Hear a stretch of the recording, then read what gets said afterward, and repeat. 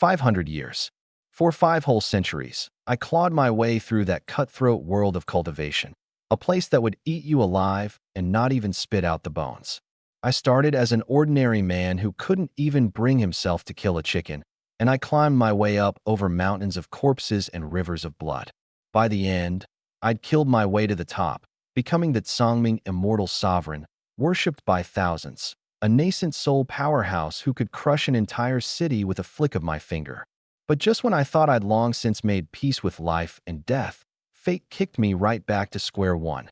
Back to Earth, back to when I was 19, back to the days before I'd ever left home. And all of it happened because of a single conch shell. My name is Chinemo. The story has to start from the moment I hit the ground. It was 3 in the afternoon in Zhongbei City. The sky had been perfectly clear, the sun still hanging overhead, but in the span of a single second, the heavens collapsed. Dark clouds poured down like someone had dumped a giant bucket of ink, and daytime turned violently into night. Howling winds whipped up torrential rain, and thunder cracked so hard the whole city trembled. Everyone on the street froze, heads tilted up at the sky. Someone shouted, "Holy crap, what kind of weather is this?" Pitch black in 1 second. Another person pointed at the sky, voice shaking. "Is that a god coming down from heaven?" A middle-aged man on an electric scooter had been scoffing at first, muttering that there was no such thing as gods in this world. But the next second, the words caught in his throat. Because up in the 9th heaven, a human figure was plummeting like a shooting star, dropping straight down toward the coastline of the eastern suburbs. That figure was me. Waves crashed against the reef, and rain lashed my face. I slowly landed on the beach, looking down at my own young hands, dazed for quite a while. I had actually really come back. You see, 500 years ago, it was on this very shore. Back then I'd just gotten my acceptance letter from Zhongbei University, so thrilled I could barely stand it, and I'd come down to the beach for a walk. There, in a crack in the reef, I'd picked up a black conch shell shimmering with strange light. I didn't know anything back then. I just casually grabbed it, and with a flash of golden light, I was gone. When I opened my eyes, I was in that world of cultivation where human life was worth less than a blade of grass. Over those 500 years, I risked my life training while never giving up on studying that conch shell. Just recently, I tried using nascent soul true fire to forcibly refine it and get to the bottom of things. Who knew it would suddenly unleash a terrifying force of space and time, dragging me once again into the void. And then, right before my eyes, that conch shell crumbled into powder and vanished. The first thing I did was close my eyes and check myself over. Good. My cultivation wasn't just intact.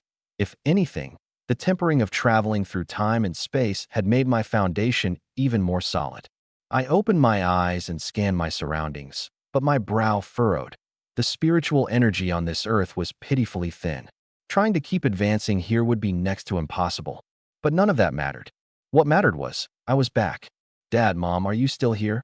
I closed my eyes, and my spiritual sense swept out like an invisible storm, radiating from me across all of Zhongbei City. In an instant, the entire city lay before me. When my spiritual sense passed over that familiar old building in the Old Town district, my heart suddenly skipped a beat. They were here. Mom and Dad were both still here. That heart of mine, suspended for 500 years, finally settled back into place. Just as I was about to pull my spiritual sense back, the giant electronic screen in the city center square caught my attention. In the bottom right corner, a red digital clock was flashing a line of text. August 31st, 2025, 3:05 p.m. I was stunned for a moment, then overcome with wild joy. Because I remembered clearly, I'd been pulled through time in late June of 2025, which meant that while I'd endured 500 years in the cultivation world, only a little over 2 months had passed here on Earth. And tomorrow was September 1st, the first day of school. There was still time for everything. I didn't waste a single second. My body transformed into a gust of clear wind and shot straight toward home. Half an hour later, I stood before that familiar security door. Most of the paint had peeled off, and the hallway still carried that damp, musty smell. With a thought, I pulled out the key I'd carefully preserved for 5 whole centuries from my storage ring. Yes, 500 years. I'd kept this key on me the entire time, never able to bring myself to throw it away. Click. The door opened. A sharp smell of cigarette smoke hit me in the face. The living room was small and old. My father, Chun Zhonghua, was sitting on the couch, his hair far grayer than I remembered. Hearing the door open, he jerked his head up, his bloodshot eyes locking onto me. In the kitchen, my mother, Li Qingjin, poked her head out. The plate in her hands hit the floor with a crash, shattering to pieces. A dead silence fell, lasting only a few seconds. Then my mother let out a strangled, broken cry and stumbled toward me, throwing her arms around me and clutching me tight. "Son, it's really you. Where on earth have you been these 2 months? Do you have any idea how scared I was? Everyone was saying you'd been tricked into going to Myanmar. We thought we'd never see you again in this lifetime." Looking at her reddened, tear-filled eyes, my heart that had watched countless partings between life and death over 500 years, actually cracked in that moment. I raised my hand and gently wiped the tears from her face. "Mom, don't cry. It's my fault. I'm back now, and I'll never leave again." The words had barely left my mouth when my father, who'd been sitting there, suddenly grabbed the ashtray and slammed it down onto the coffee table with a bang. "Never leave again? Easy for you to say. 2 whole months. No sign of you alive. No body found dead. Phone unreachable. Police couldn't find a trace. Where the hell were you off gallivanting? Do you have any idea? Your mother nearly cried her eyes blind looking for you." Facing my father's fury, I didn't get angry. I calmed myself and told him the truth. "Dad, you probably won't believe me, but these 2 months, I went off to cultivate and become an immortal." "Become an immortal? Looks to me like you've played too many video games and rotted your brain." My father was shaking with rage. "Never taking anything seriously, just loafing around all day? With an attitude like yours, no wonder Qingyue wouldn't have anything to do with you." Qingyue. At those 2 words, my eyes shifted slightly, and a long-buried memory surfaced. I should explain the history behind all this. Back in the day, my father was a fairly well-known contractor in Zhongbei City, and our family had some money. But then the construction business went south, and he got cheated one time after another. Not only did he lose everything he had, he ended up buried in debt. That's how our family fell from grace. And Qingyue, her full name is Jiang Qingyue. Her father, Jiang Wanlin, was just a dirt-poor young man back then. It was my father who gave him a hand up, providing money and resources, and that's how he got his start. Now Jiang Wanlin had turned things around and become a big boss worth billions. Back then, to repay the favor, he'd offered to arrange a childhood engagement between his daughter and me. But later, as the gap between our 2 families grew wider and wider, no one brought up that engagement anymore. "That's enough, old Chun." My mother turned back, eyes red. "Our son finally made it home safe. Would it kill you to hold your tongue?" She grabbed my arm and looked me up and down, and only after confirming I was in one piece did she wipe her tears and try to smooth things over. "Xiao, don't take it to heart with your dad. He's just been worried sick. With no word from you for 2 months, your dad was going out of his mind. He had no other choice. Just a few days ago, he swallowed his pride and went to beg your uncle Jiang to use his connections to look for you." At this point, she sighed, her face darkening. "Your uncle Jiang agreed on the surface, but everything he said was a jab at your dad. The message being that with our family situation now, we're not good enough for the Jiangs anymore. Your dad got humiliated over there, and that's why he came back and took it out on you. Don't hold it against him." Hearing this, I let out a cold laugh. "Dad, Mom, if that's how it is, then let the engagement be canceled. Why get worked up over people like that? Besides, it's not that we Chins can't reach up to the Jiangs. It's that the man I am now, the Jiang family, isn't worthy of me." At those words, my father was taken aback, then let out a heavy sigh, as if he'd aged 10 years in an instant. "Stop talking crazy. We're the ones who can't measure up to them." He waved his hand wearily. "But you've got a point. You can't force something that isn't meant to be. It's just as well the engagement's off. Saves us from being talked about behind our backs later. Tomorrow you'll go register at Jiangbei University. Qingyue and her sister both go to that school. If you don't run into them, fine. But if you do, steer clear of them. Don't go bothering them. Leave yourself a shred of dignity, understand?" Looking at my father's dejected face, my heart ached, but I said nothing more. What was there to explain? Tell them their son was now a nascent soul powerhouse who could destroy a city with a flick of his finger? Tell them that in that vast, boundless world of cultivation. Their son was the exalted Sangming immortal sovereign. Forget it. Saying all that was pointless. I would let my actions show them that we Chins are the true pinnacle of this planet. That evening, the three of us sat down for a family dinner. 3 dishes and a soup, shredded pork with green peppers, stir-fried greens, tomato and egg, plus a bowl of thin, watery seaweed and egg drop soup. Nothing fancy, but that warmth of home and hearth was something I hadn't experienced in 500 years. At the table, I picked up a bite of vegetables with my chopsticks and asked as casually as I could manage, "Dad, those debts we owe, have they been paid off?" The warm atmosphere froze in an instant. My father's hand paused mid-bite. His brow furrowed immediately, and he scolded me sternly. "Just eat your food. This isn't something for you to worry about. If the sky falls, your old man will hold it up. It's not a snot-nosed kid's place to butt in."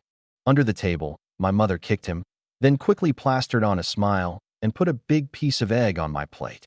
"Shao Mo, eat more. That's just your dad's rotten temper. The family debts are almost paid off. Don't you worry about it. You start college tomorrow. Just focus on your studies. Someday you'll find a good job, and your dad and I will sell every pot and pan we own to see you through." I nodded and swallowed the egg. Almost paid off. Heh, almost paid off means not paid off yet, and the shortfall was definitely no small amount. I knew my father's pride at all costs personality far too well. If it were really just some final payment left, he'd never have reacted the way he just did. So irritable and so eager to dodge the subject. After dinner, I sat and chatted with my parents in the living room for a while before heading to my own room. Click. The door shut. The little bit of gentleness on my face was instantly replaced by cold indifference. Coming back with nascent soul cultivation, if I still let my parents live in this rundown place, killing themselves for a few scraps of silver while carrying a mountain of debt, then this whole trip back would have been for nothing. I narrowed my eyes slightly, and my spiritual sense spread out like a tide, blanketing all of Jiangbei City. Soon, I locked onto a suitable target. The richest man in Jiangbei, known as half the city Wei Ronghua. This old codger was wealthy enough to rival a nation. He had a monopoly on more than half of Jiangbei's real estate and entertainment industries, and his money practically dripped through his fingers. Him it is. Let's squeeze a little spending money out of him first. The corner of my mouth curled into a cold smirk, and my entire body dissolved into an afterimage, vanishing into thin air. The western suburbs of Jiangbei, Cloudtop Manor. This was the plot of land with the best feng shui and the most expensive property values in the whole city. Deep within the estate, a standalone mansion of over 2,000 square meters blazed with lights, extravagant beyond reason. Wei Ronghua was lying on a soft couch, enjoying a massage, with a young girl kneeling on either side of him, one rubbing his shoulders, one pounding his legs. His eyes were half closed, his face oily, and he was still joking. Nice technique. How old are you two? Mr. Wei, we both just turned 19 this year. 19, wonderful. The age of a blooming flower. So fresh and tender. He chuckled and gave one of them a hard pinch. Just then, whoosh, a very faint sound of air being sliced apart rang out. Both girls instinctively looked up, their pupils contracting sharply, and they screamed, because in the empty space 2 meters in front of them, a person had appeared out of thin air. It was me, like I'd been forcibly squeezed out of the air itself.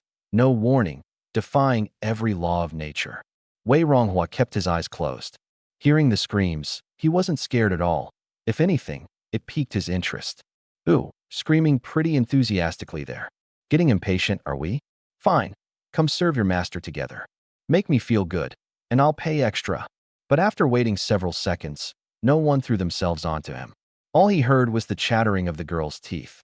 Sensing something was wrong, he started to open his eyes. I snapped my fingers. Pop! A force he couldn't control in the slightest suddenly hoisted him up off the couch. Then his knees buckled, and he dropped to the floor with a heavy thud, kneeling. He opened his eyes, his face full of shock and pain. When he looked up and saw me standing before him, his mind went completely blank. Who was this? How had he gotten in? Were the dozens of armed bodyguards outside just dead weight? But the biggest question in his mind wasn't even that. It was, I hadn't touched him at all, so how had he dropped to his knees on his own? That immense force that had come out of nowhere was simply otherworldly. You, who are you? He swallowed hard, his voice trembling. Someone you can't afford to offend, I said flatly. Any other time, Wei Ronghua would have already had his men toss me into the ocean to feed the fish for saying that. But right now, he didn't dare. My methods were far too eerie. Sneaking undetected into a heavily guarded estate and pinning a man down from a distance. His mind raced. Could this be one of those legendary ancient martial arts masters who could project internal energy? This, master. He forced out an ingratiating smile. You and I have never met. No old grudges, no recent quarrels. What brings you here in the dead of night? If I've offended you in any way, just say the word. I smiled and casually walked over to the set of precious Wangwali rosewood tea table by the floor-to-ceiling window, sitting down in the main seat. I picked up the still-steaming purple clay teapot and poured myself a cup. I took a sip and nodded. Top-grade Preaching Longjing tea. Not bad. Every bit as good as the spirit teas back in the cultivation world. Wei Ronghua was so tense he didn't dare breathe. I set the cup down and glanced at him. Don't be afraid. I won't kill you. I came here just to grab a little spending money. Money. He let out a long breath of relief. He came for money? Then this was easy. If there was one thing Wei Ronghua never lacked in his entire life, it was money. Master, you're too kind. If you deign to want a bit of my filthy money, that's an honor for me. However much you want, just say the word. I'll arrange it right now. I thought about it. Let's say 1 billion. If that's not enough, I'll come find you for more. 1 billion. He shuddered violently. He hadn't expected my appetite to be so large. What? My eyelids drooped as I shot him a cold glance. Not willing to give. No, no, no. That one look sent him waving his hands frantically, cold sweat instantly soaking through his back. It felt like a gun was pressed to his forehead, as if the moment he dared utter half a word of refusal, he'd be dead on the spot. Master, I'm willing. Please wait. I'll get it right away. He drew a deep breath and, forcing his weak legs to move, scrambled and crawled over to a mahogany cabinet. He opened the most concealed safe and, gritting his teeth, took out a pure black bank card inlaid with a dark gold dragon pattern, offering it up to me with both hands. Master, this is an anonymous black gold card from Daxia Bank. It has 1.2 billion in a current account. Password is 6/8. You can use it anywhere in the world, absolutely secure. I glanced at it and took it. Not bad. At least you know how to behave, smart enough to throw in an extra 200 million. It's the least I could do. His smile was uglier than crying. The truth was, it wasn't generosity. He simply didn't have a card with exactly 1 billion on hand, and he didn't dare give less, so he had no choice but to hand over the whole 1.2 billion card. Having pocketed the card, I didn't want to take advantage of a mere mortal for nothing. I flipped my wrist, and a smooth, round pill glowing with a faint crimson-red hue appeared before him. Here, this is for you. Master, this pill is? I glanced at the two girls trembling in a heap and said meaningfully, Great Yang pill. When a mortal takes it, it strengthens the muscles and bones. 20 years of iron-hard vigor. Wei Ronghua's eyes bulged instantly. Master, this really? I never lie to anyone. He drew a deep breath, his eyes lighting up. Then I'll accept it. Having taken the pill, he still wasn't satisfied. With a fawning smile all over his face, he said, Master, it's so late. Where are you staying? Why don't I have someone drive you? Clearly trying to fish for information about me. No need. Cars are too slow. I waved my hand. And then came the scene that shattered his entire worldview. I lifted my foot, and my whole body defied gravity, both feet leaving the ground as I hovered in midair. Then with a whoosh, I transformed into a streak of light and shot out the window, vanishing in the blink of an eye. Holy crap! Wei Ronghua stood there dumbfounded. What did I just see? Flying through the air? Is that even a human? Are we sure that's not some god come down from heaven? A man who dominated Jiangbei for years and seen every kind of storm. Right now his legs went weak and he collapsed straight to the floor, taking a full 5 minutes to recover his wits. But once he came to, looking at the glowing pill in his hand, his expression turned lecherous again. A pill bestowed by a living immortal that terrifying. How could its effects be fake? He swallowed it in one gulp and, with a sinister grin, lunged at the two girls whose faces had gone deathly pale with fear. Meanwhile, I'd returned to my home in the Old Town district. Sitting back down in my own room, those ice-cold eyes of mine finally warmed with a hint of temperature. I don't know exactly how much Mom and Dad owe. Let me transfer over 100 million first. That should definitely be enough. I linked the black gold card to my phone, entered the number of my parents' old savings account, the one they'd used for over a decade, and with a light tap of my finger, 100 million was transferred over. At that very moment, in the master bedroom next door, my parents were tossing and turning, unable to sleep. The dim room was thick with gloom and worry. My mother sighed and rolled over. Old Shun, all told we owe over 1 million. And these 2 months looking for Xiao Mo cost us a fortune too. Tomorrow, counting the interest on the loan shark's money, we've got to pay 100,000 in one shot. Where are we supposed to get that kind of money? My father leaned against the headboard, his brow knotted into a tight, unbreakable knot, sucking hard on a cigarette in silence. We borrow it. What else can we do? We can't just wait for those debt collectors to show up and throw red paint on our door. Borrow from who? My mother's voice took on a sob. We've already borrowed from every relative and friend we have. Now everyone dodges us the moment they see us coming. My father irritably stubbed out his cigarette and stayed silent for a long while. Don't worry about it, just sleep. Worst case, tomorrow I'll swallow my pride again and give Wanlin a call. You're going to ask him again? The mere mention of Jiang Wanlin got my mother worked up. He's a big shot now, he looks down on us. He'd love nothing more than to cut ties completely. How could he possibly lend us money? My father drew a deep breath, full of helplessness. At least there's the debt of gratitude from when I gave him a hand up back then. I'll borrow just a little. He can't very well refuse me to my face. All right, enough talk. Let's sleep. My mother opened her mouth to speak, gazing at the weary, aged profile of his face in the moonlight from the window, but in the end she said nothing. She just turned over and secretly wiped her tears in the dark. This life was crushing them, leaving them barely able to breathe. Just then, ding-dong. On the nightstand, my father's beat-up phone with the cracked screen corner chimed. He didn't want to bother with it, but with everything weighing on his mind, he squinted and tapped it open anyway. It was a text message from Daxia Bank. Dear customer, your account ending in 3927 has completed a transfer transaction. Current balance, 100 million and 23 yuan. My father was stunned right there. He stared hard at that long string of numbers, rubbed his eyes, thinking he must be seeing things.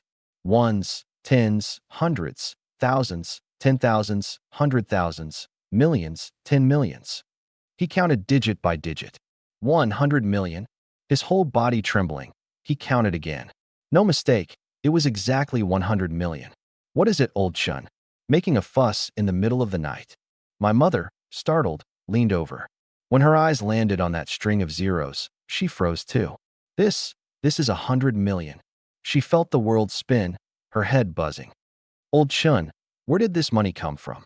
I have no idea. My father's face was full of terror. It took him several minutes to calm down before he let out a bitter laugh. The bank system must have a major glitch. They must have sent it to the wrong account. Little did they know, this money came from their good-for-nothing loafer of a son. And this was only the beginning. That night, I didn't sleep. After transferring the money, I sat cross-legged back on my bed, quieted my mind, and began sensing the spiritual energy of this world. The result made me frown. Far too little. The spiritual energy on this earth is several times thinner than I'd imagined. I shook my head helplessly. With my current nascent soul cultivation, if I still cultivated the old-fashioned way through breathing techniques, I feared even 100 years of bitter effort might not get me through a single minor realm. I needed a different method. My vast spiritual sense churned within my sea of consciousness, and after about 10-odd minutes, an ancient golden scroll radiating an aura of antiquity slowly unfurled in the center of my sea of consciousness. The Fortune Starfire art. This technique was something I'd stumbled upon by chance in an ancient secret realm back in the cultivation world. Its method of practice was extraordinarily unusual. Its course summed up in 4 words. Teach the Tao, reap the return.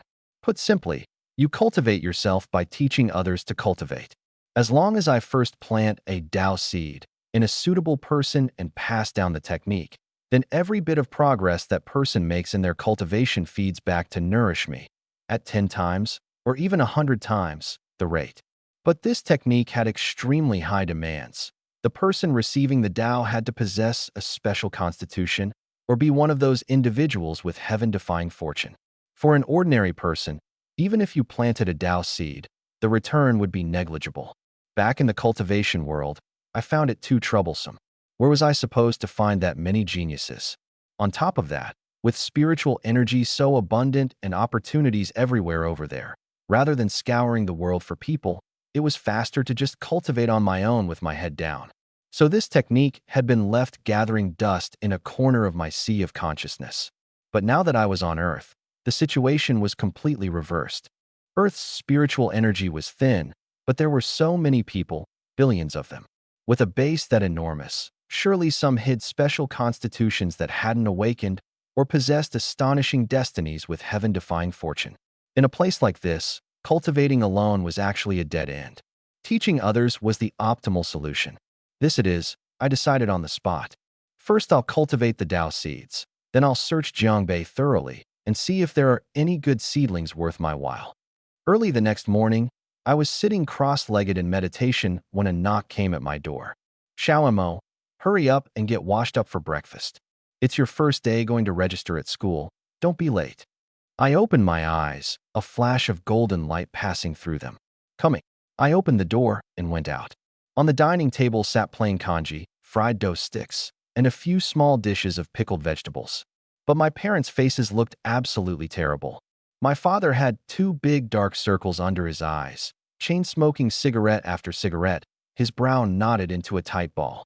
My mother looked even more haggard, dazed, as if she might faint at any moment. I sat down and took a sip of congee. Watching them looking so out of sorts, I asked, "Dad, Mom, you two look awful. What's wrong? Was that 100 million I transferred you last night not enough to pay off the debts?" The moment the words left my mouth, the old couple jolted, both of them snapping their heads toward me in unison. "Xiaomo, that money you said, you're the one who sent it?" My father's fingers holding the cigarette were trembling.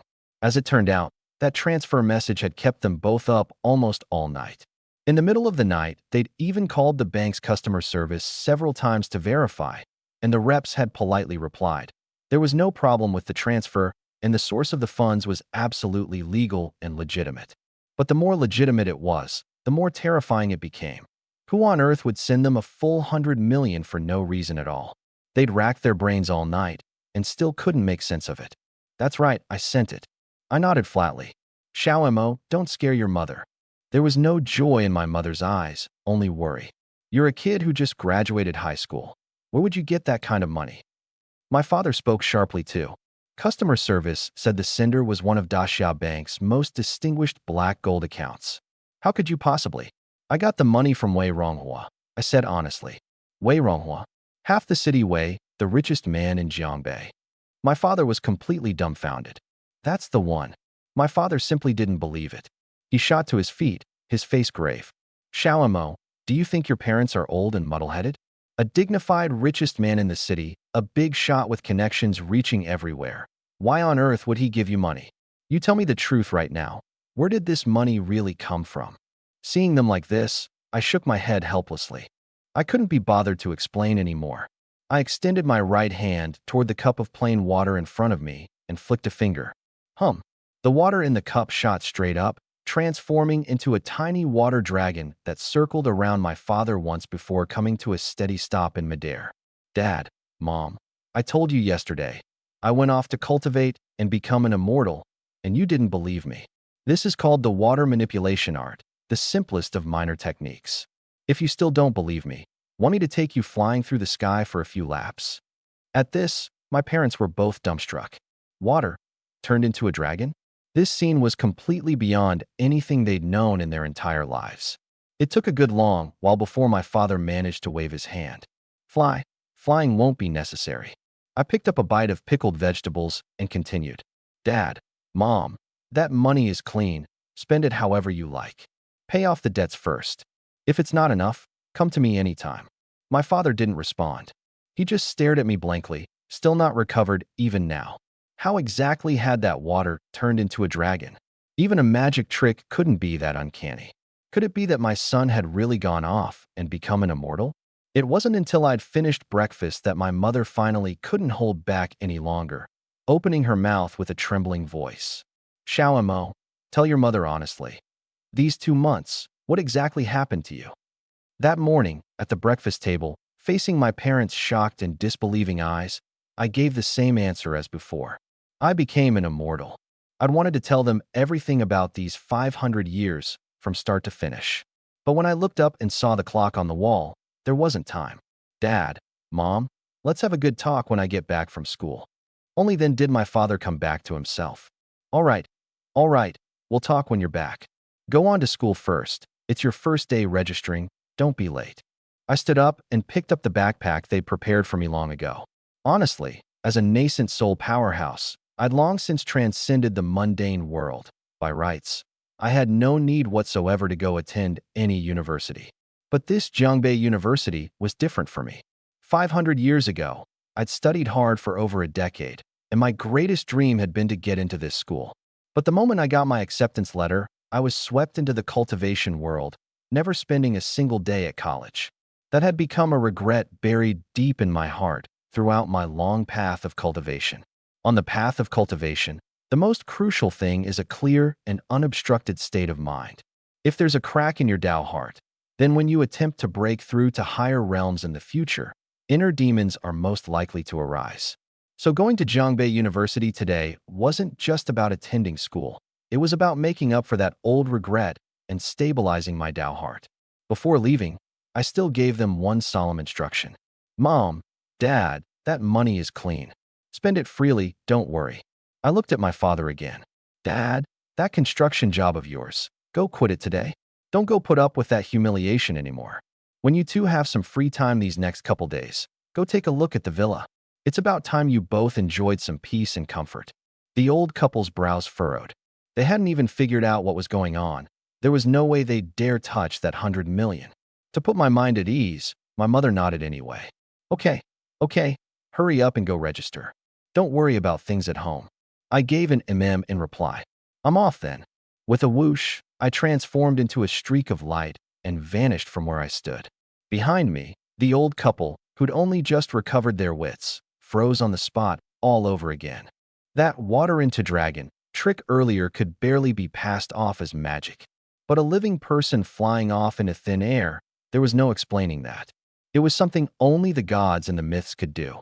Zhongbei University. The September start of the semester, the campus was packed with people. The trees on both sides of the road were hung with red banners bearing gold lettering to welcome the new students, colorful flags fluttering, the whole place bustling. From the Old Town district to here, even with no traffic, a car would normally take 20-some minutes. But I rode the wind, weaving through the clouds where no one could notice, and landed in a deserted alley beside the school within minutes. Then, just like an ordinary college freshman, I walked into campus, finished my registration, and made my way to the tiered lecture hall for the freshmen of the Economics and Management Department. There was still some time before the class meeting, and a scattering of early arriving freshmen were already seated in the classroom. When college freshman guys get together, the topic of conversation is always one and the same: girls. I just sat down at an empty window seat in the back row when I overheard a few guys in the front row excitedly gossiping. One with glasses was talking a mile a minute, spit flying. Have you guys heard? The #1 on our school's campus beauty rankings, the junior from the performance department, senior Jiang Qinghua. She's a genuine ice queen goddess. Drop-dead gorgeous, and her family's loaded too. Her dad is the boss of the biggest building materials company in Zhongbei, Jiang Wanlin. A chubby guy beside him curled his lip. As beautiful as Jiang Qinghua is, she's a senior now, out of reach. If you ask me, this year's freshmen are the ones worth watching. You guys don't know this, but Jiang Qinghua has a younger sister named Jiang Yinhua, and she's a freshman in our class this year too. Holy crap, seriously? The older sister's the #1 campus beauty, and the younger sister came to our school too. Absolutely true. Her looks are every bit a match for her sister's, a surefire new campus beauty. Another guy with choppy hair lowered his voice mysteriously. Forget about the Jiang sisters. I got some inside info. Our class has a top-tier stunner too, named Lin Wanner. Her family background runs deep, a genuine ultra-elite heiress. Just you wait. When she shows up in a bit, She'll blind you all. Listening to all this chattering, I felt not a ripple of interest. In fact, I found it a bit noisy. Campus beauty? Heiress? Peerless stunner? In the eyes of mortals, maybe these were treasures they could only dream of. But in the eyes of an old monster like me who'd lived 500 years, they were nothing but flesh and skin that would turn to yellow earth in a century. In my past life in the cultivation world, the goddesses of the ninth heaven, the cold and ethereal fairies of the holy lands, the demon empresses who could enchant all living beings. Which of them wasn't of peerless beauty? The ones who threw themselves at me were too many to count, and I couldn't even be bothered to spare them a second glance. I closed my eyes, pulled my attention away from this dull gossip, and started thinking through the real business. Late last night, in the dead of quiet, I'd spent an entire night using a secret technique to painstakingly condense 3 formless Tao seeds. The cost, though, even a nascent soul sovereign like me felt the sting. To make those 3 Tao seeds, I'd used up several bottles of top-grade spirit pills I'd brought back from the cultivation world. I can't keep being this extravagant, I thought, shaking my head. This was Earth. Spiritual energy was depleted, and the pills in my storage space were one fewer with each use, with no way to replenish them. My mind raced. Actually, the crafting of Tao seeds could also be substituted with certain mundane herbs on Earth that carried the spiritual essence of heaven and Earth. Rare medicinal ingredients like century-old golden thread ginseng, cold pool ice lotus, and crimson flame purple ganoderma. But to get these things, I need someone with power and influence in the secular world to scour the world for them on my behalf. A figure immediately surfaced in my mind. The richest man in Jiangbei, Wei Ronghua. Couldn't be more perfect. No rush. These 3 Tao seeds will do for now. When I have some free time at noon, I'll go pay him another visit and hand off this herb hunting job to him. Having thought it through, I pulled my focus back to the school. The most pressing matter right now was to see whether Jiangbei University hid anyone with a special constitution worthy of my 3 Tao seeds. I was just about to release my spiritual sense and sweep the entire campus, when the chubby guy in the front row scooted over. "Hey, classmate, let's get acquainted. I'm Fatty Wong. What's your name?" He grinned and held out a piece of chewing gum. "Chen Mo." I replied flatly, not taking it. "Great, we're classmates now. I'll call you Old Mo." Not the least bit fazed, he shoved his phone right in front of my face. On the screen were 2 photos of beautiful girls, one cold and noble, one youthful and radiant. "Old Mo, be the judge. A few of us got into an argument just now. These guys insist Senior Jiang Qingyue, the junior, is more womanly, but I firmly believe her sister, Jiang Yinhua, is the pinnacle of good looks. What do you think? Of these 2 sisters, which one comes out on top?" I glanced over indifferently, but when my eyes landed on the photo labeled Jiang Yinhua, I paused. A face both familiar and distant instantly stirred up memories I'd sealed away long ago. I should explain the history here. The Chun and Jiang families were close. Compared to Jiang Qingyue, my fiancée in name only, I was actually far closer with Jiang Yinhua, who was the same age as me. In my memory, when we were little, the 2 of us always played together, and our favorite game was house. Little Jiang Yinhua would always drape a bedsheet over herself as a wedding gown and, in her sweet little baby voice, call me husband, saying she'd definitely marry me when she grew up. Sadly, the Chun family later fell from grace while the Jiangs soared, the gap between the 2 families widening more and more until the elders cut off all contact. By high school, each of us was busy with our own studies, and we never saw each other again. 500 years of upheaval. If not for seeing this photo today, I'd nearly have forgotten this childhood sweetheart. So how about it, Old Mo? Am I right or what? Jiang Yinua's better looking, isn't she? Seeing me staring, Fatty Wong raised his eyebrows smugly. I pulled back my thoughts, and that flicker of reminiscence in my eyes instantly scattered, my cold indifference returning. Go find someone else to ask. I'm not interested in this stuff. TCH, you're no fun. Having gotten the cold shoulder, Fatty Wong turned back around to keep arguing with the others. I closed my eyes again, and with a single thought, my nascent soul's spiritual sense spread out like invisible radar waves, radiating from the classroom across all of Jiangbei University. 1 floor, 2 floors, 1 building, 2 buildings. The auras of tens of thousands of students flashed by within my spiritual sense.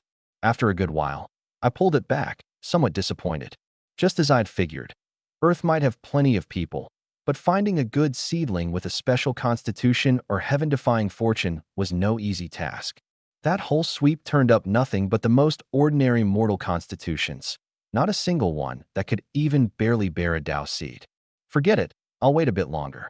It's the first day of school, people are scattered, and many haven't even arrived on campus yet. I sighed and simply pulled out my phone to read a web novel. Before I crossed over, I didn't have many hobbies. Reading novels was one of them. Now that I was back on Earth, I'd picked the habit right back up. Not long after, the once noisy classroom suddenly went silent, as if someone had hit the mute button. Everyone's eyes were fixed on the doorway. A girl in a cream-colored little tweed jacket and a haute couture pleated skirt was walking in with light, graceful steps. Her features were exquisite, her demeanor gentle as water, carrying that noble refinement that could only be cultivated by growing up steeped in wealth and comfort. Her softly curled long hair draped over her shoulders. She looked like a young lady of the Jiangnan gentry who'd stepped straight out of a painting. After the dead silence, the whole classroom instantly erupted. Fatty Wong slapped his thigh in excitement, whisper yelling, "Holy crap, what a beauty! That vibe, those looks, incredible! Could this be Lin Wanner?" "The very one." The choppy-haired guy smiled smugly.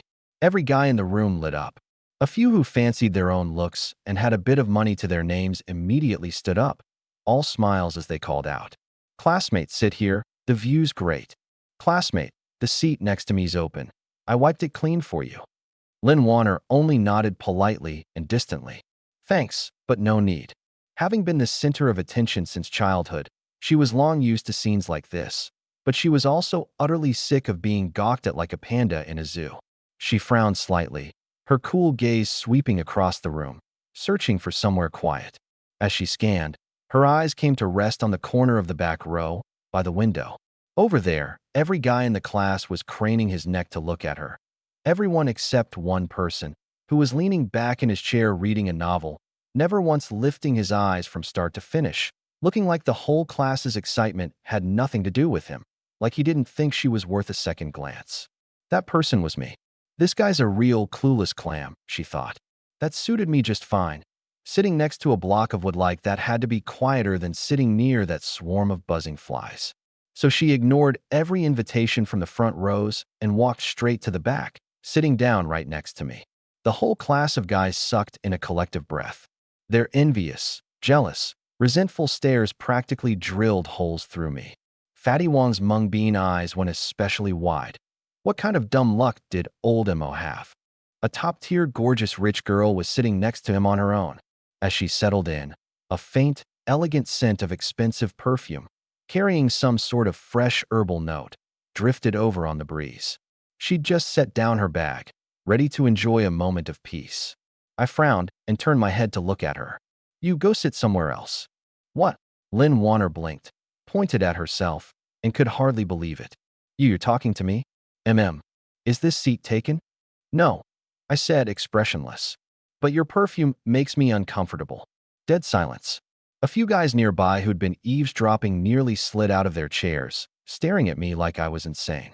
"Bro, this gorgeous a girl, and she smells this good, and you're saying it makes you uncomfortable? Is that something a human being could actually say?" Lin Wanner was completely stunned.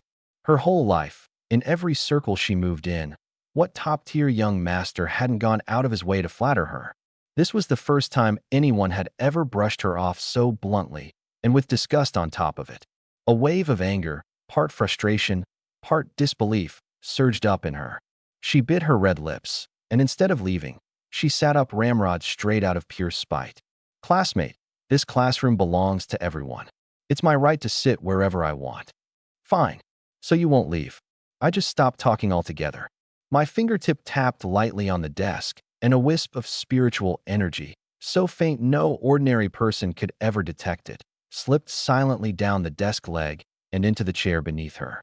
It was a minor trick, too low-level to even earn a rank, the heat-gathering technique, which could rapidly build up heat in a small area. "You don't want to leave? Then wait there and get your butt scorched." Once I'd done that, I went back to reading my novel. The guys around me sighed inwardly at the sight. Fatty Wong shook his head like a coach whose star player had let him down. Unbelievable. Chun Mo lived up to his name. He really was the definition of silent.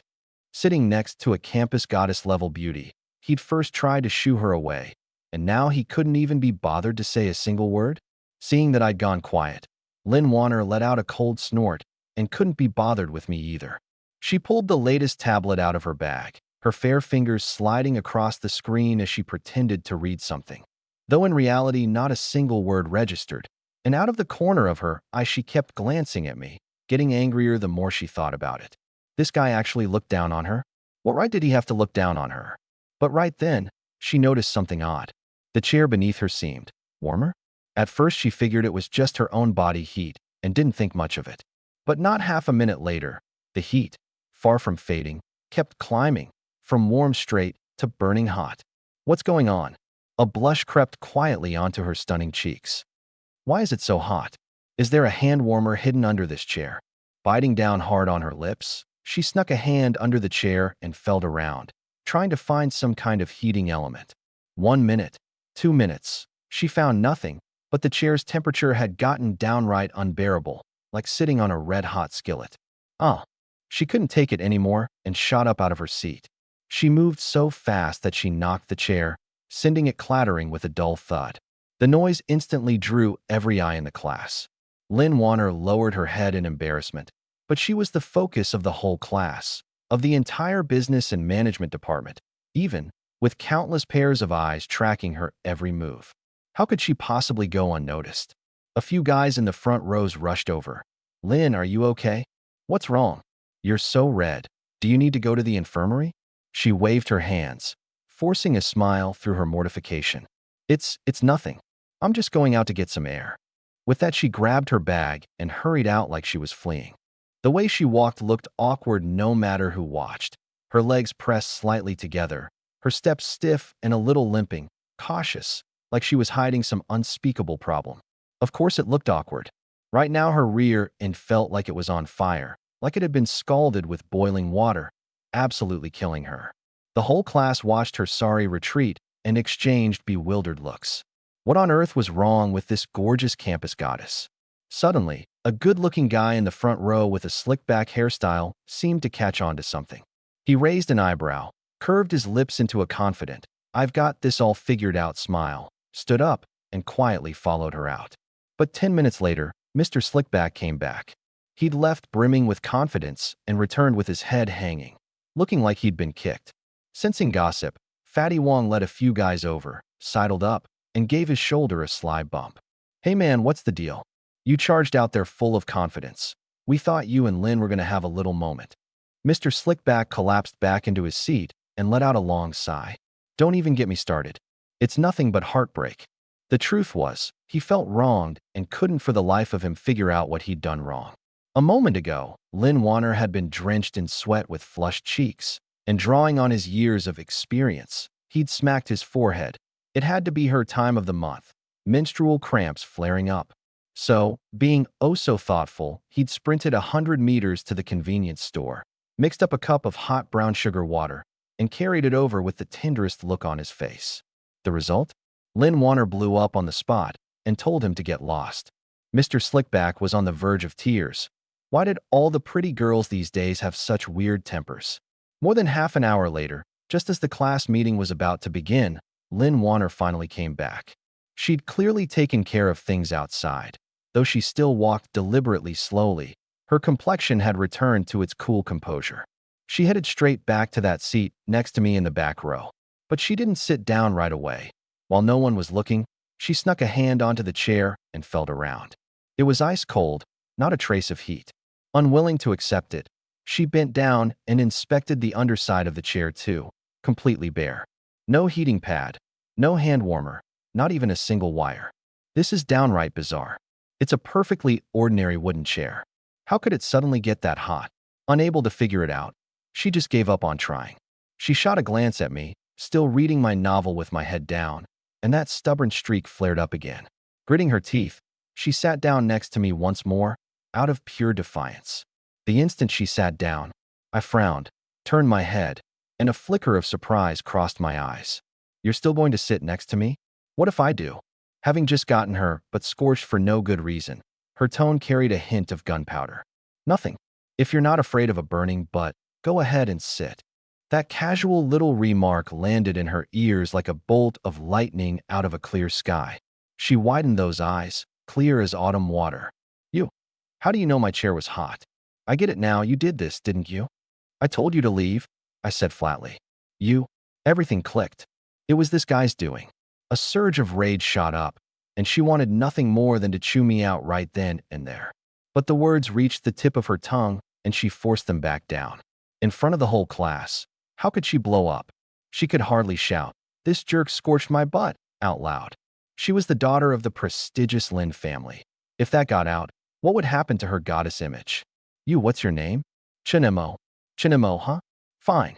I'll remember you. She pouted furiously, snatched up her tablet and bag, turned on her heel, and went to sit in the front row on the other side of the room. She really was angry. In all her years, everywhere she went she was surrounded by fawning guys. This was the first time she'd run into someone like me. Someone who not only looked down on her, but pulled dirty tricks on her too. Just you wait, Chinemo. I'll make you pay. Watching her storm off in a rage, I withdrew my gaze and went back to my novel. She was just a little girl, not even worth my notice. Before I knew it, it was noon. The class meeting broke up, and the students headed off to the cafeteria in twos and threes. I followed the crowd to the first cafeteria. Of course, at my nascent soul level of cultivation, I'd long since reached the stage where I could forego food entirely. I didn't need to eat at all. But it was a rare chance to be back on Earth. So how could I not sample some of the local cuisine? After all, I hadn't eaten it in 500 years. At one of the food stalls, I ordered a big bowl of authentic Manhwa-style beef noodles, added 2 braised eggs and 2 helpings of greens, and carried the steaming bowl over to a corner seat by the window. I lifted a chopstickful into my mouth. Rich beef fat mixed with the fragrance of chili peppers exploded across my tongue, and the noodles were springy and smooth. SSSS. I felt a wave of bliss. My God, that's good. This is the taste. 500 years, and I finally get to eat it again. I dug in, shoveling it down mouthful after mouthful. Just then, a chubby figure carrying a tray plopped down across from me. It was Fatty Wong. Whoa, old M.O., you're really going to town on that. Those noodles look plenty spicy. He shoveled in a bite of his own food, then leaned in closer, dropping his voice conspiratorially. Hey, you were sitting next to Miss Gorgeous Lin today. Did you notice anything off about her? Why'd she suddenly run out like that? And her walk was so weird. You think she's got some secret she can't talk about? No idea, I said without even looking up, focused on my food. Having gotten nowhere, Fatty Wong pursed his lips and cursed himself. What an idiot I am. Why'd I even come ask him? His name's Chun Mo, Silent Chun. Not far off, Lin Warner, holding a large cup of freshly bought iced fruit tea, spotted me at first glance, devouring my meal with gusto. Watching me eat with grease all over my mouth, savoring every bite, she felt an inexplicable pang of irritation, and her pretty little teeth ground audibly together. Ever since I'd messed with her, she'd been squirming in her seat all morning, and but still ached faintly even now. And here I was, eating away without a care in the world. She bit her red lips, glanced at the fruit tea in her hand, and suddenly a plan formed.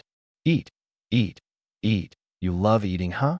Well, today I'm going to make sure you don't get to enjoy it. The plan was simple. As she passed by me, she'd pretend to twist her ankle and lunge toward me, and that sticky, bright red cup of iced fruit tea in her hand would naturally spill all over my head. After all, it'd be an accidental fall. It wasn't like I could hit her over it. She smiled smugly, arranged her expression, and, holding the fruit tea, walked gracefully toward me. As she got closer, Fatty Wong noticed her. Holy crap, old M.O., stop eating. Look, Lin's coming over. Looks like she's going to sit at our table. He was so excited he was practically wiggling his eyebrows, forgetting all about his food. I said nothing and kept my head down, eating, not caring to bother with me. Fatty Wong saw her approaching and hurriedly plastered on a grin. Lin, are you looking for a seat? Sit here, there's one right here. Sure, Lin Warner answered offhandedly, but all her attention was on my bowl of noodles. Having calculated her distance and angle, at the exact moment her foot drew level with my chair. "Oh no!" she cried out convincingly, deliberately twisting her ankle, and toppled sideways, along with that enormous cup of fruit tea, straight toward me. The hell? Across the table, Fatty Wong's face changed. He shot up in alarm. "Old Mo, watch out." And me. I stayed calm, still eating with my head down. At the very instant she was about to crash into me, something shattered Fatty Wong's entire worldview. Without any warning, without so much as rising to dodge, in the blink of an eye, along with my chair and the bowl of hot broth noodles in my hands, slid, like a ghost, straight over to the other side, next to Fatty Wong. Thud. With her human cushion gone, Lin Warner's lunge met nothing but air. She half crashed into the seat I'd just vacated, the cup of fruit tea in her hand spilling everywhere. She herself went down face first. And worst of all, her proud, high chest slammed dead on into the hard corner of the solid wood chair back. It hurts. It hurts so bad. A stabbing, searing pain shot through her whole body. Lin Warner's vision went black from the agony, and tears burst out on the spot. The commotion, combined with her scream, jolted the entire cafeteria. "Whoa, is that Lin Warner? How'd she fall like that? That looks brutal." The once noisy cafeteria went silent as if someone had hit pause, everyone freezing with their chopsticks midair, staring in disbelief. Only Fatty Wong, beyond stunned, had utter shock written all over his face.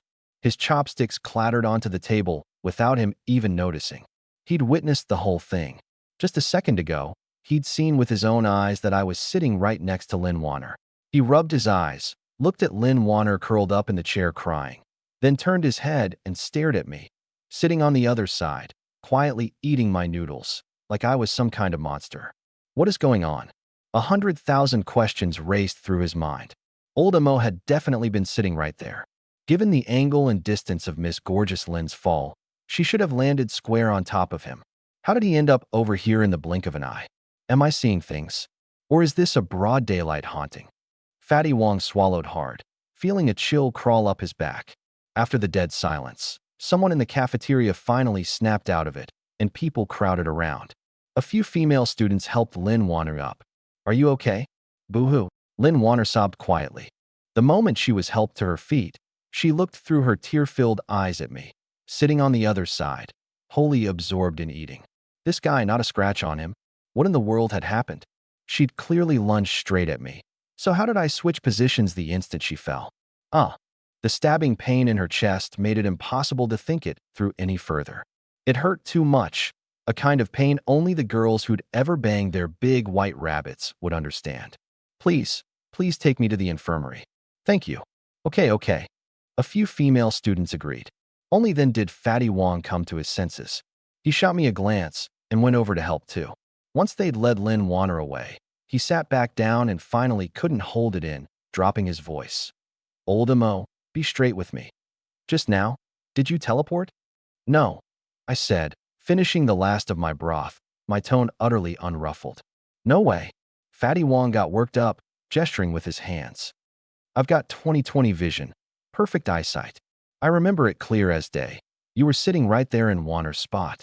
The second she lunged, how did you, chair, bowl, and all, go whoosh over to this side without spilling a single drop of broth?" I let out a burp, pulled out a napkin, elegantly wiped my mouth, and gave him a cool glance. "You saw wrong." "I saw wrong." Fatty Wong scratched his head. "That's right." He frowned. "That can't be right." He still felt certain he hadn't seen wrong, but my calm, indifferent air made it hard to press further, so he could only mutter to himself in confusion. "I'm full. I'm gonna head out." I tossed the napkin in the trash, said my goodbye, and strolled leisurely out of the cafeteria. But leaving didn't buy me any peace. Because roughly 10 minutes later, two people appeared at the cafeteria entrance. Two people who could make every guy in the place look up at the same time. The girl on the left, leading the way, was so beautiful you couldn't tear your eyes away. In a simple floral dress, her long hair cascading like a waterfall, she had a gentle, serene grace, with the soft loveliness particular to girls from the water towns of the South. Holy crap, Jiang Inua. Fatty Wong was struck dumb on the spot. The girl of my dreams. I saw her on the very first day of the term, Yes. He wasn't the only one. A whole crowd of guys in the cafeteria had their eyes glued to this girl. Right then, Jiang Yinhua and her best friend Su Xiaoming found a quiet spot with their trays and sat down. But faced with the nicely prepared food, Jiang Yinhua had no appetite at all, worry written all over her gorgeous face. Yinhua, don't worry too much. Eat something first. You've been running around outside all morning. You haven't even had a sip of water, Su Xiaoming urged, her heart aching. Jiang Yinhua let out a soft sigh, her watery eyes full of anxiety. Xiaoming, do you think, could Brother Chen Mo really have been tricked into going to northern Myanmar, like the news said? He's been missing for over 2 months now. At this, her tone took on a note of anger and helplessness. My dad is really something. Back in the day, Uncle Chun helped our Jiang family so much in business, and when we were little, Brother Chen Mo was always looking out for me. Now that the Chun family's fallen on hard times and Brother Chen Mo's gone missing, my dad actually looks down on them for being broke, afraid of getting mixed up in trouble, and won't lift a finger to help. All right, all right. Uncle John's a businessman, that's all. It's not like this is the first time you've realized what he's like. Su Xiaoming patted the back of her hand. Didn't we go see my dad this morning? He agreed to help, so there'll definitely be results. Relax. Xiaoming, thank you. Jiang Yinhua managed a faint, grateful smile. In her heart, that brother Chen Mo, the one who'd played house with her as a child, who always saved the tastiest candy for her, had always held a special place. This childhood sweetheart bond hadn't dimmed one bit when the Chun family fell from grace. If anything, after their troubles, it made her ache for him all the more. As the two of them talked, Fatty Wong finally worked up his courage. He straightened his collar and, red in the face, walked over. Hi, Jiang. I'm a freshman in business and management, Wang Pang. I really admire you. Could I get a photo with you? Though her mind was heavy with worries, Jiang Yinhua was so well raised that she didn't refuse coldly. She smiled gently. Sure. We're all classmates. It's fine. Click. Once the photo was taken, Fatty Wong was so thrilled he nearly jumped for joy. He thanked her over and over, then floated out of the cafeteria carrying his tray. The moment he stepped away, Su Xiaoming's phone buzzed on the table. It's my dad. Her eyes lit up, and she quickly answered. Hello, Dad. How'd it go? Any news on Chen Mo? The voice on the other end said a few words, and Su Xiaoming's expression went from tense to overjoyed in an instant. What? He never even left the country? He came back to Jiangbei? And he even registered at Jiangbei University today? Really? Hearing this, Jiang Yinhua shot to her feet beside her, so moved that her eyes reddened, her voice trembling. Xiaoming, did Uncle say Brother Chen Mo is here at the school? Yes. My dad says the system has a record of his campus card being activated just this morning. Su Xiaoming hung up and said excitedly, He's in our business and management department, freshman class 1. Business class 1. Brother Chen Mo really is back. Jiang Yinhua couldn't even be bothered to eat. Her gentle face bloomed with radiance, and she grabbed Su Xiaoming's hand. Come on, come with me to find him. The two gorgeous girls left their meals unfinished and rushed out of the cafeteria in a frantic hurry. Meanwhile, elsewhere, Fatty Wong was holding his phone, admiring his photo with Jiang Yinhua, and grinning like an idiot, ambling toward the academic building to head back to the classroom for a midday nap. As he walked, he happened to glance back. Well, would you look at that? Jiang Yinhua and her best friend were following behind him. Not too close, not too far. Huh, what a coincidence. The goddess is walking this way too. Fatty Wong gloated to himself. But after he crossed the tree-lined path, past the sports field, and turned into the business and management building, Jiang Yinhua was still following. Fatty Wong's heart started to race. Holy crap, what's going on? She followed him all the way to the door of business class 1. He stopped short and turned around. Jiang Yinhua had followed right up to his own classroom door, and she was gazing over this way with a look full of anticipation and excitement. Fatty Wong felt a rush of hot blood shoot straight to his head, so excited that every bit of his chubby body trembled. Could it be? When we took that photo earlier, my humor and unique charm won her over? She didn't turn me down, and now she's followed me all the way to the classroom. My God, could the goddess Jiang have fallen for me at first sight? Fatty Wong stood in the doorway, So pleased with himself, he was practically bubbling over. Watching that gorgeous figure draw closer and closer, he took a deep breath, smoothed out his clothes, and forced what he considered his most heartfelt, most captivating smile. Jiang. But he'd barely gotten a word out when Jiang Inua beat him to it. Excuse me, could you step aside, please? Fatty Wong froze on the spot, the smile locked on his face. Step aside. Turns out she hadn't been following him at all. She just happened to be coming to business class 1-2. Little Fatty, why are you spacing out? Move, you're blocking the way, Su Xiaoming urged from beside her. Oh, okay. Fatty Wong squeezed out the two words, the smile on his face uglier than a grimace. The two girls walked straight in. Jiang Inua's bright eyes swept back and forth through the crowd, anxiously searching for that familiar figure. The guys in the class, who'd been napping or chatting, instantly went wild the moment they saw Jiang Inua. Holy crap, am I seeing this right? Isn't that Jiang Inua? It really is her. The little sister of Jiang Qingyue, the junior year campus goddess. She's our year's new goddess. She's 10 times more stunning than in her photos. What's she doing in our class? But Jiang Inua paid no attention to all these fervent stares. She carefully scanned every corner of the classroom. Nothing. No sign of brother Chun Mo. Those hope-filled eyes dimmed at once. Su Xiaoming gave her sleeve a gentle tug. Inua, maybe he just happens to not be in the classroom. How about we go for now and come back to check this afternoon? Jiang Inua bit her red lips, her eyes full of reluctance, but she knew standing there was pointless. In the end, she could only nod. All right, we'll come back this afternoon. The two of them left, trailing an intoxicating fragrance behind them. The moment they were gone, the classroom erupted.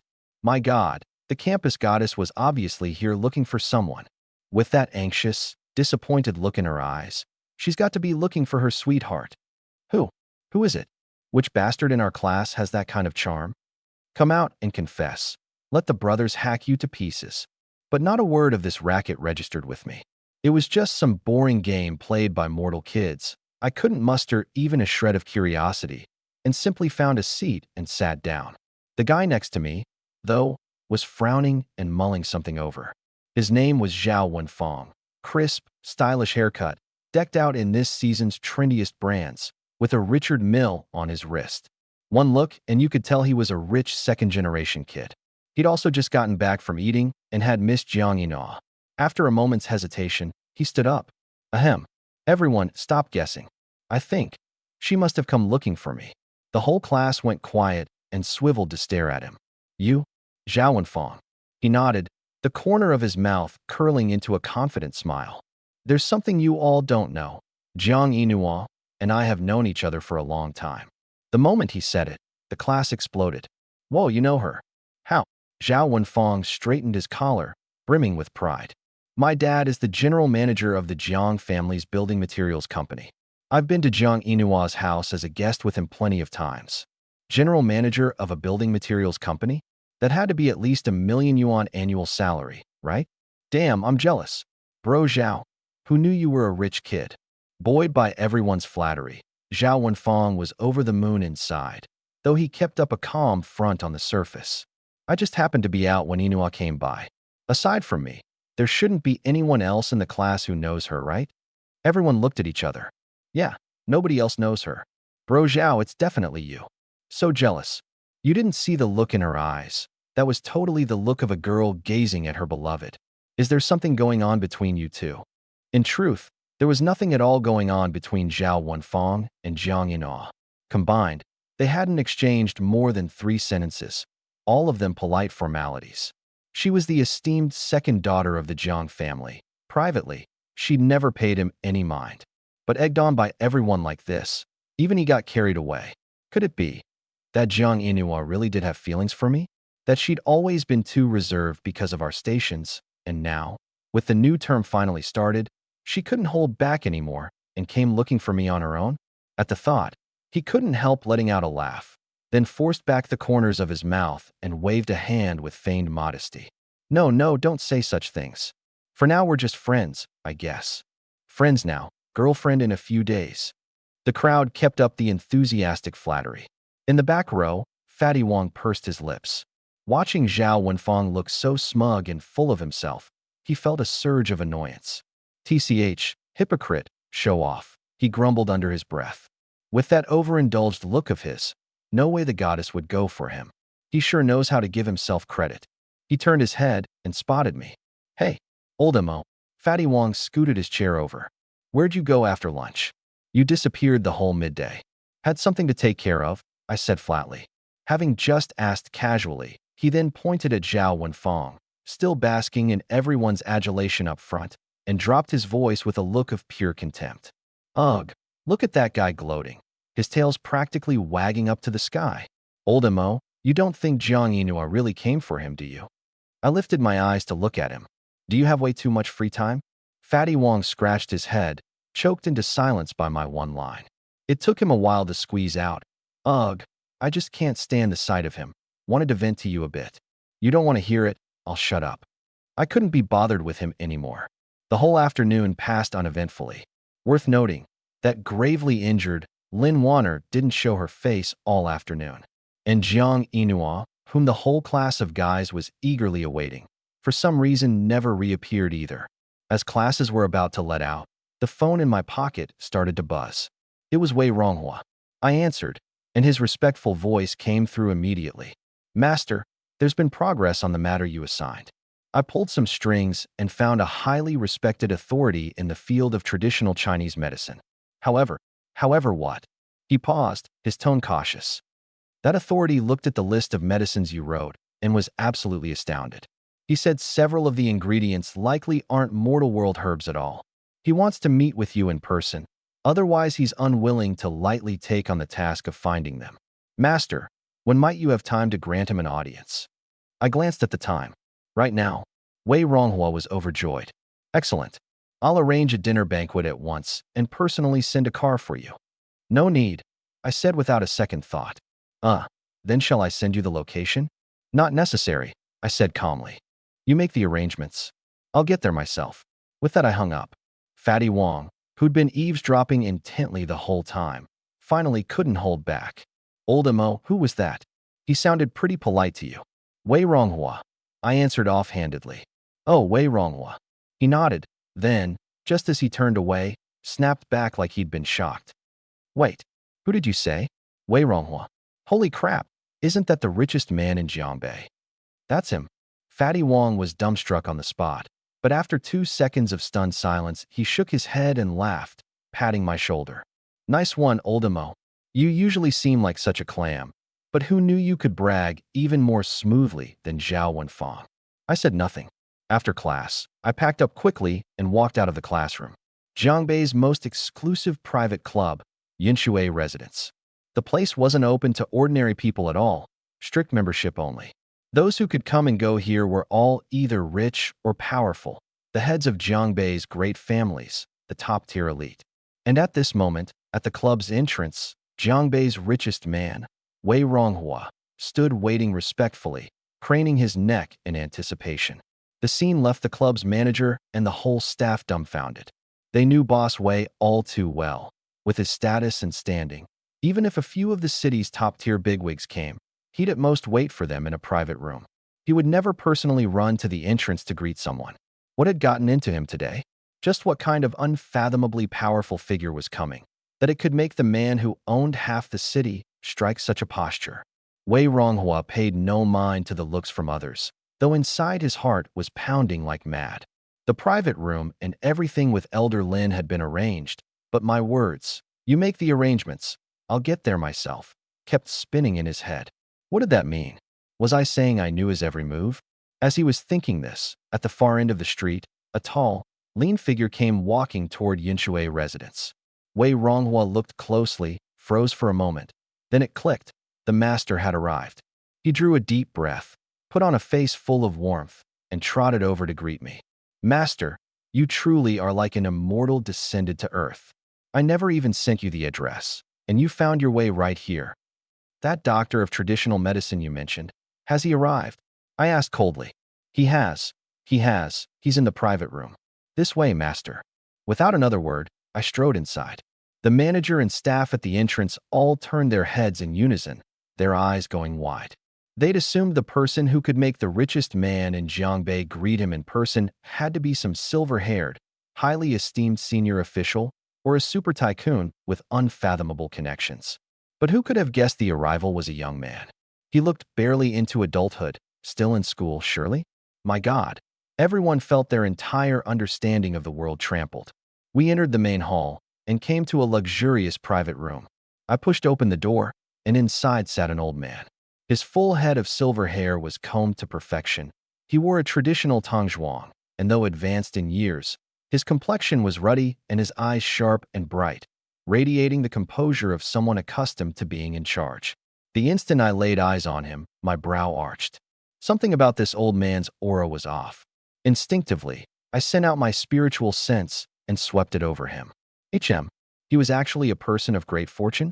A flicker of surprise crossed my mind. Master, this is the man I told you about.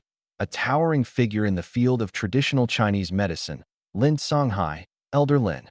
Wei Ronghua introduced with a smile, then turned to the old man. Elder Lin, this is the one I mentioned. Master Chun. Lin Songhai nodded, sizing me up, unable to hide his surprise. This young? Hello, young friend. I'm Lin Songhai. He extended a hand, very affable. I only gave it a cool glance, didn't even reach out, and walked straight to the seat of honor and sat down. This? Lin Songhai's expression flickered. That was far too disrespectful. No need for all these formalities. Let's keep it short, I said flatly. Little Lin, go on. Those herbs on my list, do you recognize them all? The air in the entire room froze in an instant. If my ignoring him earlier had left Lin Songhai a bit displeased, then this one, Little Lin, broke him completely. Little Lin? He, Lin Songhai, had lived most of a lifetime. Everywhere he went, wasn't he addressed respectfully as Elder Lin? At his age, he was more than old enough to be my grandfather. And now he was being called Little Lin? Beside us, Wei Ronghua sucked in a cold breath, sweat beading on his forehead. He never imagined I'd come in so fierce right off the bat. The man was over 80. Surely I could show him a little respect. Heh. Lin Songhai shook his head, his face darkening, and let out a cold laugh. Little Wei, this master you found sure puts on airs. Elder Lin, don't be upset. Master Chun is just like this by nature. A man of great ability always has a bit of temper. Wei Ronghua hurried to smooth things over. Man of great ability? Lin Songhai snorted heavily and flung his sleeve. I'd say he's someone who doesn't know his place. Little Wei, I've given you your due respect, but I can't deal with a person like this. Farewell. With that, he made to turn and leave. But the next second, he suddenly discovered his body wouldn't move. It was as if his whole being had been poured into steel and concrete. Forget walking. He couldn't even lift a finger. Leave. I picked up a teacup and took a light sip, my tone icy. If I don't let you leave, do you think you can? SSSS. Lin Songhai sucked in a breath, a tidal wave of shock crashing through him. I can't move, you did this. Correct. I set down the teacup. Little Lin, I'll give you 3 minutes to think it over carefully. If you're willing to talk with me, I'll bestow upon you a great fortune. If not, then in 3 minutes, you simply explode. Lin Songhai was horrified. This was thinking it over. This was a threat. Cooperate and live, refuse and die. But it was in this very moment that he finally realized. This young man before him was anything but simple. He'd clearly done nothing, yet he'd made him completely lose control of his own body. Elder Lin, don't be stubborn, Wei Ronghua urged from the side. Master Chen truly is a living immortal. He never jokes about such things. He'd seen with his own eyes my ability to pin a man in place from afar and fly through the air. He knew all too well how terrifying I was. What choice did Lin Songhai have? He could only say, I'm willing. But could you first? I gave a light wave of my hand. You may move now.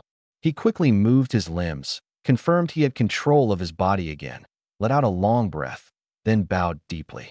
Master, forgive me for my offense just now. I meant no disrespect. His attitude had completely changed. Having witnessed my methods, how could it not? Speak. Those herbs, you recognize them all. I remained flat. Master, the herbs on your list, I recognize them all, and I have most of them on hand. Lin Songhai bowed his head respectfully. It's only that I currently don't have those two main ingredients, the 1,000-year ice ginseng and the 100-year silkworm lingji. Finding them for me, is that difficult? Not too difficult. It'll just take some time, he answered honestly. Good. As fast as you can, I nodded. Once you find them, bring me all the herbs together. If you need money, go to Wei Ronghua. Wei Ronghua's face immediately fell. Did I think his money grew on trees? Lin Songhai shot him an awkward glance and hurried to say, There's no need for money, master. Consider these herbs my humble tribute to you. I said nothing more. My goal was to get the herbs. Whether they were bought or gifted wasn't my concern. Next, I took out a small green sphere shaped like a seed and handed it over. Eat this. Master, this is a Tao seed. Eat it, and you'll be able to cultivate immortality. Boom. The moment the words cultivate immortality left my mouth, Lin Songhai froze completely. As a titan of traditional medicine, he'd pored over many ancient texts and had crossed paths with a few unfathomably deep practitioners of the old martial arts. Legend held that long, long ago, there had once been cultivators in this world who could summon wind and rain, move mountains and fill seas, even live forever. But he'd always taken that for myth. And now, the youth before him casually produced a Tao seed and offered to let him cultivate immortality? Master, if I eat this, I really can cultivate immortality, he asked uncertainly. I never lie. Lin Songhai took the Tao seed with trembling hands. By his age, he'd long since reached the peak of wealth and status. The only thing he feared was death and aging. And cultivation was an immense fortune that could extend his life, grant him immortality, even. How could he not be tempted? After a moment's hesitation, he swallowed it in one gulp. The instant the Tao seed entered his belly, there was a boom inside him, like a gentle flame bursting open. Then, on the surface of his aged body, a faint but visible green spiritual glow began to emanate. The thin spiritual energy in the surroundings seemed drawn to him, pouring in through his pores and his breath, coursing through his four limbs and every part of his body. Holy crap! Standing off to the side, Wei Ronghua stared, dumbstruck. He rubbed his eyes, his mouth hanging open wide enough to fit an egg. Was this a magic trick? A movie special effect?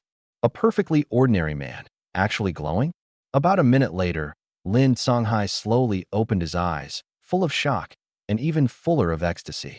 He could clearly feel a warm current flowing through his meridians. Everywhere it passed, his organs felt an indescribable comfort, as if he'd suddenly grown 20 or 30 years younger. Thud! Without a shred of hesitation, he bent his knees and dropped heavily to the floor before me. Thank you, Master, for bestowing this fortune upon me. I will never forget it as long as I live. I leaned back in my chair and gave him a satisfied glance. Not bad. This Tao seed had already fully merged with him. From now on, whenever he cultivated, not only would he himself progress, that progress would flow back into me directly, ignoring all distance and space. Don't be so quick to celebrate. Right now you've only just stepped over the threshold. Next I'll grant you a cultivation method and teach you to absorb the spiritual energy of heaven and earth. When you have free time, meditate more, expel the old and take in the new. Before long you'll enter the first level of qi refinement and become a true cultivator. Lin Songhai's voice trembled with excitement, old tears streaming down his face. Thank you, Master. No, wait. Shifu, thank you, Shifu. I wasted no more words. I raised my hand and pointed at the spot between his brows. The foundational essentials of a cultivation method, the evergreen verse, poured into his mind. Though this technique was only an entry-level method, its strength lay in being all-encompassing and undiscriminating. Whether the wood attribute energy of flowers and grass, the water attribute energy of mountains and rivers, or the sparse, muddled energy of the city, it could absorb and refine them all. It suited an environment like Earth best. That's enough, I said, leaving behind my phone number. Cultivate diligently as I've taught you. If there's anything you don't understand, call this number and ask me. Thank you, Shifu. Lin Songhai took the slip of paper with both hands and tucked it away close to his body, his heart blossoming with joy. This trip had been more than worth it. See to the matter of the herbs quickly. Notify me when there's news. Having said my piece, I rose to leave. Master, wait. Wei Ronghua spoke up. I won't stay for dinner. I've got things to do. I answered offhandedly. It's not about dinner. He gritted his teeth and dropped to his knees before me with a thud. I raised an eyebrow. Then what is it? Master, I want to take you as my teacher too. Could you teach me to cultivate immortality as well? His face was full of fervor, his eyes brimming with longing. I gave him a glance. Your constitution isn't suitable. You can't cultivate. Huh? Wei Ronghua deflated like a punctured balloon and slumped to the floor. I couldn't be bothered to look at him. In a flash, I was gone. Lin Songhai walked over and patted him on the shoulder, his face flushed and glowing with smug satisfaction as he offered comfort. Little Wei, don't take it too hard. I've read in some old texts that becoming an immortal has a really high bar. It demands the right physical constitution. It's not something just anyone can pull off. Wei Ronghua turned to glance at him. Listening to this humble bragging, all he could do was sigh again and again. What a shame. Meanwhile, over in the old part of town, today was the repayment deadline for that loan shark debt.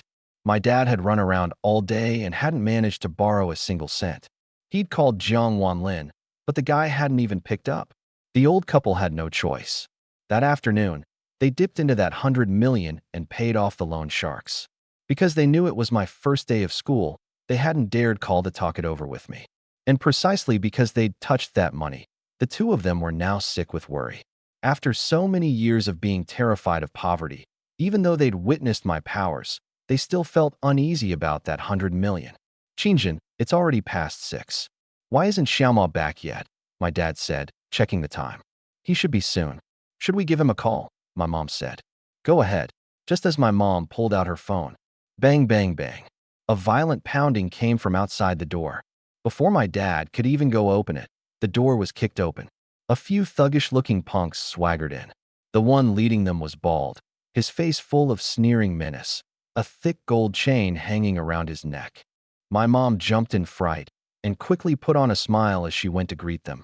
Gentlemen, why are you back again? Didn't we already pay off Brother Chang's money?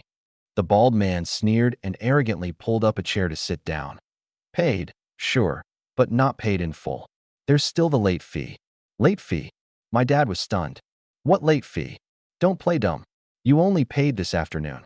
That's 5 hours overdue. Don't you owe a late fee? My dad's temper flared the moment he heard it. A fee for being 5 hours late. Wasn't this just plain bullying? He forced down his anger. Baldy, no matter how you slice it, I paid today. I didn't go past the deadline. Demanding a late fee like this, that's not right, is it? Cut the crap. I say it's right, so it's right. The bald man spat on the floor without a care. Hand over the money. 20 grand. The other punks immediately closed in, surrounding my dad. From the look of it, if he didn't pay, they'd start swinging. My dad was shaking with rage. He knew Brother Chang's crew were no good, but he never imagined they could be this shameless. How was this any different from extortion? No money, my dad said flatly. No money? Fine, then we'll do it by the rules. Chop off 2 fingers and we'll call it even on the 20 grand, the bald man said arrogantly. My dad clenched his teeth, the fury in his eyes about to explode. But my mom stepped forward. Don't. Baldy, what are you doing? It's just 20 grand. We'll pay. Only then did the bald man snort coldly. Should have just paid up from the start. My mom pulled out her phone to make the transfer. At that moment, a voice sounded from the doorway. Mom, don't send that money. Everyone turned to look. I don't know when I'd appeared in the doorway. My eyes were chillingly cold as I looked at these people, like I was looking at a bunch of dead objects. Seeing me back, my mom and dad let out a breath of relief. The bald man was not pleased at all. Huh? Kid, you're not even fully grown, and you dare play hero in front of your grandpa here. I didn't say a single word. I raised my right hand and, from across the room, suddenly clenched it. Whoosh! The bald man's several hundred-pound body was yanked forward by an invisible force, like a kite with its string cut, dragged right up in front of me. I seized him by the throat. What the hell? The bald man was terrified out of his wits, his eyes nearly popping out. What was going on? How had he been dragged over in the blink of an eye? The other punks were dumbstruck too. My mom and dad were even more frozen in place. I couldn't be bothered with idle talk. I pressed my 5 fingers against the top of the bald man's head, and my vast spiritual sense forced its way brutally inside. Soul Search. In just 2 seconds, I knew everything. The people behind this group were the owners of a KTV lounge, known in the underworld as Brother Chong. On the surface, he ran a KTV. Behind the scenes, he ran loan shark operations. The Chin family's debt had indeed been paid off long ago, but Brother Chong's crew had an old trick. The moment you finished paying, they'd latch onto you like leeches, make up some excuse, and squeeze you for another round. They'd extract as much as they possibly could, deliberately targeting honest people. A pack of filthy vermin, all of you. My gaze went to the absolute extreme of cold. I couldn't be bothered to waste a single extra word. With my right hand, I gave a casual slap. Bang! A muffled sound. The bald man's body dissolved into a wisp of gray air current, vaporized on the spot. Not a drop of blood, not a single bone left behind. Just gone, into thin air. The remaining punks were scared witless. Their crotches went warm as they wet themselves right there. With a casual pull, Brother Baldy had been snatched by the throat like a little chick. With a casual slap, the man was just gone? Not even a corpse left? Gee, ghost. It's a ghost. These guys were fine bullying honest folks, but faced with someone this ruthless, their courage shattered completely. Screaming, they scrambled and stumbled toward the door. I couldn't even be bothered to look at them. I raised my hand and waved it casually. Whoosh! An invisible ripple spread out. The punks who'd made it to the doorway stiffened, then vaporized as if evaporated, vanishing without a trace in an instant. The entire living room, not a drop of blood, not half a corpse. My mom and dad were utterly stunned. Even though they'd already known I'd changed and had seen me control water and fly with their own eyes, watching several living people vanish into thin air right before them still left their faces pale with fright. My dad's throat bobbed, his voice trembling. Xiaoma, where did they go? I turned around, my tone as calm as if nothing had happened. They're dead. What? My mom's legs went weak. She grabbed my hand. Xiaoma, this is a disaster. People have died. Our family's going to be in serious trouble. I turned my hand to grasp hers, my eyes suddenly softening. Mom, don't be afraid. They were wicked to the core, their hands already stained with blood. They deserve to die. I'll say it again. Anyone who dares to bully you too has to die. To outsiders, I could be as cold as ice. But for my mom and dad, I always kept that deepest bit of warmth in my heart. Looking into my calm yet powerful eyes, my dad's heart lurched. He drew a deep breath, forced down his panic, and turned to comfort my mom instead. Qingjin, stop crying. Xiaoma's right. These animals went way too far. If our son didn't have real ability, who knows what they'd have done to us today? Then he looked at me with relief and gratitude. Xiaoma isn't the same as before. He's protecting this family of ours. My mom wiped her tears, her voice shaking. I know Xiaoma means well for us, but killing someone means a life for a life. What if?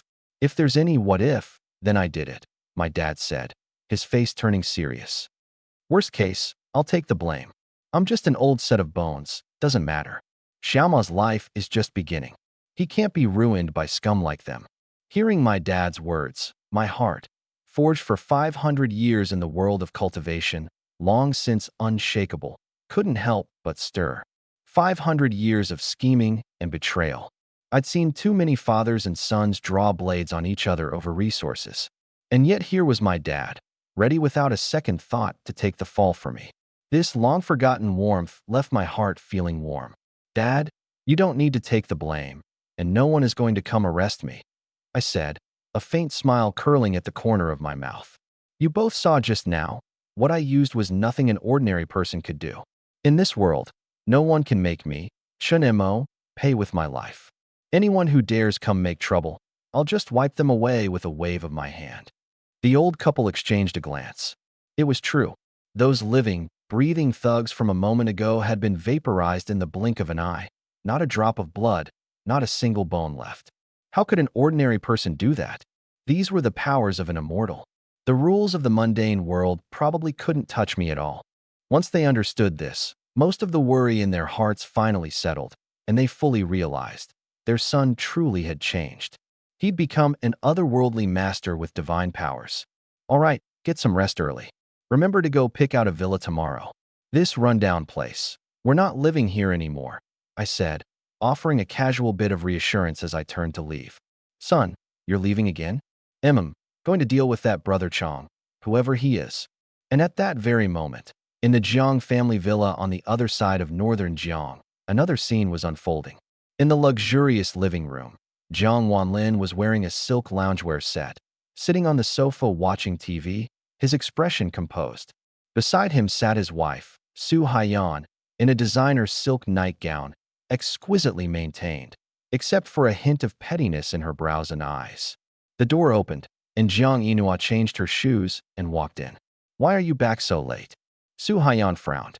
First day of school, and you're out running wild until this hour?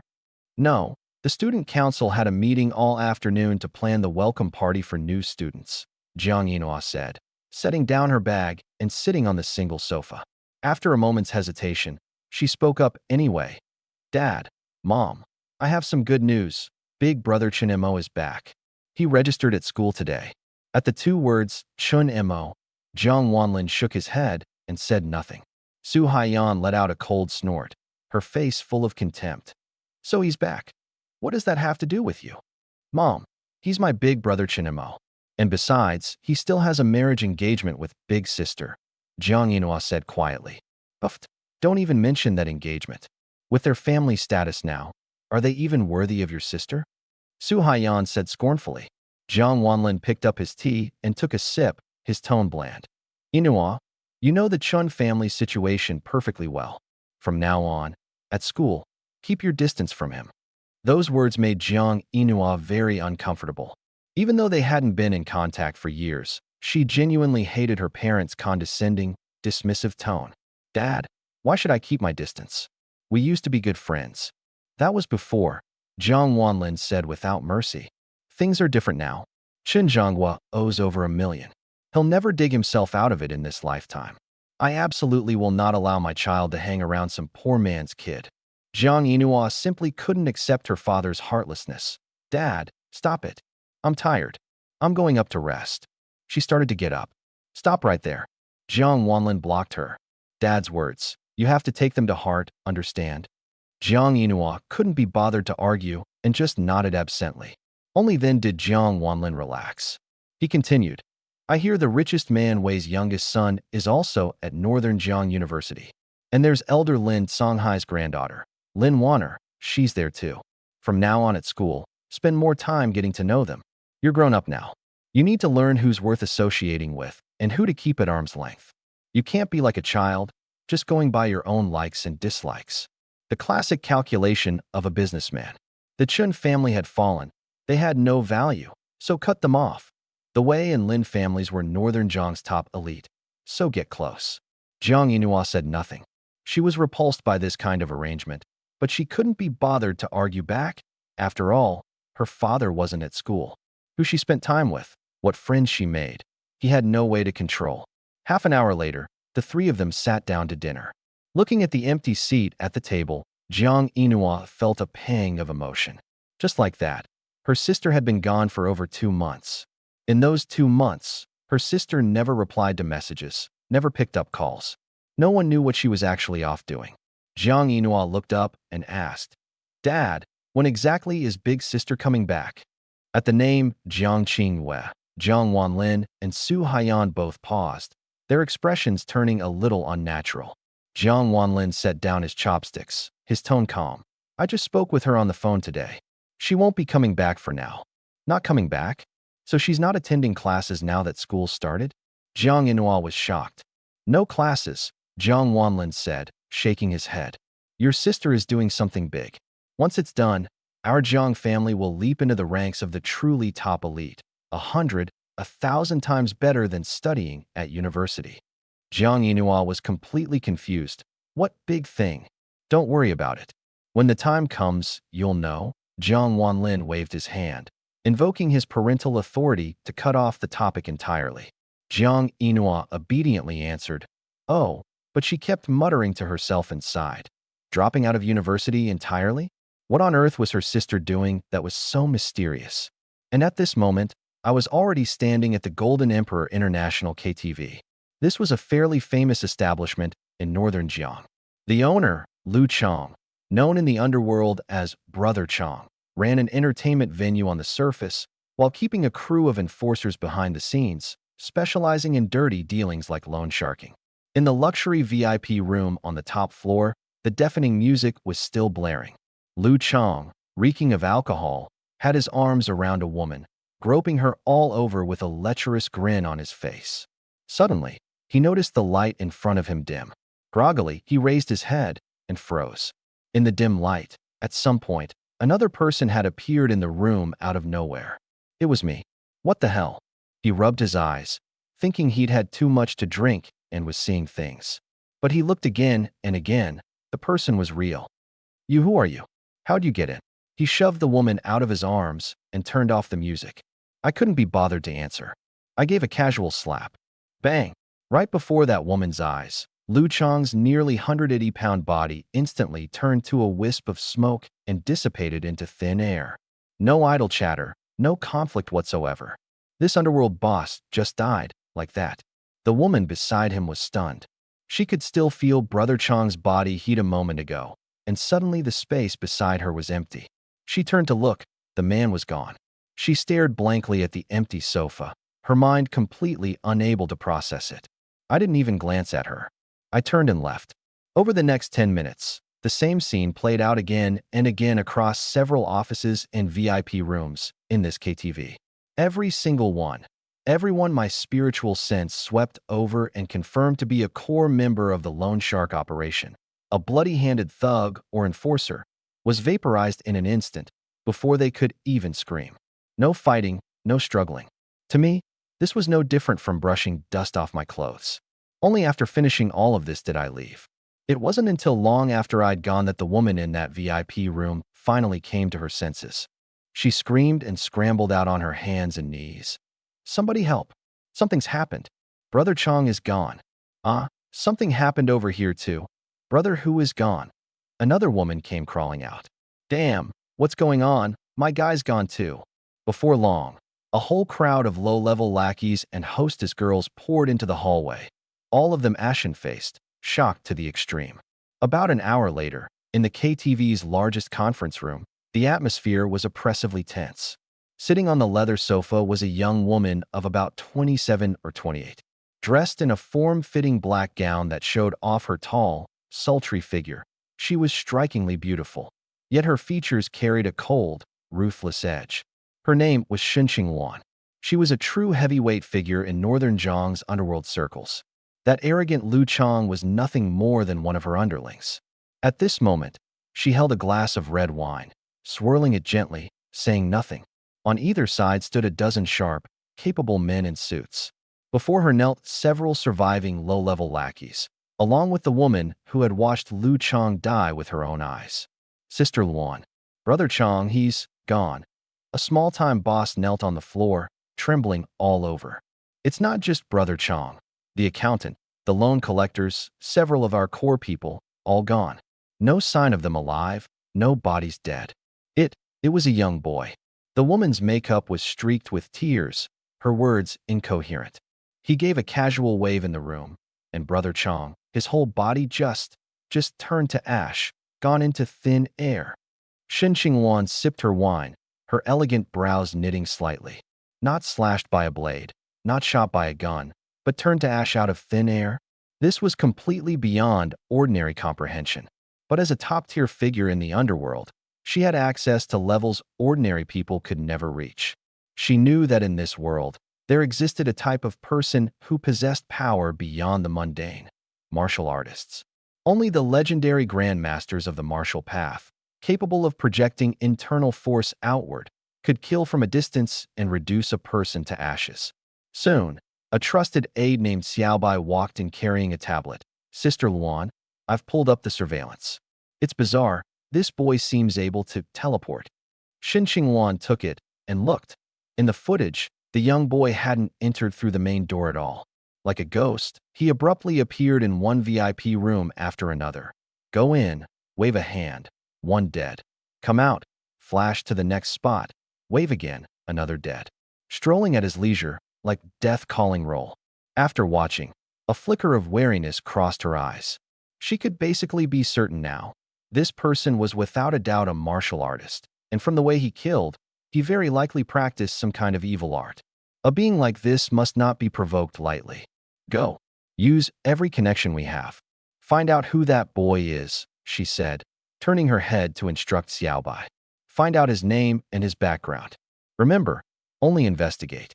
Do not, under any circumstances, alert him. Yes, Sister Luan.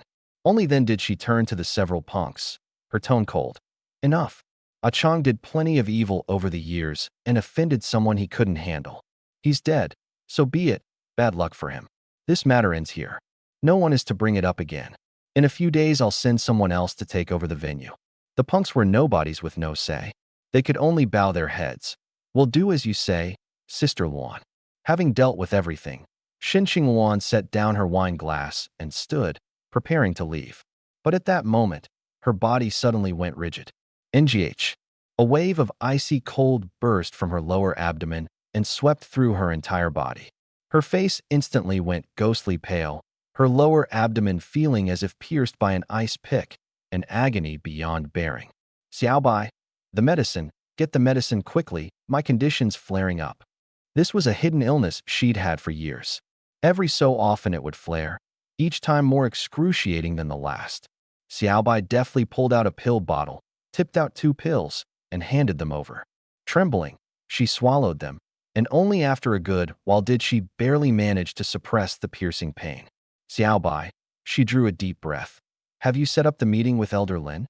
This strange cold poison of hers, she'd sought out every famous doctor to no avail, and could only forcibly suppress it with these specially made pills.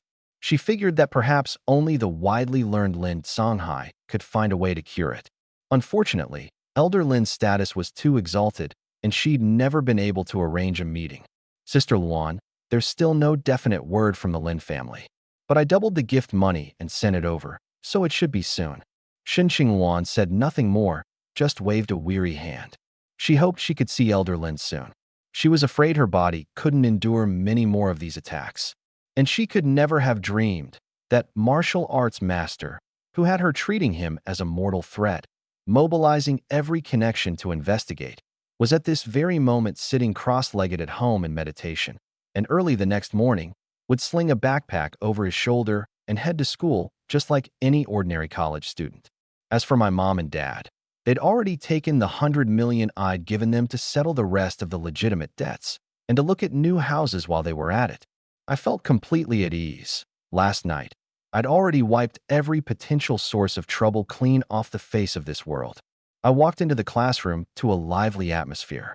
Fatty Wong darted straight up to me. Old Mo, something big has happened. I shot him a glance. This little fatty was always making a fuss over nothing. What something big could there be? Oh, I replied offhandedly and found a seat. He looked thrilled, sitting down right beside me and shoving his phone in front of my face. Old Mo, look, our school's throwing a welcome party tonight. And the key thing is, there's an event at the party. Every one of us gets to vote for the campus belle. I gave it a glance. It was a post on the campus forum, with photos of Lin Wanner, Jiang Inua, and a few other pretty girls. Just a preliminary vote. Tonight they'd pick 3 campus belles from among their year. Old Mo, look. Lin Wanner's votes are climbing so fast. But Jiang Inua's no slouch either. She's biting right at her heels. These 2 beauties are probably going to have a legendary showdown tonight. I had nothing to say. What did it matter to me who the campus belle was? I couldn't be bothered with him.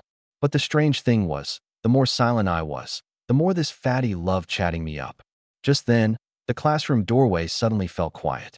Lin Wanner walked in with her bag. She looked much better today. The chest she'd bumped yesterday was perfectly fine too, thanks to her going straight to her family's private hospital and getting it treated with the best methods. But last night she'd tossed and turned in bed, unable to sleep, that noon scene replaying over and over in her mind. She just couldn't figure out whether she'd been seeing things or whether I'd really dodged. She'd even told her grandfather, Lin Songhai, about it. But her grandfather had only laughed and said she hadn't been resting well lately and was hallucinating. She didn't believe it. She'd seen it crystal clear. I'd been sitting right there eating noodles. How could it be that the instant she was about to strike me, I'd shifted out of the way out of thin air? It made no sense at all. She didn't return to her own seat. She walked straight over to my desk. Every boy in the class snapped their eyes over, each one so excited they were practically rubbing their hands. Chinemo, come out with me for a minute. I have something to ask you. I looked up at her, knowing full well what she was after, nothing more than that teleporting business from yesterday. I hadn't wanted to bother, but on second thought, if I didn't spell it out clearly, this girl would probably keep pestering me endlessly, which would be even more annoying. So I stood up directly. Let's go.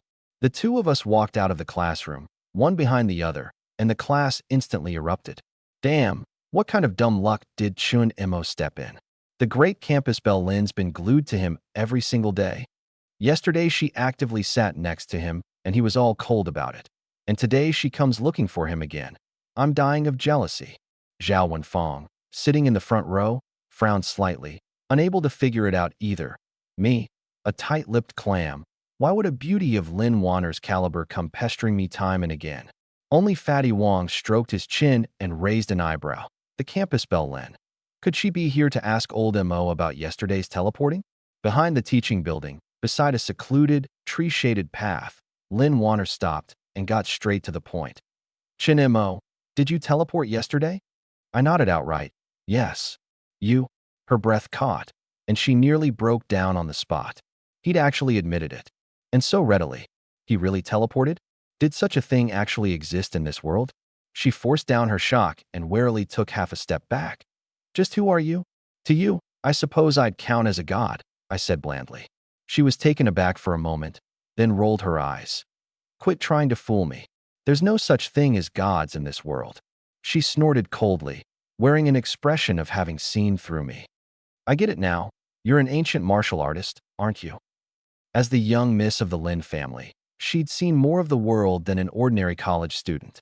She'd heard her grandfather mention that there existed a group of people in this world who had broken through the limits of the human body, called ancient martial artists, and they were extremely powerful. I sneered inwardly. Ancient martial artists? It sounded pretty much like what they wrote in online novels. I just wondered what the true combat strength of these earthly ancient martial artists actually amounted to. I couldn't be bothered to explain, and said offhandedly, interpret it however you like. Yesterday was just a lesson. I hope you won't come bothering me again in the future. Her beautiful eyes went wide, and she was instantly displeased. What did he mean, bothering him? The way he put it, it sounded like I was the one throwing myself at him, and he found me annoying? Chinemo, don't talk nonsense. Who's bothering you? The way you make it sound, so high and mighty, as if I'd be dying to bother you. Fine, remember those words of yours. Don't come annoying me from now on. With that, I turned to leave. You stop right there. She called out to me again, feeling she hadn't managed to reclaim any of her dignity. I turned back. She pointed at me, momentarily at a loss for words, just seething with a stubborn refusal to admit defeat. She was clearly the one who was supposed to be aloof and cold. So how had it ended up that I was the aloof one? I don't care. You have to make it up to me. If it weren't for you, I wouldn't have gotten hurt yesterday, she said, grabbing at any excuse. I glared at her coldly. Make it up, my ass. Dropping that line, I turned and walked away. Don't you leave. You dare to curse at me too? This young lady won't let you off today. She stamped her feet in fury, gritted her teeth, and chased after me. But something bizarre happened. No matter whether she ran or strode quickly, she just couldn't catch up to me. I was clearly ambling leisurely up ahead, yet the distance between us stayed exactly the same, neither too far nor too close. Back in the classroom, I acted like nothing had happened at all, finding a seat by the window and sitting down. Huff, huff. This jerk, is he part rabbit? Walking so fast, she came through the door gasping for breath. Seeing the classroom full of students, she couldn't very well throw a fit, so she could only shoot me a fierce glare and add another mark against me in her heart. Chinemo, just you wait. Ancient martial artist or not, this young lady won't let you get away with it. The boys in the class looked at me, calm and unbothered, then looked at Lin Wanner, all puffed up and pouting as if she'd suffered some enormous injustice, and every one of them was full of question marks. What was going on? Did Lin Wanner have some kind of feelings for Chinemo? Damn, the book said this was the first step in conquering a girl. How did Chinemo? What did he do to deserve this? Just a tight-lipped clam. What made him worthy of Lin Wanner caring this much? Some students were nearly ready to jump off a building. Look at Chunemo, then look at themselves. Damn it, what was the difference? Fatty Wong rolled his eyes and leaned in again with his sly, gossiping face. I simply closed my eyes to rest and didn't respond to a single word. Before I knew it, evening arrived and Northern Jiang University's welcome party officially began. This was a major event organized by the school, and the counselor had explicitly required all freshmen to attend. Even though I found it boring, I couldn't be bothered to make an exception. After finishing dinner in the cafeteria with Fatty Wong, I followed the crowd to the grand auditorium. The auditorium was packed to the rafters and brightly lit. Besides the freshmen, there were crowds of sophomore and junior upperclassmen too, as far as the eye could see. Fatty Wong suddenly sucked in a breath. Old Emo, quick, check your phone. The campus bell voting channel is open. He excitedly tugged at my arm. I voted for Jiang Inua. Who are you voting for? I'm not voting for anyone. Come on, it's just a flick of the finger. Do your buddy a favor and vote for Jiang Inua, okay? Speechless, I just pulled out my phone, scanned the code, and casually cast a vote for Jiang Inua. Meanwhile, in the makeup room backstage at the auditorium, Jiang Inua was sitting in front of a mirror, letting an upperclassman do her hair up, while her close friend Su Xiaoming tidied up the dance costume beside her. Because tonight, she'd been assigned a solo dance. Ugh, if I'd known joining the student council meant getting drafted for grunt work, I never would have signed up, not even if it killed me. Jiang Inua pouted and complained. I wanted to go see Big Brother Chinamo today, but I was stuck in the rehearsal room and backstage the whole day. Didn't even have time for a sip of water. Su Xiaoming laughed and handed her a tissue. All right, Noa Nua, just think of it as a chance to show yourself off. With your looks and figure, once you dance this number, you'll absolutely outshine everyone. Campus bell's in the bag. Besides, you've got 4 whole years of college. Are you really worried about not getting to see your big brother Chinemo? Jiang Inua's pretty face flushed slightly, and she mumbled at the mirror. That's true. I just don't know if he'll come tonight. Just as she was saying this, the makeup room door was pushed open, and a tall, slender figure walked in. A custom-tailored suit, a Patek Philippe on his wrist, handsome features, and an air of ease in every gesture. It was none other than the student council president, Wei Zixuan, youngest son of Wei Ronghua, the richest man in northern Jiang. Inua, how are your preparations going? You've worked hard today, he said, stepping forward with a gentle smile. President Wei, it's fine. This is my responsibility, Jiang Inua said politely. Wei Zixuan turned slightly and waved a hand. The lackey behind him immediately presented a large bouquet of vivid, dewy red roses, dewdrops still clinging to the petals. President Wei, this is… Jiang Inua was baffled. The lackey shrewdly leaned in. Junior Jiang, Brother Xian went to several high-end flower shops and picked out these roses for you himself. He wishes you a successful performance. Please accept them. Wow. The other girls doing their makeup in the room all cast glances of envy and jealousy. Even Su Xiaoming was a little moved. Wei Zixuan was a legendary figure at Northern Jiang University, handsome, from a wealthy family, of good character, and highly capable. He was the perfect dream man in countless girls' hearts. Girls were always lining up to give him love letters and gifts. When had anyone ever seen him proactively give something to anyone? Especially roses, which represented love. Yet Jiang Inua hesitated and didn't reach out to take them. Senior Wei, thank you for your kindness, but these flowers are too precious. I can't accept them, she declined gracefully. A flicker of surprise crossed Wei Zixuan's eyes, and everyone in the makeup room was surprised too. She won't take them? My God, these are flowers from Wei Zixuan. If it were me, I'd have pounced already. Putting on airs of purity, doesn't know a good thing when she sees it. A few upper-class women couldn't help but mutter under their breath. Wei Zixuan collected himself but maintained his composure, saying gently, Inua, I've never given a girl anything before. You're the first. Please accept them. It's just a bouquet of flowers, only to wish you a smooth performance. It's nothing precious. Jiang Inua was at a loss for words. With him putting it that way, refusing in front of so many people really would be inappropriate. But she understood full well what roses meant. If she took them, the nature of it would change. She had no feelings for Wei Zixuan whatsoever, and even less did she want to give him any false impressions. This. She was caught in a bind. Once again, Su Xiaoming reacted quickly and rushed to smooth things over. Senior Wei, I'm so sorry. It's not that Ina won't accept them. She has a severe pollen allergy, and she has to go on stage to dance soon. She really can't take them. That's right. I'm allergic to pollen. One touch, and I break out in a rash. Sorry, Senior Wei.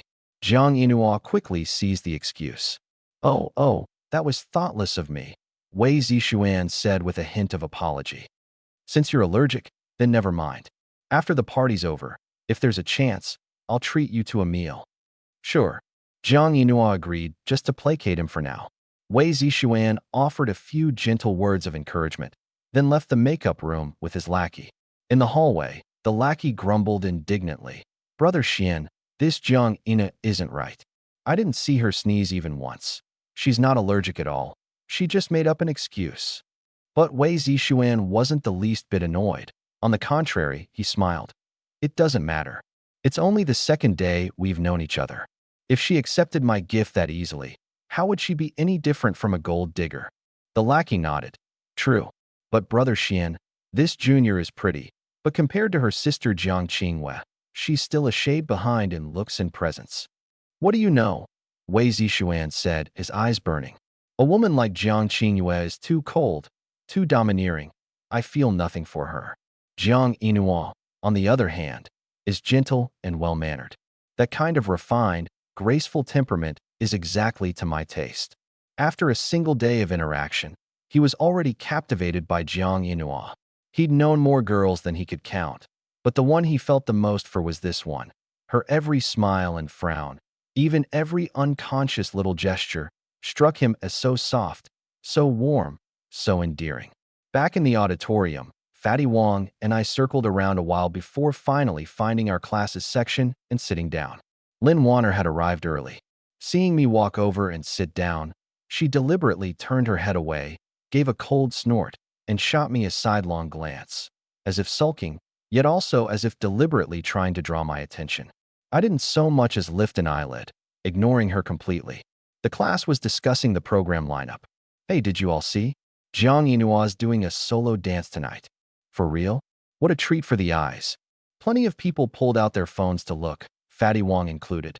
Damn, it's true, and she's in the very first act. A gorgeous girl dancing. Now that's worth watching. One boy turned around and elbowed Zhao Wenfang in the front row. Zhao, buddy, after campus bell Jiang finishes dancing, shouldn't you make some kind of move? She came to our class specifically to find you yesterday. She's obviously got a thing for you. That's right, brother Zhao. Why not strike while the iron's hot tonight and seal the deal? Zhao Wenfang's vanity was propped up high. Stroking his chin, he thought it over and figured it made a lot of sense. Girls, after all, loved romance and surprises. You guys are right. I'm going to go get ready. He gritted his teeth, stood up, and ran out of the auditorium. He spent a few hundred yuan at the back in trance on a large, beautifully wrapped bouquet of roses, cradling it in his arms like a treasure, planning to present it to Jiang Yinhua in front of the whole school after her dance. Before long, the auditorium lights dimmed, the whole place fell silent, and the party officially began. The host was none other than Wei Zixuan. After an opening speech and the principal's address, he held the microphone and announced with a smile. Next, please enjoy tonight's first performance, a solo dance by freshman Jiang Yinhua, the goddess of the Luo River. As his voice fell, all the lights went out, leaving only a single spotlight on the center of the stage. Ethereal, ancient-style music slowly began to play. Jiang Yinhua, dressed in a flowing, water-like white hanfu with long dancing sleeves, danced gracefully across the stage on bare feet, like a fairy from the ninth heaven descending to the mortal world. Her figure was supple, every movement light to the extreme. As the hem of her dress spun, that beauty, a blend of purity and allure, instantly stunned the entire hall. Beautiful, so beautiful. The whole auditorium was dead silent, everyone spellbound, whether freshmen or upperclassmen. Even a few of the male teachers were staring wide-eyed. Zhao Wenfang, clutching his roses, was even more dumbstruck, practically drooling. Oldemo, look quick. Fatty Wong shook my arm frantically. Damn, she's so ethereal. She's literally the fairy from my dreams. Shaken to the point I couldn't ignore it, I finally raised my head and cast my gaze toward the center of the stage. Looking at that familiar yet somewhat unfamiliar figure under the spotlight, I couldn't help but sigh inwardly. Beautiful. Truly beautiful. I never expected that after 500 years, the first time I'd see Jiang Inua again. This little girl who in my memory was always trailing behind me, calling out, "Big brother Chunimo." She'd have grown into such a graceful, breathtaking beauty. Even matched against those peerless empresses and holy maidens of my past life, she wouldn't be the slightest bit inferior. But even as I was admiring her, my brow suddenly arched. Something wasn't right. My gaze narrowed, fixing intently on the aura radiating from her body. This girl, her constitution didn't seem to be that of an ordinary mortal. To confirm, I quietly released a thread of spiritual sense, brushing over her entire body like a gentle breeze. At this probe, my pupils suddenly contracted. A mysterious ice jade bone body. A tidal wave of shock surged through my heart. This was one of the extremely rare, most top-tier dual cultivation constitutions in the world of cultivation. Born with bones like jade, harboring an inner essence of mysterious ice. Once she stepped onto the path of cultivation, not only would she cultivate at an astonishing pace, but she could also greatly nourish and empower her dual cultivation partner. Old Mo, seen enough yet? Fatty Wong gave me a shove, interrupting my thoughts. Only then did I snap back to myself, a flash of wild joy passing through the depths of my eyes. Excellent. This was the second person with a special constitution I'd encountered. My second Dao seed finally had a home. Seeing me smile, Fatty Wong immediately grinned wickedly. Not bad, Old Mo. I almost believed your act about being pure-hearted and having no interest in beauties. So is Jiang Inua pretty, or what? Beautiful, naturally, I nodded. Haha, quite the tactful way of putting it, he raised an eyebrow. So, having me get you to vote for her earlier, do you regret it? No regrets. Ha! He laughed out loud, then suddenly thought of something inside. What a shame, though. A top-grade beauty like her actually has something going on with our class's Zhao Wenfang. She even came looking for him specially yesterday. I calmly asked back, "Didn't you say yesterday you didn't think she came looking for Zhao Wenfang?" "That was yesterday. Things are different today," he pouted and analyzed. "Today I did some digging into the family backgrounds of all the boys in our class, and Zhao Wenfang's the richest by far. If Goddess Jiang isn't coming for him, then who? Surely not coming for you, right?" Eavesdropping beside us, Lin Warner couldn't help but let out a contemptuous snort. A cold, abusive jerk like Chun Mo. Would someone as gentle as Jiang Inua come looking for him? I just smiled and didn't explain. But inwardly, I was already calculating. Once the party ended, I'd find Jiang Inua alone. If possible, I'd use the second Dao seed on her. With that thought, I turned my gaze back to the stage. Just then, with an elegant spin, Jiang Inua's gaze swept across the vast crowd and, steadily, landed on me. Across the sea of people, our eyes collided in an instant. The light in her eyes suddenly blazed bright. Big brother Chunimo. He came. He really came. Jiang Inua's heart brimmed with joy. On that originally cool, aloof face, a sweet and beautiful smile blossomed, and even her dance movements, buoyed by this bit of happiness, became lighter and more nimble. "Damn!" Fatty Wong cried out, all in a fluster. "Old Mo, Goddess Jiang seems to be looking over our way," and she even smiled. He wasn't the only one. All the boys in our class instantly boiled over with excitement. But being far away with the dim lighting, they could only sense that Jiang Inua was gazing tenderly in our direction. As for exactly who she was looking at, no one could tell. Soon, someone thought he'd cleverly figured it out. "Oh man, Wenfang, buddy, the goddess is clearly looking at you." "Exactly, other than Zhao Wenfang. Who else in our class would Goddess Jiang be looking at?" "Zhao, you're set. Those flowers definitely weren't bought in vain. You'll be holding hands tonight." A few of them began wildly flattering Zhao Wenfang. Zhao Wenfang was stunned at first. In truth, he'd been wondering himself, suspecting Jiang Inua was looking at him. With everyone saying so, he became even more convinced, so excited his face flushed red, the corners of his mouth impossible to hold down no matter how he tried. "Haha, keep it low-key, everyone." His mouth said low-key, but his smugness was impossible to hide. Gripping that bouquet of roses tightly, he felt as if his whole world had suddenly burst into spring. This is Jiang Yinhua we're talking about. Gorgeous, elegant, and on top of that, the biological daughter of his dad's boss. Just the thought that such a perfect girl might actually be into him, and was even shooting him flirty looks in front of everyone, made his head float right up into the clouds. He couldn't wait for the show to end so he could rush on stage and hand her the flowers. Fat Wong watched his smug expression and felt a wave of pure jealousy churn in his gut. He curled his lip and leaned over. "Hey, Mo, got any candy? Give me a piece." I shot him a glance. "What do you need candy for? I'm dying of jealousy over here." Damn it, Goddess Jiang is actually making eyes at Zhao Wenfang. I swear. "Quick, give me a piece to take the edge off." I was speechless. "Don't have any." On stage, the music picked up its tempo, and Jiang Yinua's dance hit its climax. As her water sleeves swirled through the air, she truly seemed to transform into the goddess of the Luo River. Every frown and every smile was utterly captivating, so beautiful it took your breath away. At that moment, it wasn't just the guys in the audience who were stunned. The entire Jiangbei University campus forum blew up too. Everywhere you looked, there were posts and short videos flooding the feeds. Absolutely divine.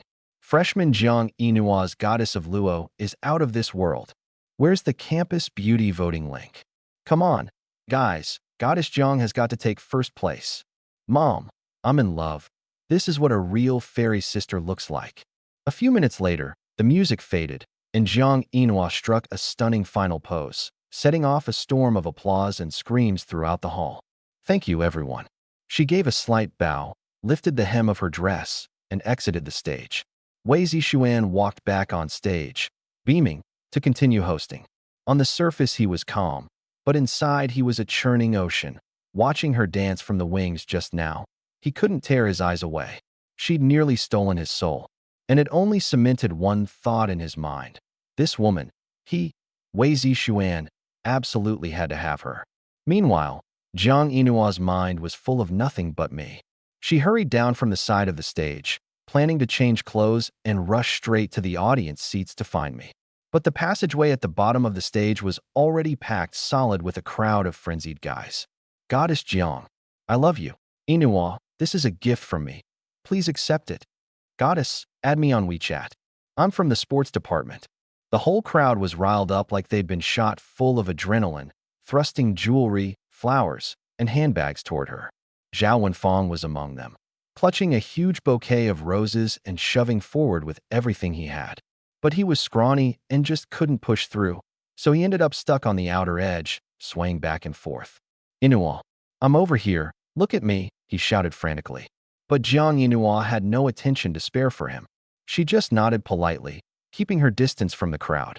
"Thank you all for your kindness, but I can't accept the gifts. Please, let me through. I need to go change." With that, escorted by several student council members, she hurried through the crowd and disappeared backstage. Zhao Wenfang stood frozen in place, looking down at the flowers in his arms, muttering to himself, "That's not right."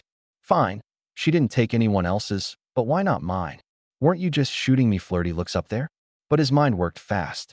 One glance at the massive, chaotic crowd, and he figured it out. There were just too many people, too much confusion. Inoa definitely hadn't seen me. Besides, she's a girl.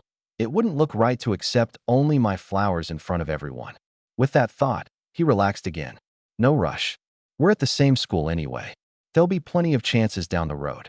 He carried the flowers back to his seat, and a few of the guys immediately started teasing him. "Whoa there, Zhao. How come you brought the flowers back? Got rejected?" "No way. The goddess clearly looked right at you just now." Zhao Wenfang cleared his throat and put on a serious face. "Don't get it twisted. There were dozens of people crowded around her. Inoa couldn't very well single me out. Plus, she just finished performing. She's tired. She needs to rest a bit." Hearing this, the others, though they thought it was a bit of a stretch, could sort of understand.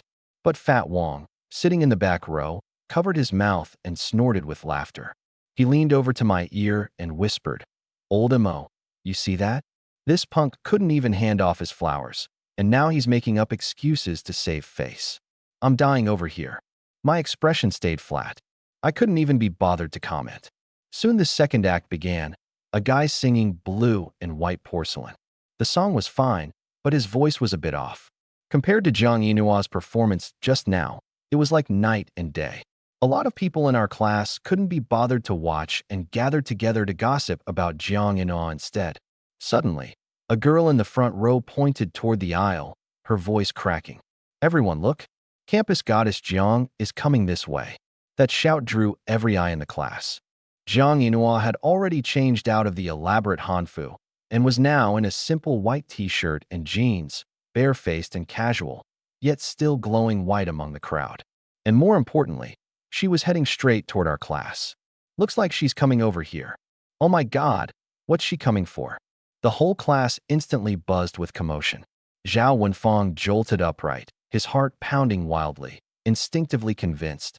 "She's coming for me. See, I told you." He breathed heavily. There were just too many people earlier. Inua was too embarrassed to acknowledge me. So now that she's changed, she's come to find me herself. The guys beside him started egging him on again. "Brother Wenfeng, you legend. This is mutual attraction. What are you sitting around for? Hurry up and go meet her." "Yeah, go hand over the flowers." Zhao Wenfeng took a deep breath.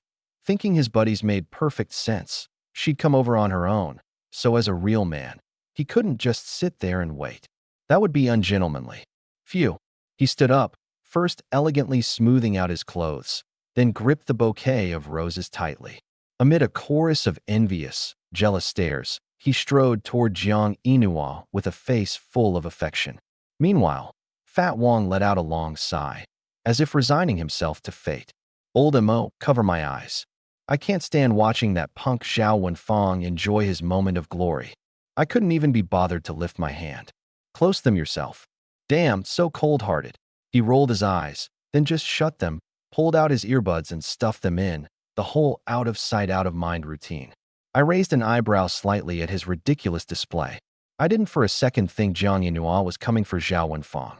Others couldn't tell, but as a nascent soul patriarch, my spiritual sense was razor-sharp.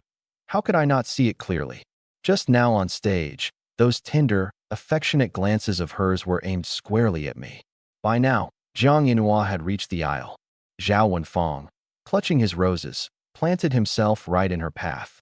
He studied her up close, taking in the joy and excitement she couldn't hide on her face, and his heart bloomed with delight. That look? She's definitely into me. As she drew near, Zhao Wenfeng took a deep breath and forced out what he believed was his most handsome, most heartfelt smile. "Inua, long time no see. This bouquet. Excuse me, could you please move aside?" "Huh." The smile on Zhao Wenfeng's face froze instantly. And it wasn't just him.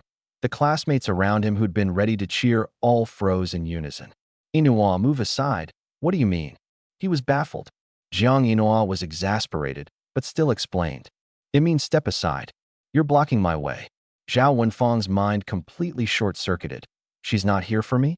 But if not me, then who?" "Inua, is it because it's dark and you didn't recognize me?" "It's me, Wenfeng. Zhao Jianjun, the manager at your family's company. He's my dad." Jiang Inua looked him over. "Oh, your Uncle Zhao's son. Sorry, I really didn't recognize you just now. But I don't think you and I really know each other, do we?" The moment those words came out, the whole class section erupted with laughter, several people bursting out loud. Holy crap, turns out she wasn't here for him at all. I'm dying laughing. Goddess Jiang doesn't even know who he is. If he hadn't dragged his dad into it, who'd know what a nobody he is? These scattered jeers landed like sharp slaps across Zhao Wenfeng's face. He turned green, wishing he could find a crack in the ground to crawl into. It was like he'd carefully staged a grand production, made his grand entrance, only for the spotlight to snap onto someone else, leaving him standing there as a delusional, self-important clown. "All right, just move aside, don't hold me up." Jiang Inua had no time to deal with his embarrassment. Zhao Wenfeng gritted his teeth hard. What could he do? He shuffled off to the side in humiliation. Jiang Inua kept walking forward, and dozens of eyes in the class followed her. Everyone was itching to know. Who exactly was this stunning new campus goddess who had captivated the entire school, rushing over to find in such a hurry and with such delight? Finally, she stopped. Under everyone's watchful gaze, she stopped right in front of me. The guy sitting in the very back row, who'd stayed silent the whole time. Then a pair of fair, delicate hands reached out and grabbed my arm. Chinemo.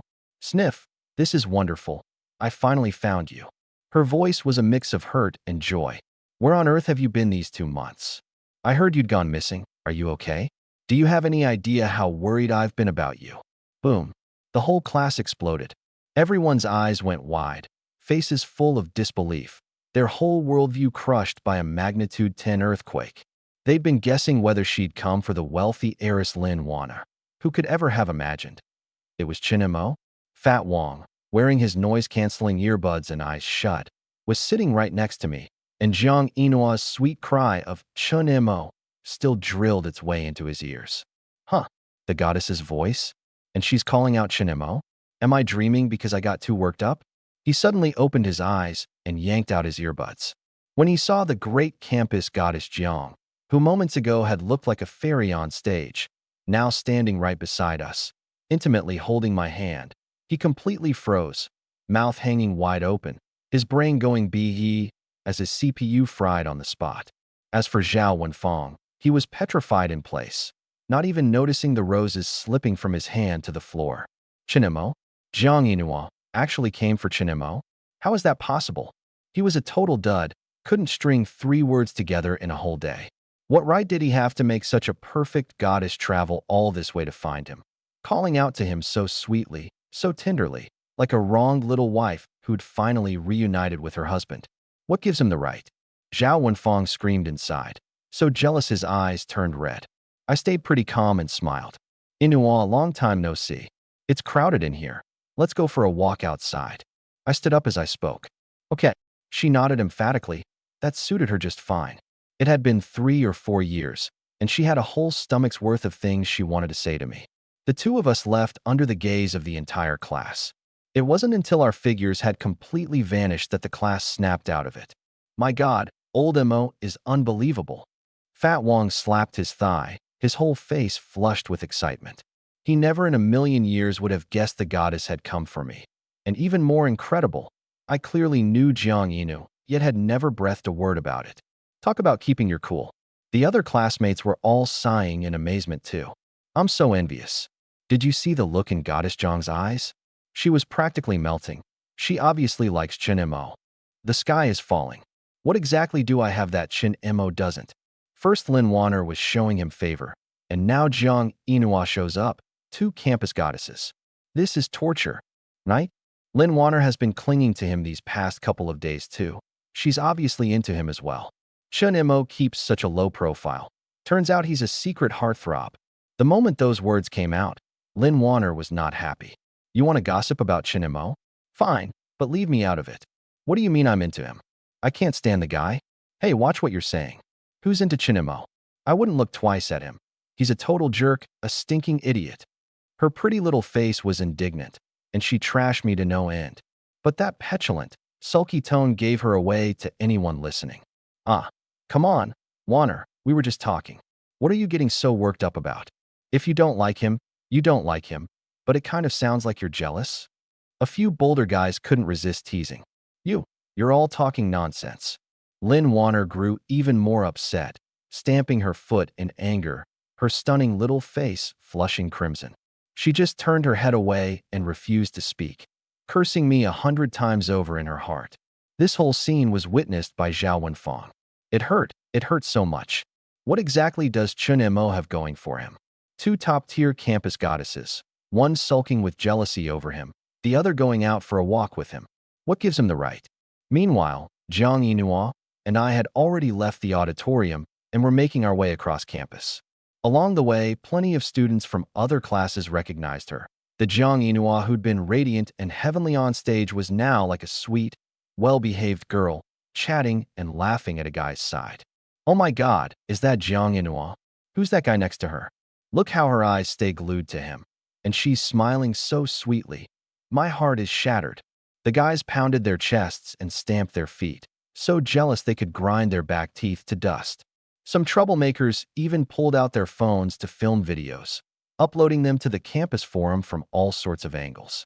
The headlines got more explosive by the minute. Heartbreak warning. New campus goddess already taken. boyfriend possibly exposed. The mysterious man who stole Goddess Zhang's heart. It's him. Once the posts went up, they blew up like a rocket. Over 10,000 views in half an hour, the entire feed digging into that mysterious guy. And the two of us, right at the eye of the storm, were completely oblivious. After leaving the auditorium, we followed a small path to a secluded little grove of trees. The whole way, Jiang Inua pestered me with questions about this and that. As a nascent soul patriarch, I've always been open and straightforward, and with this girl who'd trailed after me since childhood, I didn't hide much. I gave her a rough account of how I'd crossed over into the cultivation world, though of course, I left out the bloodier killings. When she heard it all, she stopped in her tracks, her beautiful eyes wide, her little mouth slightly open, her whole face full of astonishment. Chinimoyu, you're joking, right? Cultivation, 500 years, the nascent soul stage.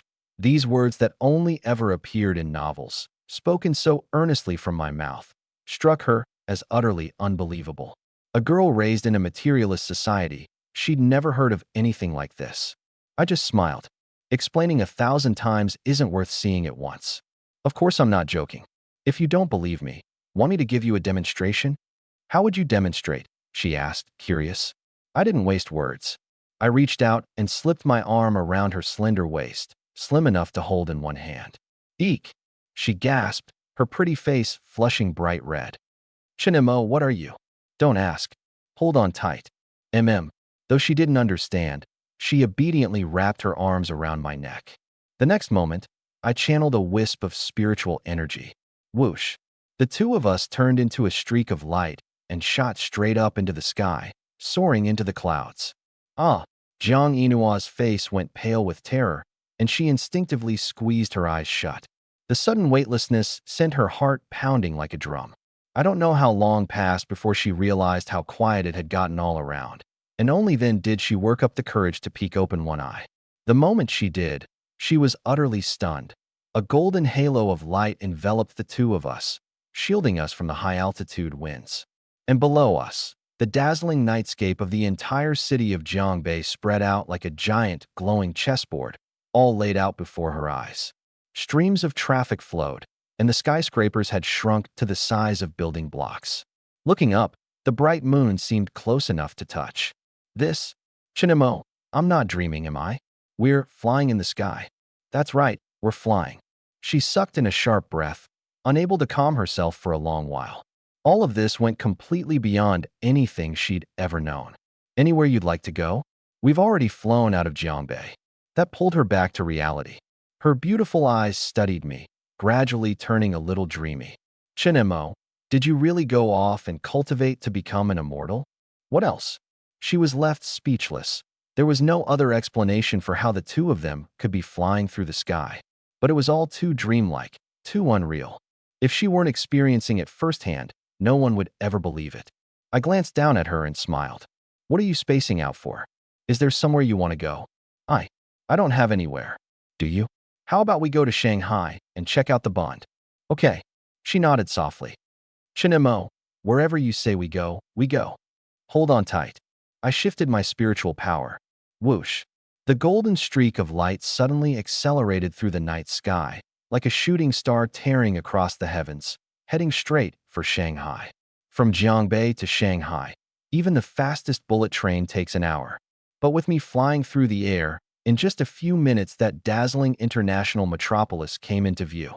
To avoid alarming ordinary people and causing a panic, I cast a concealment technique with a wave of my hand before landing. The two of us drifted down like a pair of feathers, silently landing on the Bund's observation deck. Tourists thronged all around, yet not a single one noticed we'd dropped from the sky. They just assumed we were a handsome young couple who'd walked over from the crowd. Once we'd steadied ourselves, I dispelled the technique. Jiang Inua stepped down from my arms. The shimmering waters of the Huangpu River came into view, and across the way stood the world-famous Oriental Pearl Tower. But she had no interest in the scenery. Her eyes were fixed only on me, on the side of my face, and she suddenly thought that Chinimo seemed to have gotten more handsome. In the blink of an eye, he'd taken her from campus all the way to the Oriental Pearl Tower. It was like he was a peerless hero riding on rainbow-colored auspicious clouds. Inua, why are you looking at me like that? I. Her heart raced wildly, her little face flushing red as a ripe apple. Somehow, without knowing why, she suddenly blurted out, Chinemo, can I give you another kiss? Huh. I was caught off guard. You. You don't get the wrong idea. Just pretend I was talking nonsense. I. I. She stammered incoherently, so embarrassed she wished she could burrow into the ground. What is going on with me? What am I even saying? The truth was, back when they'd played together as kids, she'd kissed me plenty of times. But now that they were both grown up, how could she be so casual about it? It's fine. If you want to kiss me, go ahead. I'd recovered and just said it plainly. But wouldn't that be unfair to her, to the other young lady? Not at all. She and I aren't even close. It's just one kiss. What's the big deal? 500 years of clawing my way through the cultivation world. What kind of stunning, immortal beauties haven't I seen? I have more dual cultivation partners than I can count on both hands. Never mind a peck on the cheek. I've lost count of how many times I've done far more than that. I honestly couldn't care less about such trivial matters. Jiang Yinhua said nothing more. She took a deep breath, rose onto her tiptoes, slowly wrapped her arms around my neck, and gently pressed her rosy little lips to my cheek. Smooch. After the kiss, she pulled back, satisfied, feeling that it had been so sweet, so wonderful. Watching her expression, I gave a gratified smile and took the opening to speak. Inua, would you like to cultivate, to become someone like me? Me? She was startled, pointing at her own nose, her face full of disbelief. That's right. I nodded. Bringing her out tonight wasn't just about sightseeing. It was rare to come across a special constitution like hers. How could I let it slip away? Can I really? She sounded a little unsure. Cultivation seemed far too out of reach. Of course you can, I said with certainty. Your constitution is special, 1 in a million. You'll cultivate incredibly fast. Hearing me sound so sure, she blinked her big eyes and gave a sweet smile. Really? Then, Chinemo, do you want me to cultivate? I didn't hesitate. Yes. Hee, then I'll do it. She laughed, her eyes curving into little crescent moons, agreeing without a moment's hesitation. Watching her utterly defenseless, sweet and naive expression, I couldn't help but smile. She hadn't changed, not one bit. Just like when she was little, her heart and eyes were full of nothing but me. Whatever I said, she'd follow blindly and without question, exactly like a clingy little tag-along. Chinemo, so how do I cultivate? Do I need to sit cross-legged and chant scriptures? No need for anything that complicated. I smiled faintly and turned my palm over. A Tao seed, glowing with a soft white light like a star, appeared out of thin air in my palm. Swallow this, and you'll be able to step onto the immortal path. I held the Tao seed out to her. Jiang Yinhua looked at this strange, glowing seed, and without a word, took it, tilted back her snow-white neck, and swallowed it in one gulp. Gulp! The Tao seed went down. The next instant, her body shuddered violently, and a vast, pure warm current burst through every limb and bone. MMN. She let out a soft moan, and a faint layer of ice-blue spiritual light rose automatically from her skin. The temperature around her plummeted, and pure spiritual energy of heaven and earth surged madly into her body. Crack! It was as if some invisible shackle had shattered. The aura on her body climbed steadily, and in that moment her ordinary mortal body underwent a fundamental transformation. Chi refinement, level 1. Standing off to the side, I watched this unfold, a flash of pleasant surprise in my eyes. She just took the Tao seed, and without any guidance from me, she stepped into Chi refinement level 1 on her own. I marveled inwardly. As expected, the mystic ice jade-bone body really was formidable. Her talent far surpassed that previous man of great fortune, Lin Songhai. The spiritual energy feeding back to me from this would be an enormous windfall. After a moment, her body stabilized, and she opened her eyes, feeling incredibly light all over. Her skin had grown even fairer, as if her whole body had been rinsed clean by a clear spring, an indescribable sense of comfort. Wow, this is amazing. Chinemo, does this mean I've become a fairy too? Of course. Right now you could take on 10 guys at once. I don't want to be that rough. She stuck out her tongue, her eyes full of anticipation. So can I fly through the sky like you now? Not yet, I said. But you will someday. Cultivate diligently. If you're fast, 70 or 80 years. If you're slow, maybe a few hundred. What? That long? Her little face fell. Cultivation isn't the work of a single day. It's a long process. You can't rush it. I smiled as I explained, then extended a finger and touched it to the space between her brows. This mystic ice immortal art is the best fit for your constitution. I'm passing it to you. In an instant, she felt a stream of unfamiliar information appear in her mind. Chinemo, this is so amazing. Is this one of the perks of cultivation? You can fly, and you can transfer information like this? It was like a door to a whole new world had opened for her.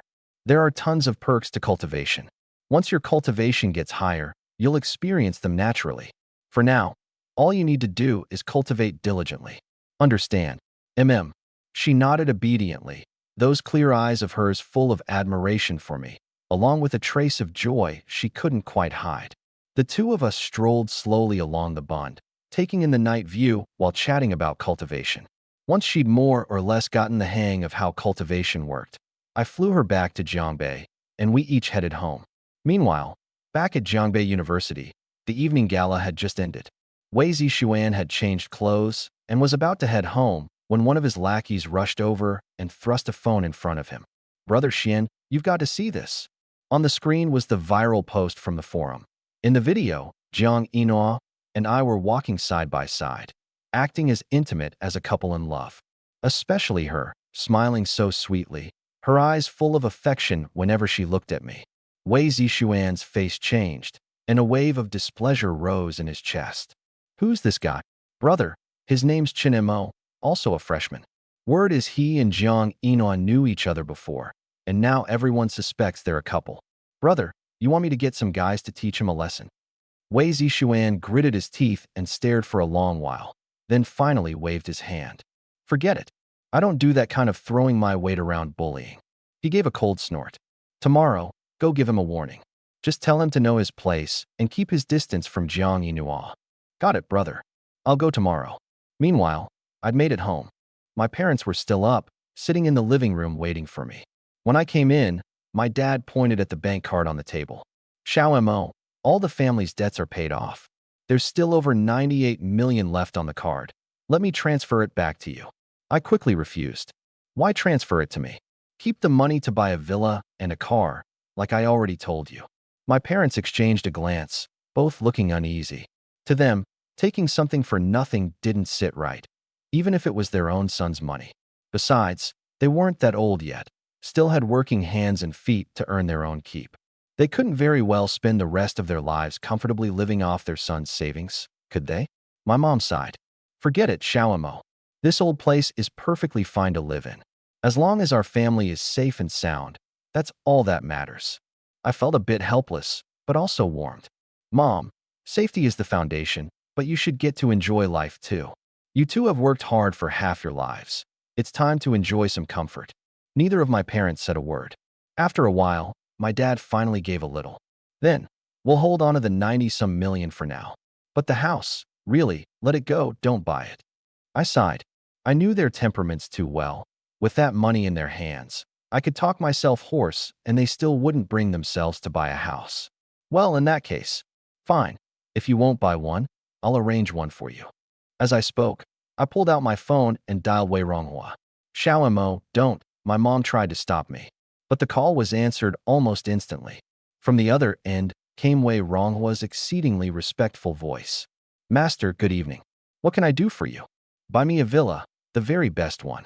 Once you've bought it, tell me how much it cost, and I'll transfer the money to you. I got straight to the point.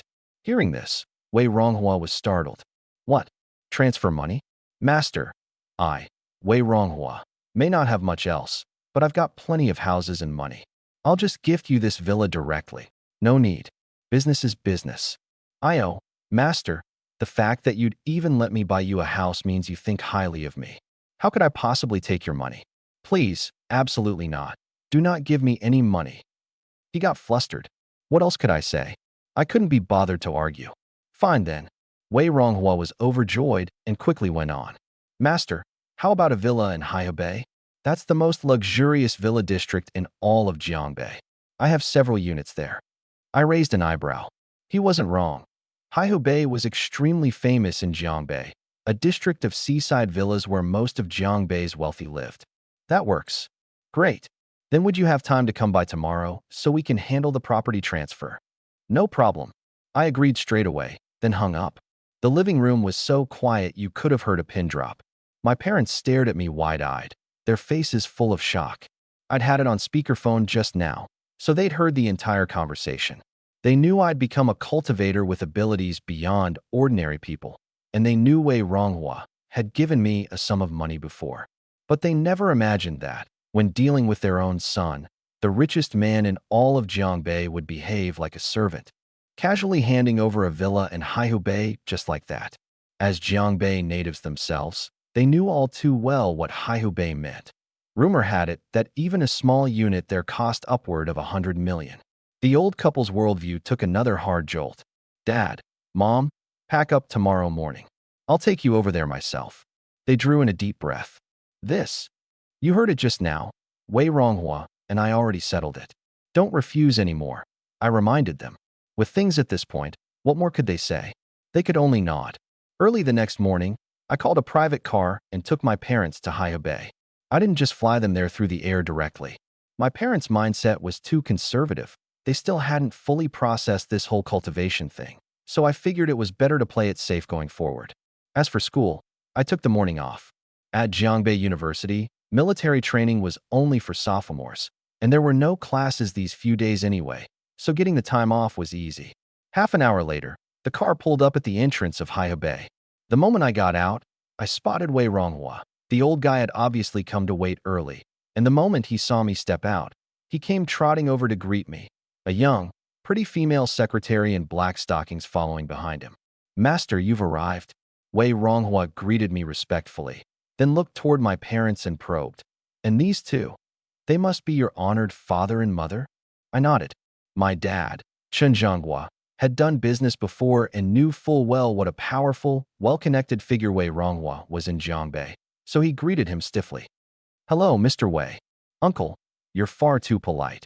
It's I who should be paying my respects to you two elders, Wei Ronghua said with a smile.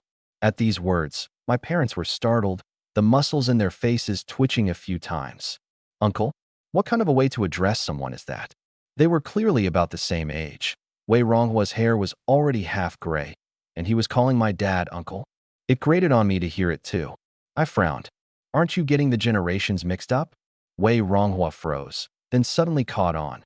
Right. If he called the master's father uncle, wouldn't that put him on the same generational level as the master?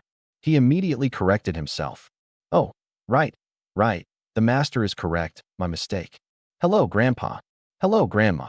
And with that, he gave my parents a bow. My parents were dumbfounded all over again. Mr. Wei, this really won't do. My dad took a long while to recover, so awkward he didn't even know how to respond. I gave a light cough. All right, enough with all these formalities. Just address them normally. Wei Ronghua smiled awkwardly and quickly changed his tune. All right, Brother Chun, sister-in-law, please come in. Now that form of address sounded a bit more normal. Throughout all this, the secretary kept her head down and didn't say a word, but inside, she was reeling.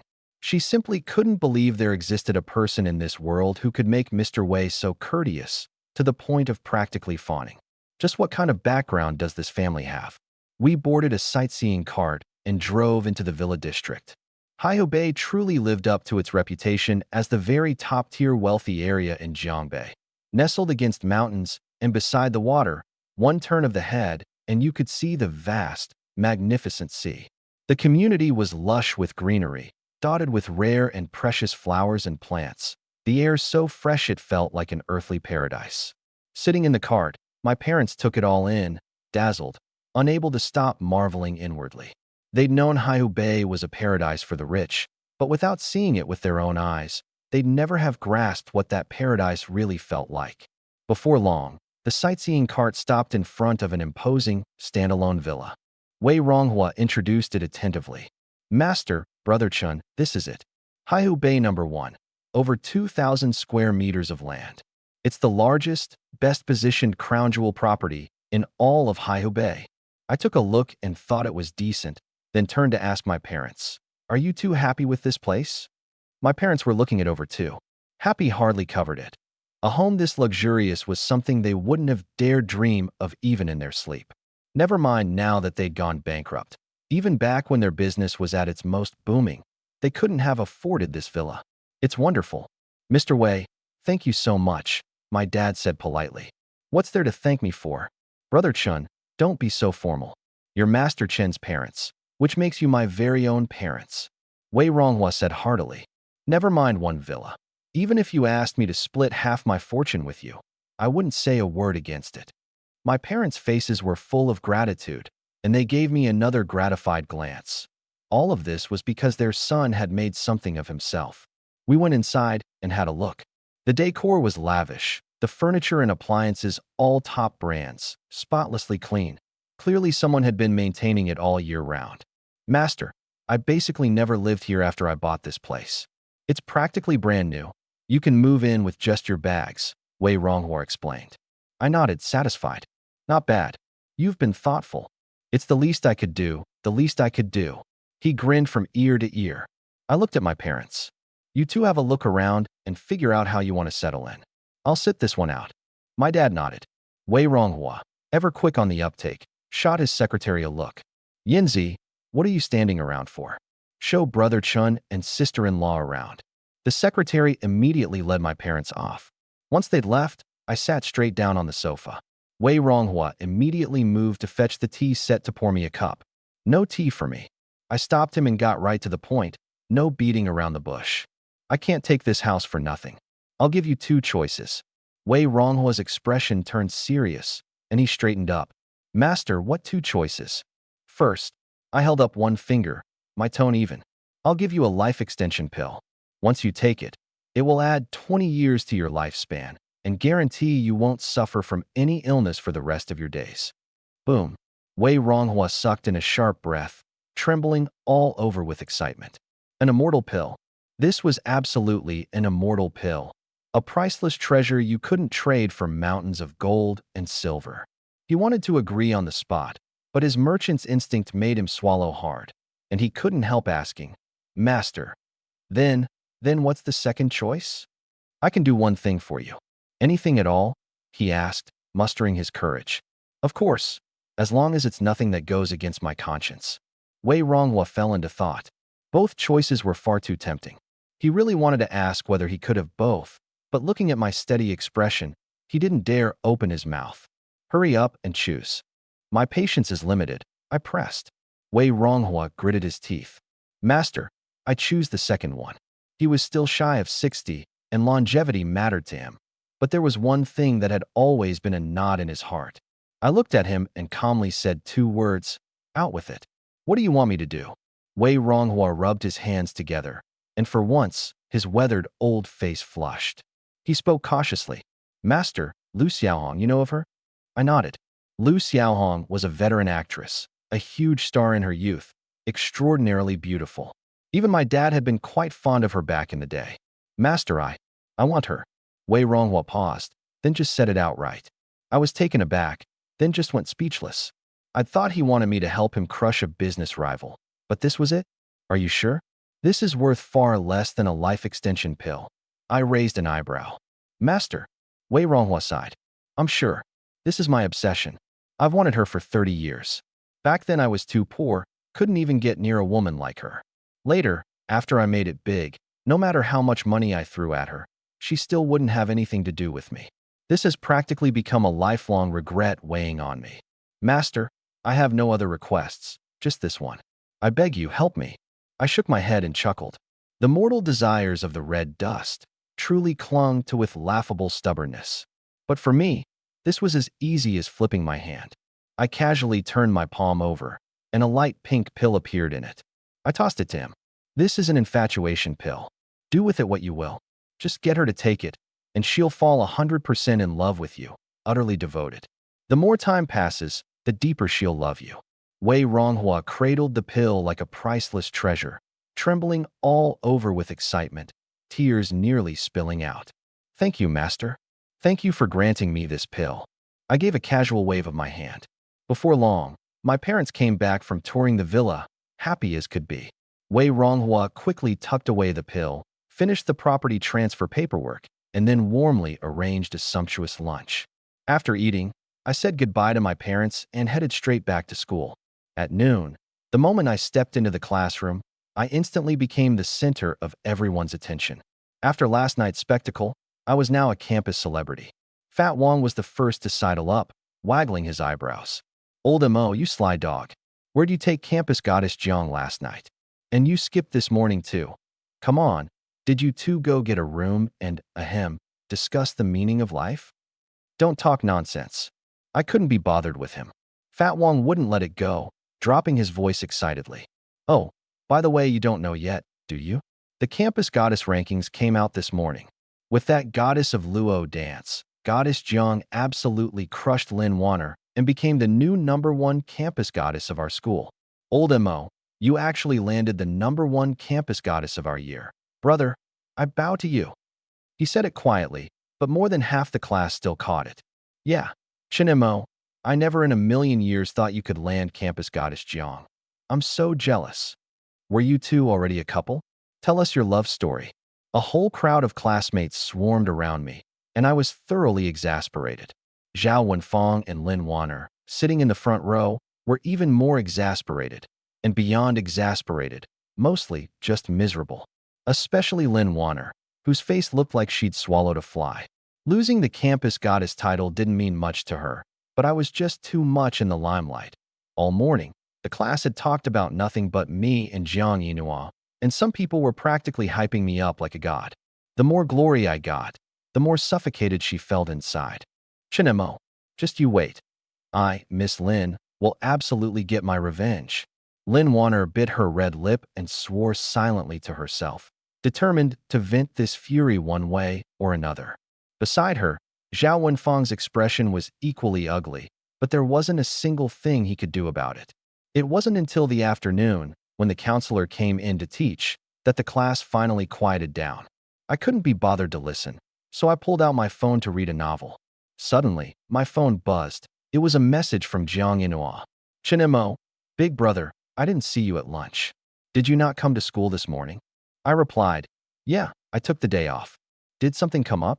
Went with my mom and dad to take care of some stuff. Seeing that I didn't want to say much, she was considerate enough not to pry, and just kept typing.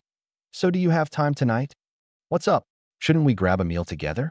Last night we were so caught up talking about cultivation, and it was all so rushed, we didn't really get to chat. Looking at that playful tone on the screen, the image of that girl popped into my mind. The corner of my mouth curled up slightly as I typed, sure. Yay. See you after class then. Once we'd made the plan, we ended the chat. Meanwhile, Lin Wanner, sitting in the front row, wasn't listening to the lecture either. She kept glancing at me, on and off, a fire burning inside her, her whole mind racing to figure out a way to mess with me and get back the face she'd lost. But no matter how hard she racked her brain, she couldn't come up with anything. I was a martial artist, and after the lessons from the last 2 times, she didn't dare try any of her usual tricks. Just as she was feeling frustrated, her phone screen lit up. Someone had sent her a message. Wanner, can't you just reply to me, please? She glanced at the contact name, Chu Mingyu. This dumbass again, so annoying, she muttered under her breath. This Chu Mingyu had been clinging to her like a bad rash these past few days, sending dozens of messages fussing over her, and she hadn't replied to a single one. It wasn't that she didn't see them. She just found him irritating and really wanted to block him. But that thought flickered and then got pushed back down. Chu Mingyu wasn't just anybody. He was also the heir of a major family in Jiangbei, with enormous family assets and deep connections in both the legal and criminal worlds, even a tiny bit stronger than the Lin family. Keeping his contact was just a courtesy. Boo-hoo, Wanner, you still won't reply to me? Another message came in. Lin Wanner instinctively wanted to block him, but suddenly, her beautiful eyes narrowed, and an idea struck her. This Chu Mingyu was always throwing his weight around because of his family background, arrogant and domineering. If she could use his hands to deal with me, that might be the perfect solution. With that thought, she did something unheard of and replied with 2 words, what is it? The person on the other end had clearly been glued to his phone. He He replied almost instantly. Warner, you finally answered me. I miss you. It's been 2 days since school started. How's Jiangbei University? Are you settling in okay? Lin Warner felt this question was perfectly timed. Her fair fingers flew across the screen. Not good at all. I've been bullied twice by some jerk of a man. But just as her finger was about to hit send, she stopped. No. She shook her head and deleted the message word by word. If she sent that, wouldn't she be playing right into his hands? Knowing this simp's personality, he'd definitely rush straight to the school to stand up for her. And after he took his revenge on me for her, wouldn't she owe him a huge favor? Then he'd take the opportunity to make some inappropriate demands, and she'd end up controlled at every turn. Too passive. This lady won't do something that stupid, Lin Warner sneered. She had to play a little game of playing hard to get. After thinking it over, she typed out a new message and hit send. I'm doing great. I've found a boyfriend over here. The other side immediately shot back 3 question marks, followed by 3 shocked emojis. Even through the screen, she could feel the guy on the other end losing it. Warner, you're not lying to me, right? You really have a boyfriend. The corner of Lin Warner's mouth curled up as she kept typing. Yes. So from now on, stop harassing me. Otherwise, if my boyfriend finds out, he might come beat you up. At that moment, in the VIP lounge of the Longhu Golf Top-Tier Country Club in Jiangbei City, a young man in a white sportswear outfit was sprawled out on a leather sofa. He was handsome, but there was an air of spoiled brat privilege between his brows. This was none other than the Chu family's eldest son, Chu Mingyu. Reading Lin Warner's message, his eyebrow shot up, and he laughed in fury. Beat me up? Heh. In this little patch of turf called Jiangbei, who would dare touch me? But he wasn't stupid either. Lin Warner had incredibly high standards. If she dared to say that, then this boyfriend she'd found probably had some real power and background. He probed patiently. Warner, this boyfriend of yours sounds pretty overbearing.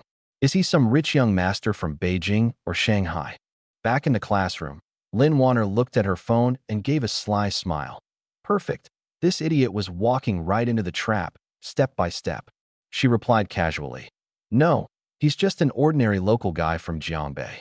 Over at the golf course, Chu Mingyu saw the words ordinary guy and froze. An ordinary guy? Lin Warner would go for an ordinary guy? That was impossible. He jabbed at the screen. You're not messing with me? Since when did your standards drop so low? A mere ordinary guy could catch your eye. Lin Warner, can't help it. When feelings hit, you can't stop them. Chu Mingyu felt a bit sour inside, but he believed it. Then this is perfect. How about I swing by your school in a bit? I'd really like to see what kind of guy could catch the eye of the great Miss Lin. When Lin Warner saw this message, she was thrilled. She kept replying, You're not afraid of getting beaten up? Chu Mingyu sneered and sent a contemptuous emoji. Don't make me laugh. An ordinary guy beating me up? I'll stand still and let him hit me. I dare him to lay a finger on me. Lin Warner, suit yourself. If you really get beaten up, don't blame me for not warning you. The more she goaded him like this, the more it grated on Chu Mingyu.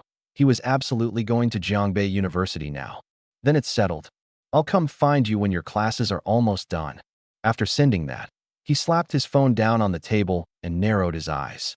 The Lin and Chu families were both top-tier families in Jiangbei, and the elders on both sides had long intended to arrange a marriage between the two of them. In Chu Mingyu's mind, Lin Warner was already his woman, reserved for him. If she'd found some young master from Beijing, he could have accepted that. But instead it was some nobody, some little punk, and with such an arrogant attitude too. Beat up anyone who gets near Lin Warner? Fine. Today this young master will get near her right in front of you. And let's see if you dare. No more golf. He stood up and turned to give an order to his bodyguard captain. Get the men ready. We're heading to Jiangbei University. Yes, young master. Back in the classroom, Lin Warner looked at Chu Mingyu's last message, a flash of smugness crossing her beautiful eyes. She turned her head and glanced at me out of the corner of her eye, thinking to herself, Chinemo, you jerk, Chu Mingyu is not someone to trifle with. This lady wants to see whether you can handle him in a bit. The stakes she'd put up this time weren't small. To get at me, she'd even used her own reputation as bait. She was hoping Chu Mingyu would step up and, at the very least, make me lose face big time. Otherwise, she really couldn't swallow this anger. The afternoon classes ended quickly, and it was almost time to get out. A black Mercedes-Benz G-Wagon led the way, followed closely by a Toyota Alphard, driving onto campus. Zhongbei University was an open campus. Outside cars just needed to register to get in. The two luxury cars pulled up right below the freshman classroom building. The car doors opened, and 7 burly men in black suits, built like young bulls, filed out one after another. Chu Mingyu, wearing sunglasses, hopped out of the driver's seat of the G-Wagon. The whole group strode toward our class, chins up and swaggering. At that moment, the students in class were getting ready to pack up their bags and go eat. When they looked up and saw a group of fierce-looking thugs blocking the doorway, they were all terrified by the scene. Holy crap, what's going on? Is the mob here to collect a debt? Who are these guys looking for? They look so scary. Chu Mingyu walked in with one hand in his pocket, full of himself. He took off his sunglasses, swept a contemptuous look across the whole class, and headed straight for Lin Wanner's seat. Seeing that he'd really brought people and stormed in, Lin Wanner kept up her cool, aloof appearance on the surface, but inside she was overjoyed. 7 or 8 burly men. Chu Mingyu really came through. She turned to glance at me, thinking, Chinemo, even if you're an ancient martial artist, facing this many hulking bruisers, you'll have to fold, won't you? The corner of Chu Mingyu's mouth curled up. Wanner, where's that boyfriend of yours? Call him out, and let me get to know him. Lin Wanner snapped out of it, gave a light cough, and pretended to be surprised.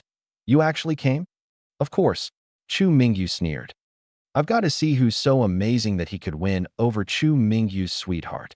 Lin Wanner gave a cold humph and didn't take the bait, a barely noticeable smugness at the corner of her mouth. She turned and walked straight toward me. Chu Mingyu, slouching lazily, followed with his 7 bodyguards in an aggressive show of force. The whole class was stunned, their eyes glued to this group. Everyone instantly understood. This arrogant rich boy was one of the campus beauty Lin's suitors, and this time he'd brought people because Lin Wanner had gotten herself a boyfriend. But who was her boyfriend? The moment that thought surfaced, everyone turned to look at me in unison. Fatty Wong also whipped his head around, staring at me with wide eyes. In these 2 days since school started, the only guy who'd had the most contact with the campus beauty Lin, and whom she'd even approached on her own, was me. Holy crap, no way. Fatty Wong swallowed hard. Old emote doesn't show off at all. But he even bagged the campus beauty Lin? Sure enough, the next moment, Lin Wanner stopped right beside my desk. I'd just finished packing my bag and was about to stand up when she suddenly stretched out her fair hands, grabbed onto my sleeve, and pressed half her body against me. Honey, don't leave yet. Someone's here to make trouble, she said, her voice sweet and dripping with a hint of grievance. The whole class erupted again. Holy crap, it really is Chunemo. Zhao Wenfeng's eyes bulged like bronze bells. He felt the world spinning, like the sky was collapsing. No way. Zhang Yinhua, ranked first this year, and Lin Wanner, ranked second, the 2 peerless campus beauties, were both won over by Chinemo alone? How was that fair? His heart was sour and aching, and he was so jealous he could practically throw up blood. As for me, I gave Lin Wanner a cold glance. This girl, up to her childish little games again. Just as I was about to say something, Chu Mingyu's cold, sinister gaze swept over. So you're the son of AB, your Wanner's boyfriend? Chu Mingyu, watch your mouth. Cut the cussing. My boyfriend has a really bad temper. Careful, or you'll get beaten up. Lin Wanner quickly chimed in to back things up. Me. In the past, if Lin Wanner had dared to give me trouble like this, I would have slapped her dead long ago. But yesterday morning I'd realized something. This girl shared a bloodline connection with Lin Songhai. She had to be one of Lin Songhai's descendants. I'd just taken Lin Songhai as a disciple. I couldn't very well turn around and slap his descendant dead, could I? It's fine, I'm not scared. Wanner, you know me. I love dealing with people who have bad tempers, Chu Mingyu said arrogantly. Lin Wanner simply said to me, Honey, did you see that? He's so cocky. I shot her a glare, then turned to look at Chu Mingyu. Man, just go. I've got nothing to do with Lin Wanner. Don't let yourself be used as someone's tool. Chu Mingyu laughed. He didn't believe a word. What, you got scared? Weren't you all big and tough? Beat up anyone who gets near Wanna? What are you chickening out for now? I was speechless. I'd originally felt kind of sorry for this kid, being used as a tool, and wanted to give him a chance, but he wouldn't take it. You really won't leave? I asked again. Cut the crap. This young master came here today just to deal with you. And let me tell you, chickening out won't help. He sneered. Who do you think you are, daring to mess with Warner? I'll even let you make the first move. And if you don't dare, then I'll make it. As he spoke, he waved his hand, and a few of the bodyguards stepped forward, glaring at me menacingly. The whole class sucked in a breath of cold air. They'd been envious of me, but now nobody was anymore. Zhao Wenfeng even breathed a sigh of relief and sighed. Chinemo, oh Chinemo, what good is all your popularity with women? Beautiful girls belong to the strong. If you're not strong yourself, then just wait to get dealt with. I shook my head. He was courting his own death. Couldn't blame me for killing the innocent. Just as I was about to make my move, a chubby figure suddenly stepped in front of me. It's a misunderstanding, all a misunderstanding. Big bro, I'm Chinmo's good friend. I can vouch for it. The campus beauty Lin has nothing to do with him. They're not a couple. It was Fatty Wong, wearing an ingratiating smile toward Chu Mingyu. T. If they're not a couple, why would Warner call him honey? Are you trying to fool an idiot? Get lost, this young master, or you'll get beaten too. Chu Mingyu cursed the second he opened his mouth. Fatty Wong's face turned strained, but he stubbornly refused to leave. This surprised me a little. I really hadn't expected Fatty Wong to step up at a moment like this. Fatty, move aside. This isn't your business, I said, patting his shoulder. Old Emo, when I tell you to move, you move. Fatty Wong, don't you know your brother Emo can take on 10 guys at once? Lin Warner didn't want him getting involved and scolded him. Huh. Fatty Wong turned back, looking at me in disbelief. Everyone else laughed. Take on 10 at once? How is that possible? Even if he really could take on 10, were Chu Mingyu's bodyguards ordinary bodyguards? Every one of them was built like a bull, obviously professional muscle. Even Tyson would go down in front of them. Oh really, Wana? Great. I'd really love to see how he takes on 10 of us all by himself. Chu Mingyu laughed heartily, then gave the order to his bodyguards. Don't just stand there. Get him. Didn't you hear the lady? He can take on 10 of you. You're all men. Don't embarrass yourselves. Let Warner see exactly who beats up whom. It'll definitely be us beating him. Don't worry, young master. With a build like that, I could finish him off all by myself. The bodyguards laughed contemptuously and, without any more dawdling, charged at me.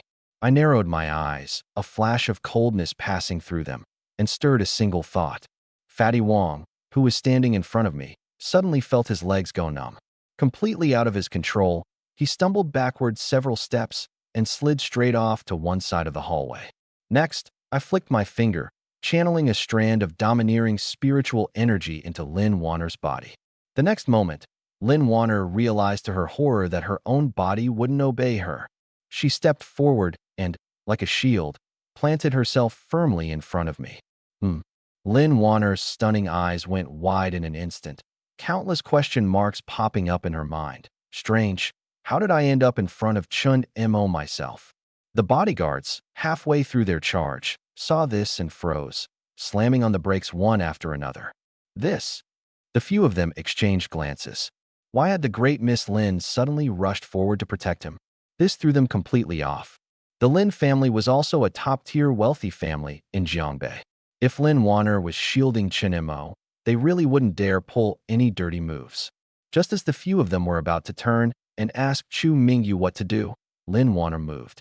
Her fair, jade-like hand, completely beyond her control, slowly rose, and she casually delivered a light palm strike toward the several big men in front of her. Those 7 or 8 bodyguards, built like bulls, vanished. The whole class fell dead silent. Everyone was stunned, their eyeballs nearly popping out. What was going on? Where did the people go? The campus beauty Lin had softly delivered one palm strike, and 7 or 8 full-grown men had vanished into thin air, not even a single strand of hair left behind. Chu Mingyu, standing at the back, also felt like he'd seen a ghost. He rubbed his eyes hard. The space in front really was empty. I'm seeing things. Where did the people go? He swallowed hard, a chill running down his back. In the entire classroom, only I remained calm. Because only I knew this wasn't them vanishing, they'd been vaporized. Warner, what on earth is going on? Do you know sorcery? Chu Mingyu's voice trembled a little. The whole class was also dumbfounded, waiting for Lin Wanner's answer. But she couldn't answer. It wasn't that she didn't want to. She simply couldn't speak. Right now, her body was like it was being controlled by someone else, completely unable to act on its own, as if she'd become a puppet on strings. Fear, shock, and confusion spread wildly through her heart. This is so bizarre. What on earth is wrong with my body? She was thinking frantically, and before she could make sense of it, that jade-like hand rose up again, once more beyond her control. This time, those slender fingertips were aimed at Chu Mingyu. Holy crap! Chu Mingyu was scared stiff on the spot, the hairs all over his body standing on end. Just now Wanner had made that same little gesture, and the bodyguards had vanished. Now it was pointed at him. So was he going to also? Wanner, what are you doing? Put your hand down, don't point it at me. He said in a panic, backing off to the side as he spoke. But he was still too slow. The next moment, Lin Wanner's palm shook. Bang! A muffled thud. Chu Mingyu's body went rigid in an instant. And then, under the shocked gaze of the whole class, he vanished on the spot. Vanished again. The whole class exploded once more. Except for me. Everyone was left gaping, unable to speak. What kind of technique was this? Clap the hands, and a person disappears? This kind of absurd scene was something they'd only seen in sci-fi movies and cultivation novels. Oh my god!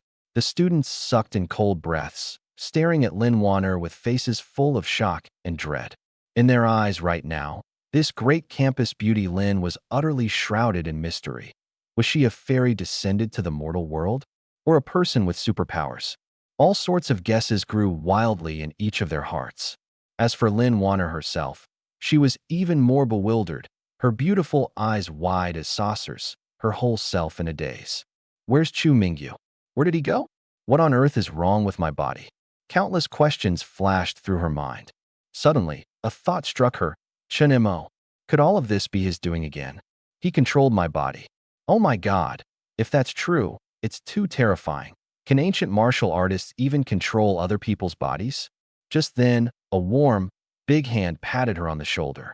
Lin Wanner. Oh wait, wrong. Wife, you're amazing.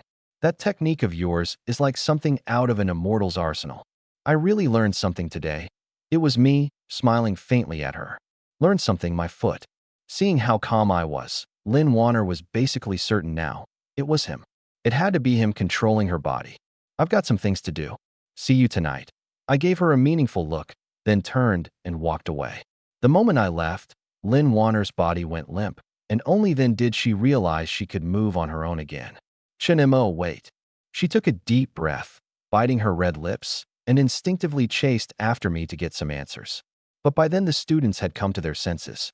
A few of the bolder ones surrounded her so tightly there was no getting out. Campus beauty Lin, are you a fairy descended from heaven? What about that rich young master and those bodyguards? Where did you make them go? Are you some superpowered person from a secret organization? That palm strike just now was so cool. Can you teach me? By this point, the students had long forgotten all about me, the boyfriend. All the shock and curiosity landed squarely on Lin Wanner.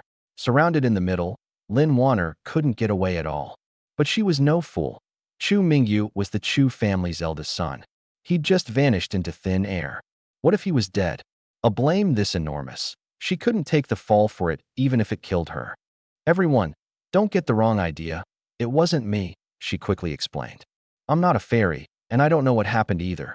I was just trying to go protect Chen-mo, and the next thing I knew, I raised my hand, and they inexplicably disappeared. Meanwhile, I'd just reached the classroom door when I noticed there was still one more person, a small, mean-looking guy, none other than Sun Hao, Wei Zixuan's lackey. At this moment, Sun Hao's face was full of shock. He'd originally come to warn me to stay away from Jiang Yinhua, but he'd just arrived at the door when he ran smack into a live, make-people-vanish magic show, and his whole worldview shattered on the spot. Excuse me, mind moving aside? I reminded him coldly. Sun Hao gave a full-body shudder and quickly stepped aside to make way, no longer daring to bring up the warning. He'd seen everything that happened in the classroom. Chen-mo and Lin Wanner were a couple, so Chen-mo had nothing going on with Jiang Yinhua. Probably just two people from the same hometown catching up. Most importantly, Chen-mo's girlfriend was terrifyingly powerful, One wave of her hand, and people were gone. He didn't want to stir up trouble. What if he ticked them off and she waved her hand at him too? Then what would he do? I couldn't be bothered to look at him any longer and just walked off. Once I reached the tree-lined path, I pulled out my phone. There were several unread messages, all from Jiang Yinhua. Our class is over yet, big brother Chinemo? I'm already at the school gate, waiting for you. Do you want some milk tea? What flavor do you like? I'll go buy it ahead of time.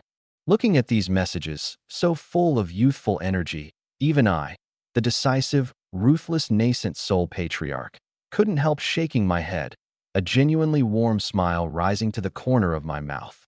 I replied, almost there, and quickened my pace toward the school gate. The moment I arrived at the little plaza outside the gate, I spotted Jiang Yinhua standing by the flower bed at a glance. Today she'd changed into a light blue floral dress, her long hair draped over her shoulders, pure and fresh like a lotus flower rising from the water, drawing repeated glances from the boys passing by. Big brother Chinemo, over here. The moment she saw me, she waved excitedly and ran over like a cheerful little deer. Been waiting long? I smiled. Not at all. I only got out of class a little while ago.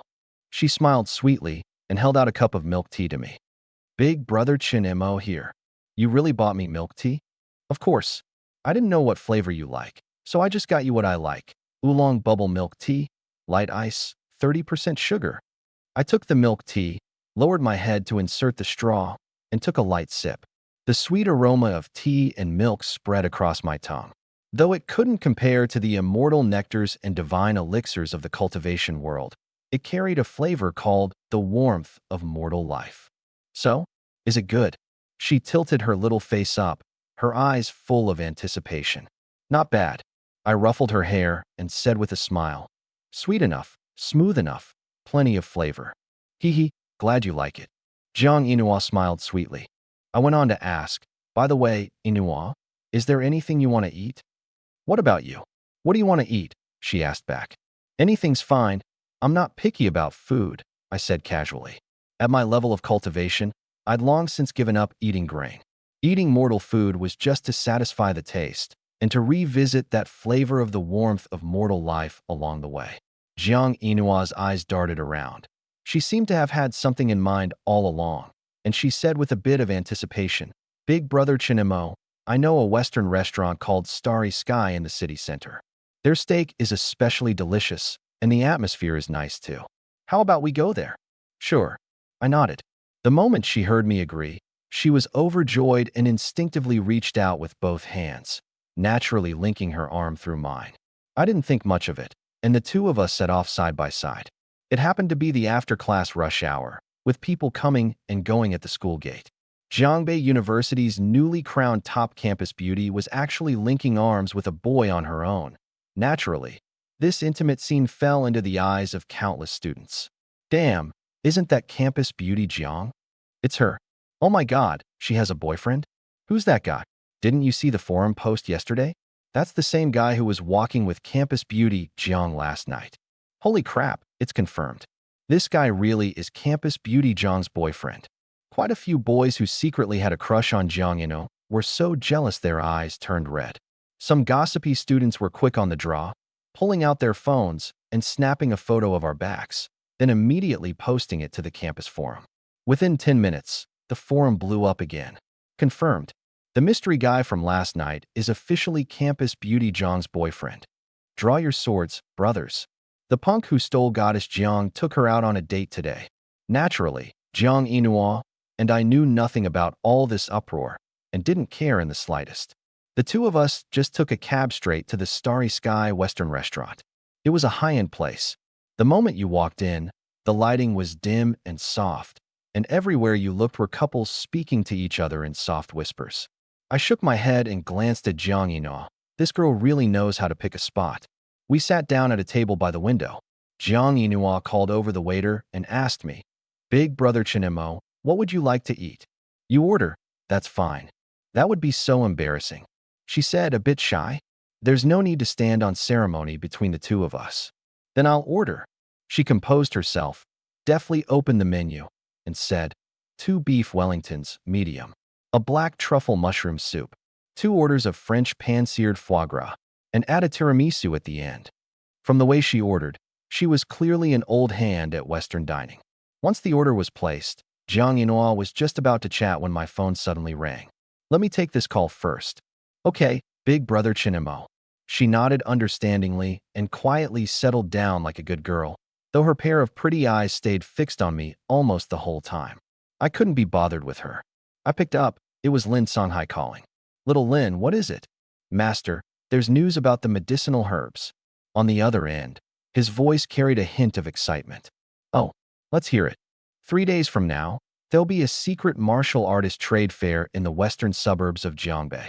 I got word that there's a rare treasure at this fair, a 1,000-year ice ginseng. I smiled.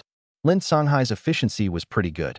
Just 2 days, and he'd already found one of the medicinal herbs. Well done. You go acquire it when the time comes. If you need money, go to Wei Ronghua. Master, money's not the issue, it's just. Lin Songhai gave a wry chuckle, his tone a little hesitant. This is an underground black market deal, no official guarantees, so there's no way to tell if the herb is genuine. I don't come across herbs of this caliber very often, and I'm afraid I might get fooled. So I'd like to ask you to come with me and appraise it for me. Naturally, I wouldn't turn down this favor. Sure, get in touch with me when the time comes. Lin Songhai was instantly overjoyed. Great. Master, are you busy right now? How about I come pick you up and we grab dinner together? No need. I refused outright. All right then, see you in 3 days. He gave a sigh. I hung up. Jiang Yinhua couldn't help asking, Big brother Chinemo, what's wrong? You don't have something to do tonight, do you? It's nothing, just a trade fair. That's a few days from now. I see. She breathed a sigh of relief. I put down my phone and looked into her pretty eyes. Yinhua, that energy sensing method I taught you. Did you learn it? Take a guess. She gave a mysterious smile. I paused, then laughed too. This girl making me guess? I won't guess. Are you going to tell me or not? If you don't, I'll spank your bottom. I teased her in the tone I used to use when we were kids. Hey, spanking again? You didn't spank me enough when I was little, and now that I'm grown you still want to spank me. She pouted her little lips. Tell me or not. If you don't, I really will spank you after we eat. Come on then, I won't tell. Naya Naya. She made a face and stuck out her little tongue. I shook my head and rolled my eyes at her. This girl, such a rascal. But from the way she was acting, I could tell she'd learned it. So I just couldn't be bothered with her anymore. Big brother Chinemo, what's wrong? You're not mad, are you? Seeing me go silent, her smile froze, and she wondered inwardly whether she'd taken the joke too far. No. Then why'd you suddenly go quiet? What am I supposed to say? I can't really spank your bottom, can I? This. Her little face flushed red, and she straightened up. Then I'll stop fooling around. Big brother Chinemo, I learned it. Last night, I breathed and gathered energy for 5 hours, but it feels like I improved very little. I raised an eyebrow. This was within expectations. Cultivation wasn't like other things. It was a slow process. Unless you came upon a great opportunity or had spirit elixirs and magical treasures, then relying solely on meditation. Even with a heaven-defying constitution, it was impossible to jump a whole realm in just a few days. It's good that you learned it. In a few days, I'll find you some spirit elixirs and divine medicines to take and try out. Okay. She smiled and nodded, then couldn't help sharing with me what had happened that day. Big brother Chinemo, I feel like cultivation is so amazing. Oh, how so? All day today I've felt light as a feather, like I have endless energy. And, she paused, a hint of smugness surfacing on her fair, pretty face. I've discovered my memory has become absolutely incredible. In class today, whatever the counselor taught, I just glanced at it once, and it was all imprinted in my mind, Looking at this girl in front of me, who acted like she'd struck gold, I smiled faintly. This is nothing yet. Cultivate well, and there'll be plenty more things down the road to make you go wow. Oh really? She sized me up, then suddenly turned a bit playful. Big brother Chinemo, once I become super amazing in the future, will I be able to surpass you? I couldn't help but laugh. Surpass me? That's impossible. The higher your cultivation rises, the higher the cultivation I feedback becomes. I'll always be above you. But I didn't plan on telling her that for now. It's possible. Then once I surpass you, Will you stay by my side every day? Her face was full of anticipation. Stay by your side to do what? I didn't understand. To protect you, of course, she said with a smile. I was slightly taken aback, then I laughed too. The mighty Songhai, immortal sovereign, who'd roamed the cultivation world for 500 years and struck fear into 10,000 races. That there'd come a day when a little girl who'd just entered the first level of chi refining would say she wanted to protect me? Of course I wasn't going to crush her spirit. I just leaned back against the chair and said leisurely with a smile, "Of course you can. I'll be waiting for that day, though it might be a little tough, you know." That's okay. She propped her chin on one hand, her flawless profile especially gentle. There's plenty of time ahead anyway. As long as that day comes someday, that's good enough. While we were chatting away, the waiter came over carrying the food and set it out one dish at a time on the table. "Sir, madam, your meal is complete. Please enjoy." I have to say, this restaurant really was good. The moment the steak hit the table, it gave off the aroma of pastry crust mingled with beef. The black truffle mushroom soup and French pan-seared foie gras beside it were exquisitely made too. Just looking at them whetted the appetite. I marveled inwardly that Earth food really did have flavor. But when I saw the silver knife, fork, and spoon, I frowned and stopped the waiter, who was about to leave. "Hold on. Sir, is there anything else you need?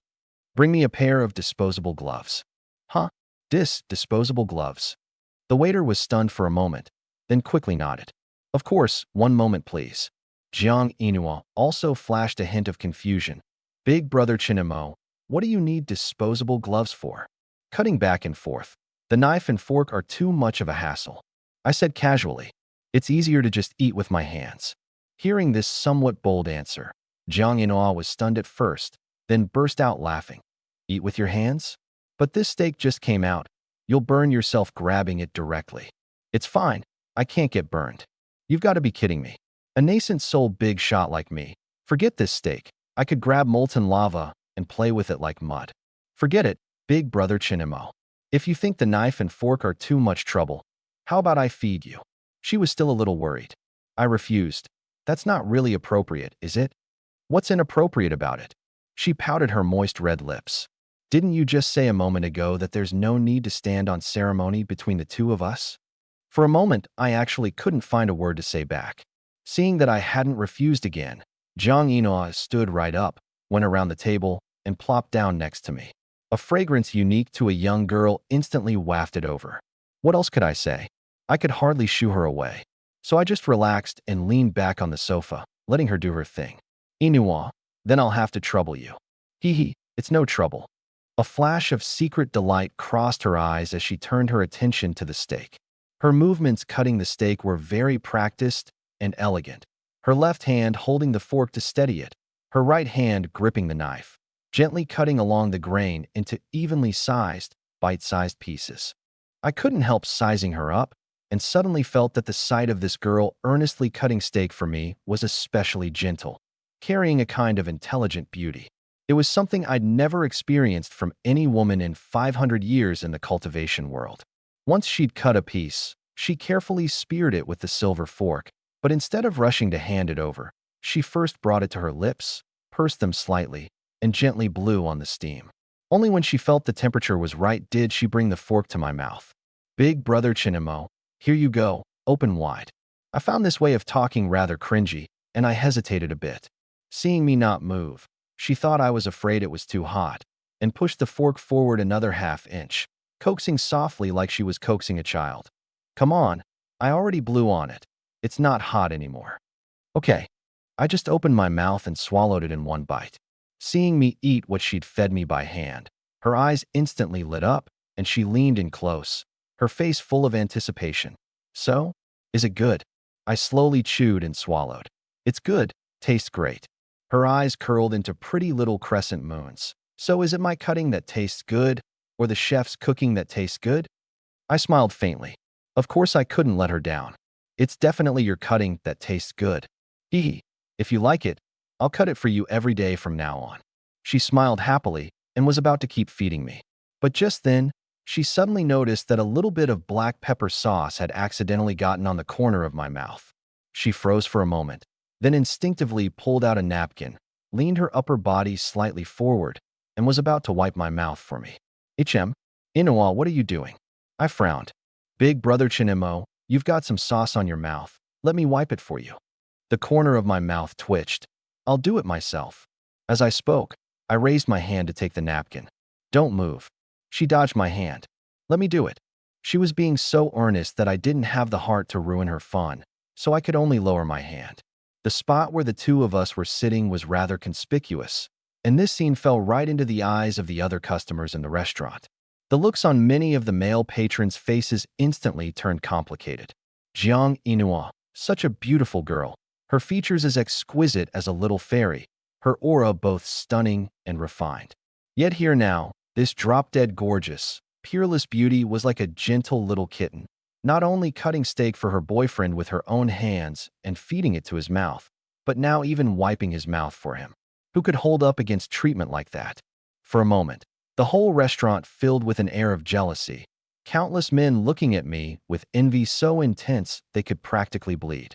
Among them was a man sitting diagonally across from us. Right now, the expression on his face was like he'd been struck by lightning. He really wanted to come over and ask, "Bro, a girlfriend this beautiful, this well-mannered, this gentle and considerate. Where did you find her? Have you looked enough?" The plain-looking woman across from him spoke up in irritation.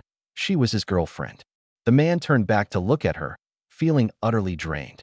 Plain-looking, not the least bit considerate. This brutal contrast completely crushed him. He couldn't help sighing. Just look at yourself. Can't you learn a thing or two from that guy's girlfriend? His girlfriend's face was full of impatience. What? You got a problem with me? You tell me. I scrimp and save to spend all that money on you. Have you ever fed me a single bite of food? His girlfriend rolled her eyes hard.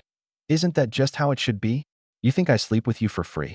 If you've got the guts, don't touch me tonight. You. What kind of twisted logic is that? I'm talking about feeding me. Feeding, you get it. The man glared at her. TCH, cut the nonsense. If you're not happy, go find one like her and see if she'd even give you a second look. The couple's bickering wasn't loud, but Jiang Inua had already stepped into the first level of chi refining, and her five senses far surpassed an ordinary person's. She heard every word from across the way clearly. Hearing herself mistaken for someone's girlfriend, her fair, pretty face instantly flushed with an intoxicating blush. She lowered her head slightly, leaned a little closer to me, and said in a voice as faint as a mosquito's buzz, "Big brother Chinemo, are they, talking about us?" Of course I'd heard it too, but I didn't even lift my eyelids. Let them talk. Don't mind them. She answered obediently, not saying anything more, but her lowered eyes sparkled with joy. For some reason, being mistaken for my girlfriend made her heart feel as sweet as honey. After a moment, she calmed her racing heart, then speared another piece of foie gras and brought it to my lips. "Chinemo, try this one too. This place makes their foie gras really tender." Sure. I took it in one bite and chewed lightly. It was cooked just right, slightly crisp on the outside, melting like butter on the inside, with a faint, rich aroma that filled my whole mouth. This is good too," I said after swallowing. "By the way, you should eat too. Don't just focus on taking care of me. It's fine, I like taking care of you." She gave me a sweet smile. I said nothing. "Here, have another piece of steak. Gotta keep your nutrition balanced." She speared another piece. I finally gave up saying anything and just let her take care of me. One feeding, one eating, laughing now and then. Dinner ended in a warm, cozy atmosphere. There was no doubt about it. This meal made every man in the restaurant green with envy. It was practically torture, the kind that could kill a guy without leaving a mark. But then again, this dude was really something, wasn't he? He could actually get a goddess this stunning to happily wait on him hand and foot for an entire meal. Was there any justice left in this world? I was well aware of all those stares around me, but I couldn't have cared less. Why would a dragon care about the envy and jealousy of ants? After we left the restaurant, Jiang Inua suggested we catch a movie. I didn't refuse. Figured I'd just keep the girl company and help her unwind. By the time we came out, it was past 11 at night. I dropped her home before heading back myself. Meanwhile, in an upscale apartment near Jiangbei University, Wei Xuan had just finished a hot shower. Wearing a silk robe, He walked over to the sofa and sat down, drying his wet hair. He was in a pretty good mood right now. That evening, his lackey Sun Hao had come running to report that Chen Mo was already taken, dating some girl from his class, and that he wasn't Jiang Inua's boyfriend. Most likely they were just childhood friends. At least the kid knows his place. Wei Zishuan took a sip of red wine, a confident, cold smile curling at the corner of his mouth. Inua, oh Inua, just you wait. Sooner or later, Wei Zishuan, will win you over. He picked up his phone. The start of the semester had been so hectic. As student council president, he'd been running around all day, worked like a dog. He'd showered the moment he got back and hadn't had a chance to check his phone. Out of habit, he opened the school forum. What big news happened at school today? But the second the homepage loaded, the cold smile froze on his face. The entire front page was flooded, wall to wall, with the same topic. Breaking. Confirmed. Campus Queen Jiang went on another date with that mystery boyfriend tonight. He clicked into the post, and there were several candid photos of Chen Mo and Jiang Inua laughing and chatting, with Jiang Inua even handing him milk tea. The timestamp was this very evening, right after school let out. What the hell? Wei Zishuan shot up from the sofa, nearly dropping his wine glass. What the hell is going on? Another date? What is that idiot Sun Hao even doing? Didn't he say this kid had a girlfriend and had nothing to do with Jiang Inua? His chest was heaving, his head swimming with questions. Instinctively, he wanted to call Sun Hao. But suddenly, he raised an eyebrow. No, something wasn't right. Sun Hao had been with him for a long time and had always been reliable. He'd never dare mess with him on something like this. So then, could this kid be two-timing? No, I'll call Inua directly and ask her myself. Breathing heavily, he was about to dial. At that same moment, at the Jiang family villa, Jiang Inua hummed a cheerful little tune as she tiptoed the front door open, terrified of waking her parents. But the moment she stepped into the entryway, she froze. The spacious living room was lit up, the crystal chandelier blindingly bright. You're back. A low, slightly displeased male voice suddenly rang out. She peeked over and saw her father, Jiang Wanlin, sitting upright on the leather sofa in his pajamas, a newspaper in his hands, and a dark, grim look on his face. Dad, you're still up? It's so late.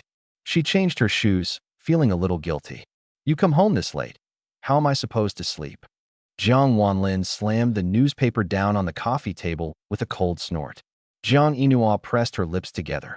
Even though her father usually spoiled her, he was very strict about curfew, and for the moment, she didn't know how to argue back. Come here. Jiang Wanlin beckoned, his tone leaving no room for refusal. She sighed helplessly and had no choice but to walk over obediently, sitting down on the single armchair beside him. Jiang Wanlin stared at her with piercing eyes. Tell me, why did you come home so late today? I had dinner with a friend, she answered quietly. Dinner takes until 11? Jiang Wanlin clearly didn't buy it. After dinner, we happened to catch a movie too. With who? Jiang Wanlin's voice suddenly rose. Jiang Inua opened her mouth, instinctively about to say Chen Mo, but the words caught in her throat as she remembered what her father had said the other day. He was against her being with Chen Mo. If he found out, there would definitely be a fight. She'd just spent a lovely evening with Chen Mo, her heart still glowing sweetly, and she didn't want her father's prejudice to ruin this good mood. To save herself the trouble, she made up a lie. Just a classmate from school. A male classmate or a female one? Jiang Wanlin pressed. Dad, aren't you digging a little too deep? You're my daughter. Asking for the details is being responsible for you. Jiang Inua was speechless.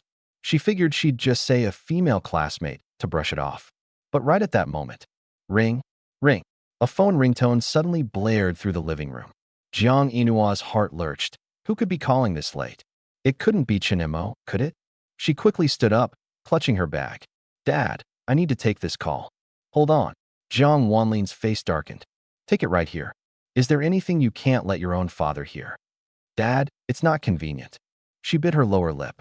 There's nothing inconvenient about it. You answer it right now. Jiang Wanlin's tone was severe, every bit the domineering patriarch. Left with no choice, Jiang Inua could only pull the phone out of her bag. Fine, let there be a fight. So what if I went on a date with Chen Mo?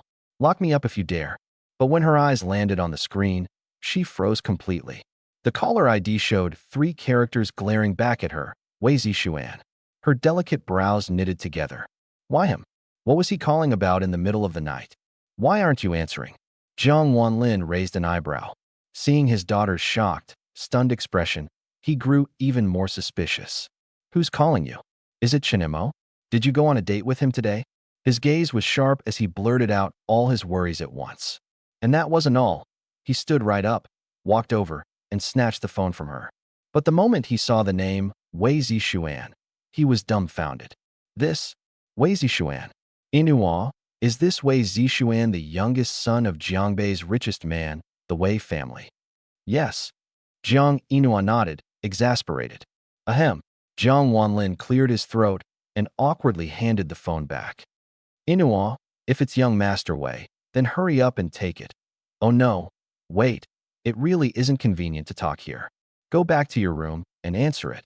Given the chance to escape, Jiang Inua couldn't be bothered to argue with her father any longer. She took the phone and headed upstairs without a word. Watching his daughter's retreating figure go up the stairs, Jiang Wanlin's mood suddenly brightened. He'd been so worried, afraid his daughter was in contact with Chinemo, and it turned out to be one big misunderstanding. Silly girl, still so naive and thin-skinned. If it's young Master Wei, what's there to hide? Just say it openly and be done with it. He shook his head, all but convinced that his daughter had gone on a date with Wei Zishuan that night. But the moment Jiang Inua got back to her bedroom, she shut the door behind her, with no intention whatsoever of answering Wei Zishuan's call. She swiped to hang up and just sent a text. Senior Wei, did you need something? Over in his apartment, Wei Zishuan replied the instant he saw the message. Nothing much, just wanted to ask you. What exactly is your relationship with Chun Mo from the business management department? Jiang Inua glanced at it and couldn't be bothered to reply. What Chun Mo and I are is none of your business. She tossed the phone onto her bed and turned to go shower. As for me, the night passed without incident. Early the next morning, after a simple breakfast at the villa and a quick chat with my parents, I headed off to school. But the moment I reached the campus gate, a security guard stopped me in my tracks. Holding a printed ID photo, the guard compared it to me while looking me up and down, brows slightly furrowed. You're Chun Mo from Business Management, Class 2, right? That's me. What's up? I raised an eyebrow.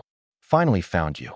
The guard let out a sigh of relief and pointed toward the administration building, his tone somewhat serious. You need to go to the principal's office right now. Something big happened at the school yesterday, and word is it has something to do with you. The principal asked for you by name. I raised an eyebrow slightly. No need to guess. It had to be about Chu Mingyu vanishing into thin air yesterday, the fallout catching up. Several living people instantly vaporized without leaving so much as a speck of dust. For ordinary society, that really did count as a supernatural event of major proportions. Oh, got it. I answered blandly, stepped onto campus, and headed toward the administration building. A few minutes later, on the top floor of the administration building, before a large mahogany door bearing a plaque that read Principal's Office. Knock, knock. I rapped twice. Come in. An authoritative male voice came from within. I pushed the door open. The office was spacious and grand, with a massive mahogany desk in the center. Behind it sat a middle-aged man in his late 40s, slightly balding, wearing gold-rimmed round glasses, the principal of Jiangbei University, Zhang Mushing. To my slight surprise, the principal wasn't the only one in the office.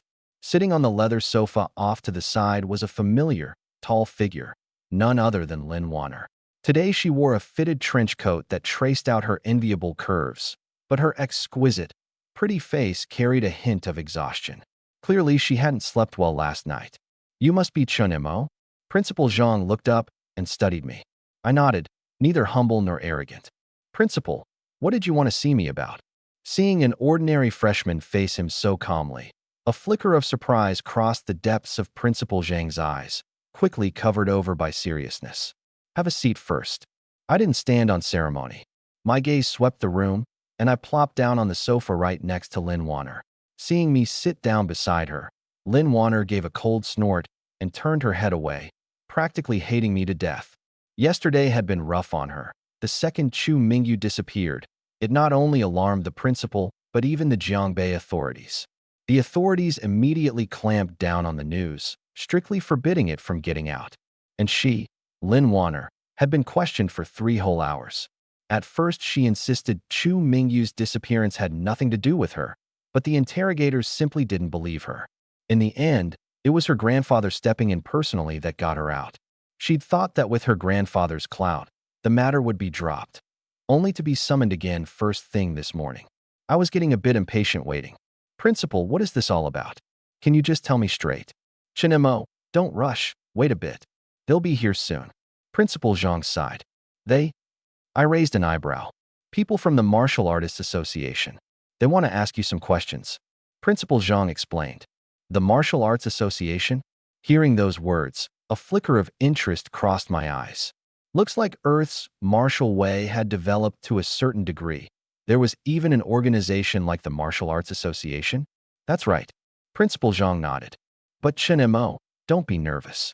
The association won't do anything to you. It's just routine questioning. I was speechless. How could I possibly be nervous? I was just a little curious about this Martial Arts Association, that's all. And what about me? Lin Wanner beside me couldn't help but ask. Principal, they won't take me away, will they? Principal Zhang smiled. You have even less to worry about. With your grandfather's standing, who would dare take you away? And besides, the higher-ups have already settled on an official conclusion about young Master Chu's disappearance last night. They're calling it the work of an evil spirit, nothing to do with you or Chun Mo. Rest easy. Only then did Lin Wanner relax. After waiting a few more minutes. Knock, knock, knock. A knock came at the door. Principal Zhang quickly got up to open it, and 3 people walked in. Leading them was a middle-aged man in his 40s, dressed in a crisp black Zhongshan suit, tall and burly, moving with a commanding stride. Behind him followed 2 young martial artists, a man and a woman. The woman held a notebook, her gaze sharp, radiating shrewd competence. The man was thickly muscled, his eyes defiant, arrogance woven into his very bones. Ah, Chairman Liu, hello, hello. Principal Zhang beamed, extending his hand. Hello, Principal Zhang. The man surnamed Liu shook his hand, then looked toward me and Lin Wanner. So these 2 students are the key figures in yesterday's incident? Exactly. Principal Zhang nodded and made introductions. This young man is Chen Mo. The young lady is Lin Wanner. You know her. She's Elder Lin's granddaughter. At the words, Elder Lin, a clear flash of regard crossed Chairman Liu's face, and he praised her. Truly a descendant of Elder Lin, so graceful and lovely, beautiful as a fairy. Excellent, excellent. Haha, of course. How could a descendant of Elder Lin be anything less? Principal Zhang laughed along, then turned to Lin Wanner. Wanner, what are you sitting there for? This is the vice chairman of our Jiangbei Martial Arts Association, Mr. Liu Changyue. Hurry over and say hello. Oh, right. Lin Wanner snapped out of it and quickly stood up, nodding. Hello, Chairman Liu. Liu Changyue's smile was warm and kind. Hello, hello, Miss Lin. You may not know this yet, but your father and I have been good friends for many years. By seniority, you ought to call me Uncle Liu. Lin Wanner raised an eyebrow. Is that so? Then, hello, Uncle Liu. While they were busy building up their connections, I quietly swept my divine sense over them, seeing right through the 3 of them. These 3 really were different from ordinary people.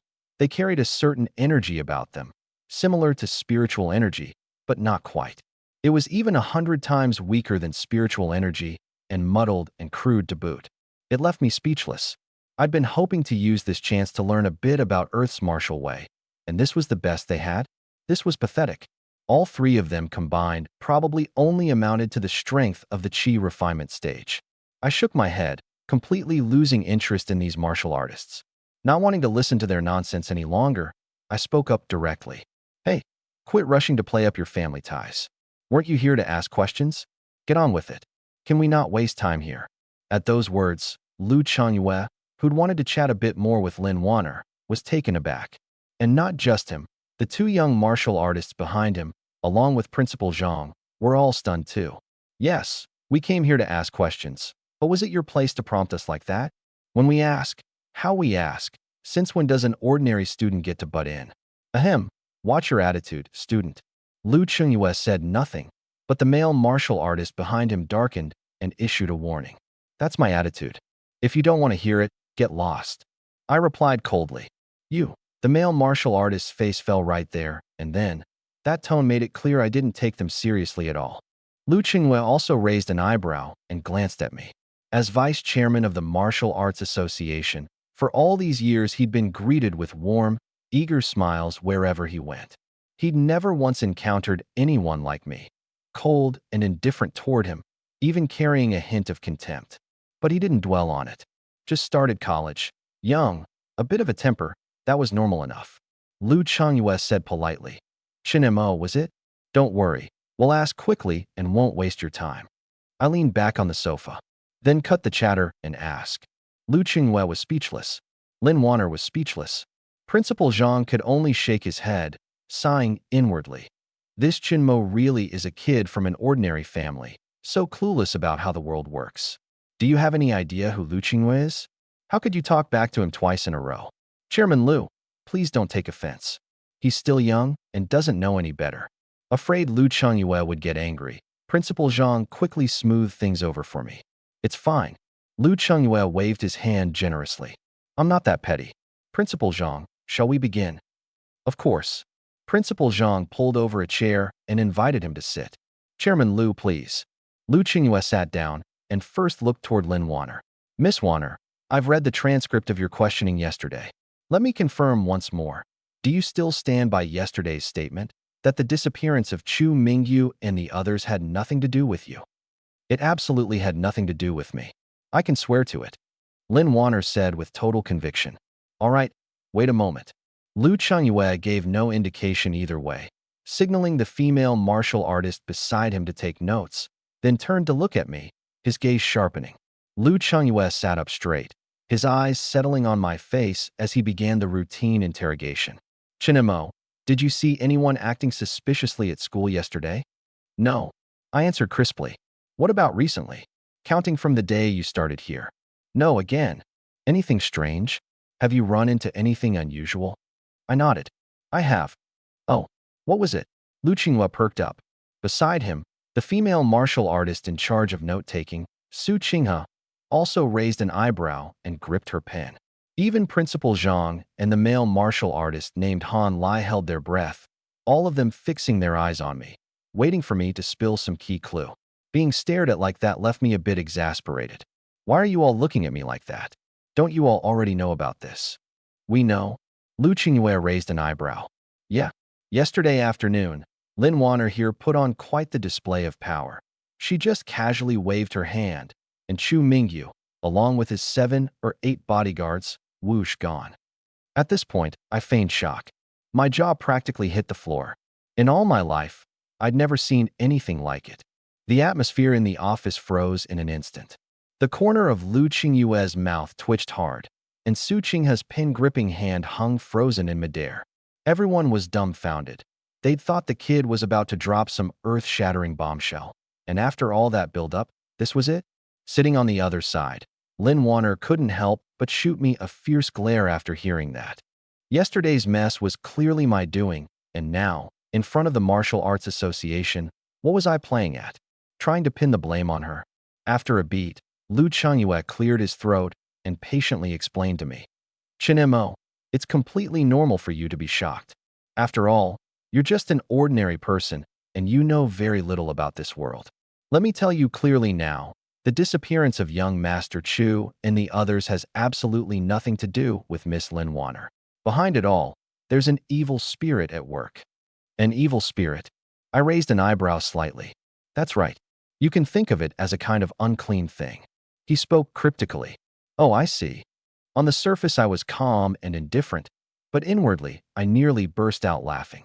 Kind of amusing, really. This bunch of mortal martial artists had no clue that cultivators even existed in this world. Their minds took a turn and just conjured up an evil spirit. But that suited me fine, an evil spirit it is. As long as they didn't come bother me, they could investigate however they pleased. Chinmo, think carefully. Besides this, was there anything else strange? Lu Qingwei pressed. Nothing. I shook my head. Seeing he couldn't get anything out of me, he turned to Lin Wanner, his tone softening. Lin Wanner, what about you? Lin Wanner started slightly and instinctively glanced at me. Of course she'd run into something strange, me. First I teleported her and made her fall flat on her face.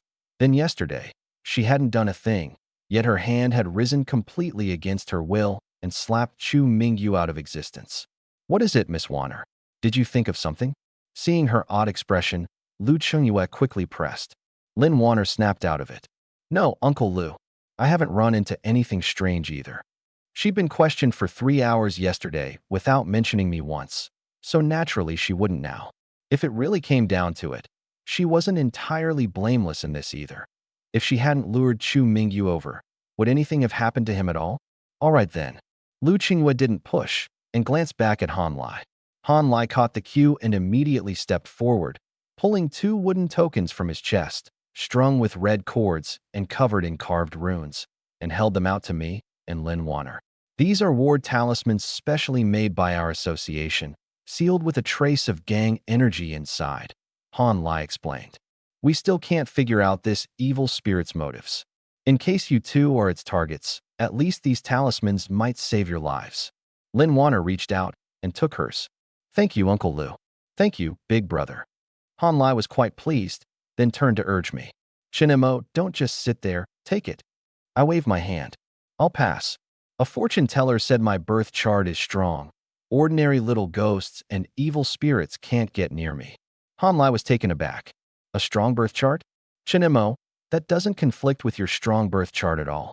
It's a life-saving item. Wouldn't an extra safeguard be nice? Principal Zhang beside me couldn't help but urge. Principal, no need to persuade me. I really don't need it. Principal Zhang sighed and let it go. Since you insist on refusing, then forget it. Lu Chungyue made the call. Han, take the talisman back. Han Lai retracted the wooden talisman. Lu Chungyue then fished a business card from his pocket and handed it to me. This is my contact information. If you run into danger or encounter another incident like this evil spirit's doing, remember to contact me right away. I took it casually. Got it. If there's nothing else, I'm leaving. Go ahead. I stood up and left the office. Seeing me leave like that, Lin Warner's eyes darted around, and she quickly stood up and asked obediently, Uncle Lu, there's nothing else you need from me either, right? No, that's it for today. Then I'll head back to class. Go on. Send my regards to your grandfather and father when you get home. I will. Goodbye, Uncle Lu. Lin Warner grabbed her bag and hurried out, and in a direction that clearly meant she was chasing after me. Once the sound of their footsteps faded and the door closed again, Su Qinghe set down her pen and frowned slightly. Vice Chairman, don't you think that student, Chinemo, is very strange? Lu Qinghua picked up his tea and took a sip. Strange how? That guy, he's too arrogant. Lu Chungyue smiled and waved it off dismissively. That's nothing. A kid who's never been out in the world, no life experience. A little arrogance is normal. No, Vice Chairman, it's not that kind of ignorant arrogance. Su Qinghe thought for a moment. It's a feeling I can't quite put my finger on. If you can't put your finger on it, then drop it. Lu Qingyue's smile faded. Su, remember this. The evil spirit is our real threat, not some student. Su Qinghe steeled her nerves. But what if? What if that evil spirit is Chun Mo himself? Impossible. We've checked his background thoroughly. He's just a kid who barely reached adulthood. How could he be an evil spirit? Lu Chungyue shook his head. Exactly, Junior Su. You women just overthink things. Han Lai chimed in. That kid's asking for a beating, sure, but claiming he's an evil spirit? I'd be the first not to believe it.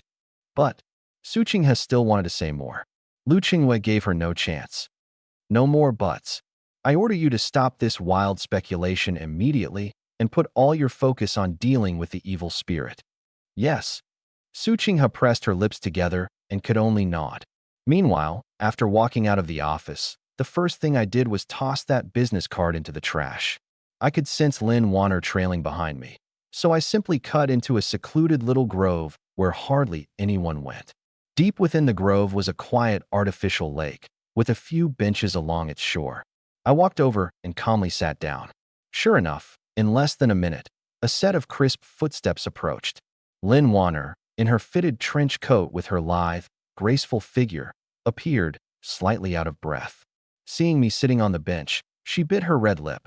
How does this guy walk so fast? I can never catch up to him.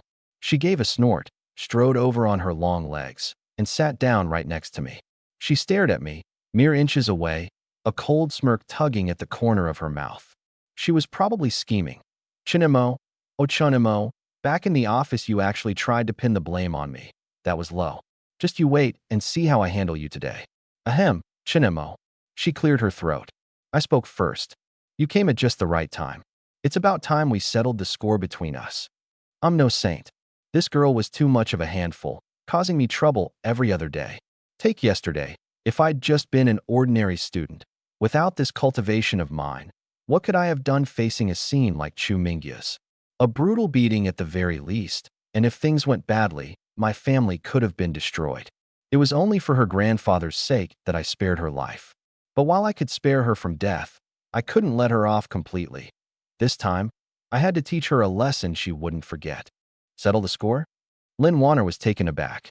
Well now, I haven't even come to settle with you yet, and you're settling with me first? Fine, then let's settle it all crystal clear today. She quietly slipped a hand into her trench coat pocket and pressed the record button on her phone, a sly glint flashing in her eyes. Chinemo, where do you get the nerve to settle scores with me? You think I don't know about yesterday? In the classroom yesterday, you were the one pulling strings behind the scenes. You controlled me and made Chu Mingyu and the others disappear, didn't you? I admitted it outright. That's right, it was me. Good, glad you admit it. Lin Warner smirked slyly, pulled out her phone, and tapped play. That's right, it was me. My calm voice came through the speaker. Watching her little maneuver, I raised an eyebrow. Why are you recording?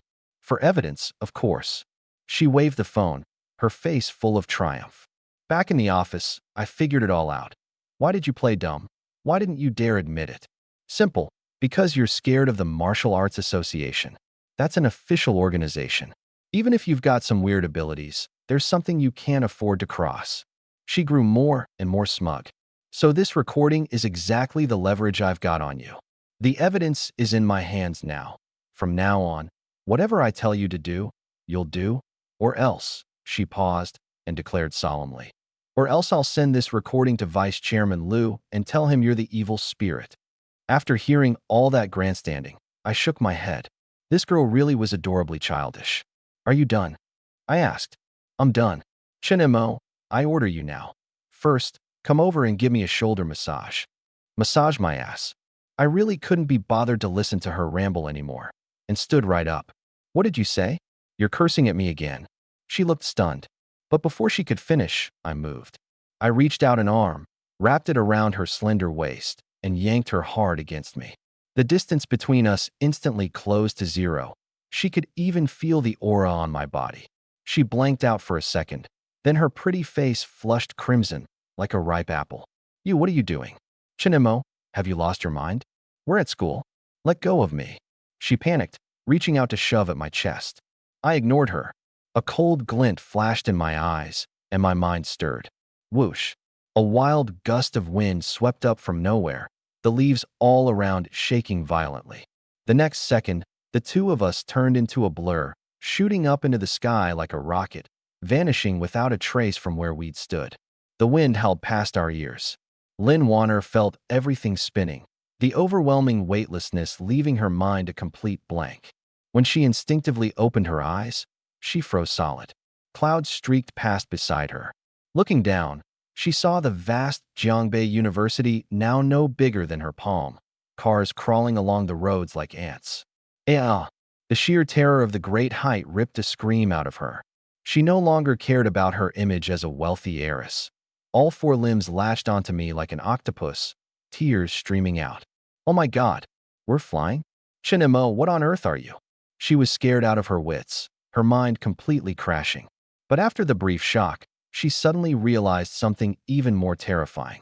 Wait, Chinemo, where are you taking me? Put me down right now. Slap. Without the slightest hesitation, I raised my hand and delivered a hard smack to her bottom. SSSS. She winced in pain, all trace of the refined heiress gone. Chinemo, you shameless jerk. How could you hit me there? Shut up. I lowered my eyes, my voice cold as ice. One more word out of you, and I'll let go right now and let you fly down on your own. Lin Warner shuddered all over and instinctively glanced downward, a bottomless drop. If she really fell from up here, forget a person, even a chunk of iron would be smashed into pulp. Her face went ghost white. She bit down hard on her lip, buried her face deep into my chest, and didn't dare make another sound. A few minutes later, the roar of the wind gradually died down. Carrying her, I descended into a weed-choked, deserted patch of wilderness dozens of kilometers outside Jiangbei's urban area. The moment we touched down, I let go. Lin Wanner's legs were already weak, and losing her support, she dropped straight onto the ground. Huff! She gasped for breath, her expression easing a little. But when she looked around and saw nothing but weeds and dirt mounds, not a soul in sight, she tensed up again. Chinemo, where is this? You brought me out to the middle of nowhere. What are you trying to do? Settling the score. I spat out the two words. How? How are you going to settle it? Her heart crawled with dread. You'll find out soon enough, I said blandly. First, take off your clothes. Take off my clothes. Her mind went blank with a buzz. The middle of nowhere, a man and a woman alone. Take off your clothes. What else could this be about? Once she figured it out, she actually stopped being nervous. After a few dazed seconds, she quickly conjured up a whole storyline in her head. So that's it, Chinemo. You really are a big pervert. She bit her red lip, a sly glint flashing in her eyes. I knew it. Why else would you have been picking fights with me since the first day of school? Turns out you've got your eye on me. What's the phrase? Playing hard to get, right? In her logic, as long as a man wanted her body, it meant he had feelings for her. Hearing that, I nearly laughed out loud. Got my eye on you, my ass. Sure, she was drop-dead gorgeous, but I'd seen plenty of gorgeous. She was still rambling on to herself. But Chinemo, your methods really are clever. Come to think of it, I'm actually a little interested in you now. I was speechless. This silly girl, her imagination was really something. Are you done? If so, hurry up and strip. I still couldn't be bothered with her nonsense. Look how impatient you are. Seeing how eager I looked, all her resentment toward me instantly evaporated. Chinemo, even though you've got my heart fluttering a little, I can't give myself to you just yet. We've known each other too short a time. I still need to evaluate your character and personality. Once I'm done evaluating. Enough, stop talking. My patience ran out completely. I raised my right hand and gave a casual wave at her. Lin Wanner felt a sudden chill on her body. Looking down, she froze stiff as a wooden statue. That expensive trench coat, along with everything underneath it, had all vanished. A flawless, dazzlingly white body was now exposed to the open air. Aya! She stared for a good 2 seconds before letting out a scream, her hands flailing to cover herself, utterly stunned. What the hell? Chinemo, you can even make my clothes disappear? Stick your butt out. I said offhandedly. Stick my butt out? She asked instinctively. Why do I have to stick my butt out? Do you like it from behind? The moment she asked, she regretted it. That was a dumb and pointless question, out here in the wilderness. The ground covered in weed stubble. If she didn't bend over, was she supposed to lie down? That would be so prickly. Enough with the chatter. I was getting impatient. Are you sticking it out or not? If not, I'll help you. No. I'll do it. I'll do it myself. Lin Wanner jolted. The moment she remembered that hand yesterday that hadn't obeyed her, a chill ran through her whole body.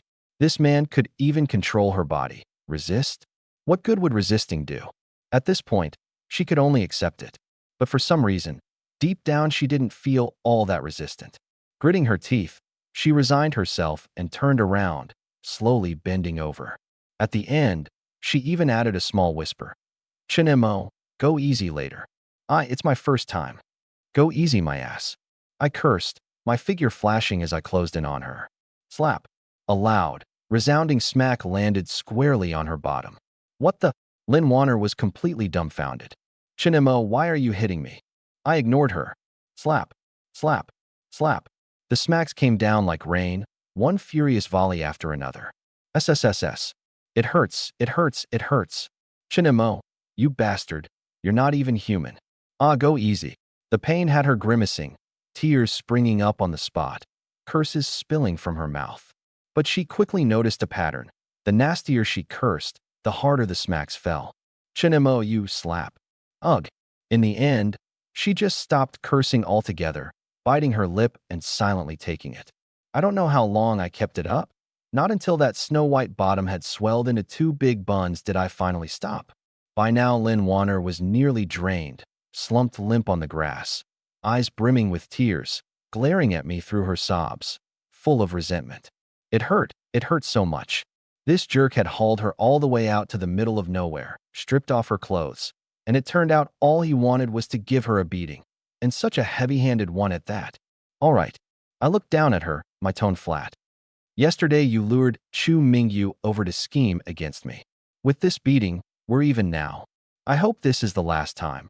Otherwise, next time won't be as simple as a spanking. Chinemo, you really are scum. She bit her red lip and cursed fiercely. I said nothing. With a stir of thought, I took her set of clothes out of my storage ring and tossed it in front of her. Put them on. Time for us to go. Lin Warner struggled to her feet, one hand clutching her bottom, the other picking up her clothes. But as she gathered them, the ache in her heart grew more and more off-kilter. The pain was one thing. What bothered her more was, had I really just given her a beating and nothing else? You have to understand, Lin Warner had grown up being flattered and praised, a widely acknowledged beauty. Countless men would lose half their souls at a single glance from her. Yet just now, she'd bared everything, and from start to finish I hadn't so much as lifted an eyelid. I'd hit her when I said I'd hit her, and once I was done, I just told her to get dressed. Was there really not a single thing about her that could catch my interest? The more she thought about it, the more indignant she felt. It wasn't that she actually wanted anything to happen between us. Mainly, she just couldn't accept it.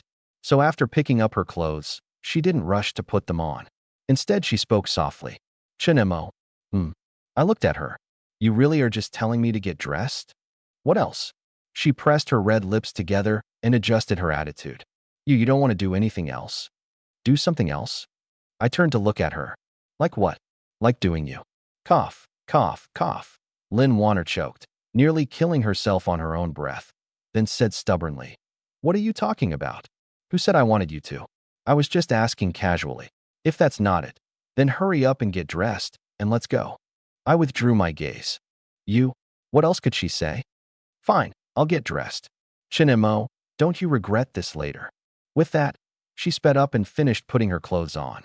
I gave her a bland glance and said nothing. I knew exactly what was going through this girl's head. She was just sore that I hadn't slept with her. Speaking of which, this body of Lin Warner's really was a rare beauty, one in a million. If you dropped her into the cultivation world, she'd hold her own even against some of the holy maidens of the great sections. Any ordinary man, alone with a girl like this in such a situation, would have long since lost his self-control. Too bad for her. She'd run into me. I'd cultivated for 500 years. If I didn't have some willpower, I'd have been nothing but dry bones in a grave ages ago. Besides, to a common girl like her, the primordial young essence of a nascent soul cultivator like me was the most precious tonic imaginable. There was no way I'd hand that over to her. Let's go, I'm dressed. Lin Warner finished straightening her clothes and hobbled over to me, limping. Her backside burned with pain. Every step made her grimace and bare her teeth. I couldn't be bothered to waste words. I reached out, scooped her up horizontally into my arms, and was just about to channel my spiritual energy to take off. Right at that moment, I suddenly felt a faint fluctuation in the air currents. A flicker of surprise crossed my eyes. I immediately focused my divine sense and traced the source of that ripple. Under the probing of my divine sense, I discovered that deep beneath this wasteland, the originally chaotic spiritual energy was faintly beginning to gather and converge. And about 2 kilometers away, inside an unremarkable little dirt hill, that pure current of energy pulsed the strongest. That frequency, I knew it better than anyone. It was the resonance of spiritual energy radiating from spirit stones. And judging by the intensity, there was definitely more than just 1 or 2, likely hundreds, maybe even thousands. I never expected that this spiritually barren earth would still have spirit stones. A wave of delight washed over me, and a smile tugged at my lips. I simply loosened my grip and set Lin Warner down. Ow! Her legs buckled, and she nearly fell. Gritting her teeth, she said, Chinemo, what are you doing now? Why aren't we leaving? Wait here for me a second. I've got something to take care of. I'll be right back. I tossed the words over my shoulder and turned to go. No way. Lin Wanner panicked the moment she heard that and quickly grabbed my arm. The surroundings were empty, not a soul in sight. What if she ran into a wild wolf out here all alone? I'm not staying here by myself. I'm coming with you. What if you sneak off and ditch me? Then what am I supposed to do? I was speechless for a moment. Fine. Hold on tight. She immediately wrapped her arms around my neck in a death grip, clinging to me like an octopus, terrified I'd run off. A thought stirred in my mind. Whoosh. The two of us turned into a streak of light, flying low and fast over the wasteland. In just a few breaths, we landed in front of a small hill about 100 meters tall. The hill looked utterly ordinary, overgrown with weeds and shrubs, no different from its surroundings. This is the place. I took a deep breath and glanced at Lin Wanner in my arms. The girl was clinging so tightly, she was practically trying to burrow into my body. I couldn't be bothered to put her down, so I just said, "Bury your head against my chest. There's going to be a big commotion in a second. Don't let it scare you." Commotion? What do you mean? Chinemo, what are you about to do? I'd have been better off saying nothing. Now she was even more curious. Blow up the hill. Huh? Blow up the hill. Lin Wanner jumped. But before she could say another word, I'd already made my move. I slowly raised my right hand, pressing two fingers together like a sword blade, and a dazzling golden light erupted from my fingertips like a miniature sun. Shatter. My gaze turned cold, and I let out a soft shout. That golden sword light, carrying a terrifying force, shot straight toward the hill ahead. Boom. An earth-shattering roar exploded over the wasteland. The entire hill trembled violently, and then with a resounding crash, that 100-meter hill was flattened by that single strike of my finger. Rock fragments and yellow earth flew everywhere. In the blink of an eye, the whole sky around us turned yellow. Oh my God! In my arms, Lin Wanner's face was frozen in shock. She'd watched the entire process of the hill being blown apart, clear as day. One little ball of light could level an entire mountain. She'd already known I wasn't an ordinary person, but she'd never imagined just how extraordinary I was. I could fly, transform things, and now blow up mountains. This was already far beyond the scope of humanity. She even felt that I'd left the realm of martial artists in the dust. As the dust gradually settled, the interior of the hill was finally revealed. There, at the base, sat a pile of crystal-clear stones glowing with a faint light, spirit stones. And beside them stood several large treasure chests. At the sight of all this, my eyes lit up. A rough count put it at over 1,000 spirit stones. Honestly, that number wasn't much. Back in the cultivation world, I could casually pull out over 1,000,000 spirit stones, except those were all locked away in my treasury. My storage ring held plenty of treasures, but I hadn't brought a single spirit stone back to Earth. Stumbling onto these out of nowhere was a nice little surprise. I waved my hand, and the 1,000+ spirit stones vanished in an instant, all sucked into my storage ring. Lin Wanner saw this too, and now she was rendered completely speechless. You wave your hand and make my clothes disappear. Okay, I can accept that. You control me. Make Chu Mingyu disappear. Fine, I can accept that too. Clothes or people, neither takes up much space. But those stones? There were so many of them. Almost a whole hill's worth. And you just waved your hand and made them all vanish? How is that even possible? Once the spirit stones were collected, my gaze fell on the several large treasure chests nearby. A sweep of my divine sense took in everything inside. 2 flying swords, a protective bronze mirror, a set of body-fitting soft armor, plus 7 or 8 assorted magical artifacts, and several jade vials. Unfortunately, the pills inside the vials had long since lost their potency, decayed into piles of black ash. These artifacts were ancient, by their appearance, at least 1,000 years old. Spirit stones, magical artifacts, pills. Looks like this is some cultivator's treasure vault. Things were becoming clear to me. This cultivator's level couldn't have been very high, because all these artifacts were the kind only chi-refining cultivators would use.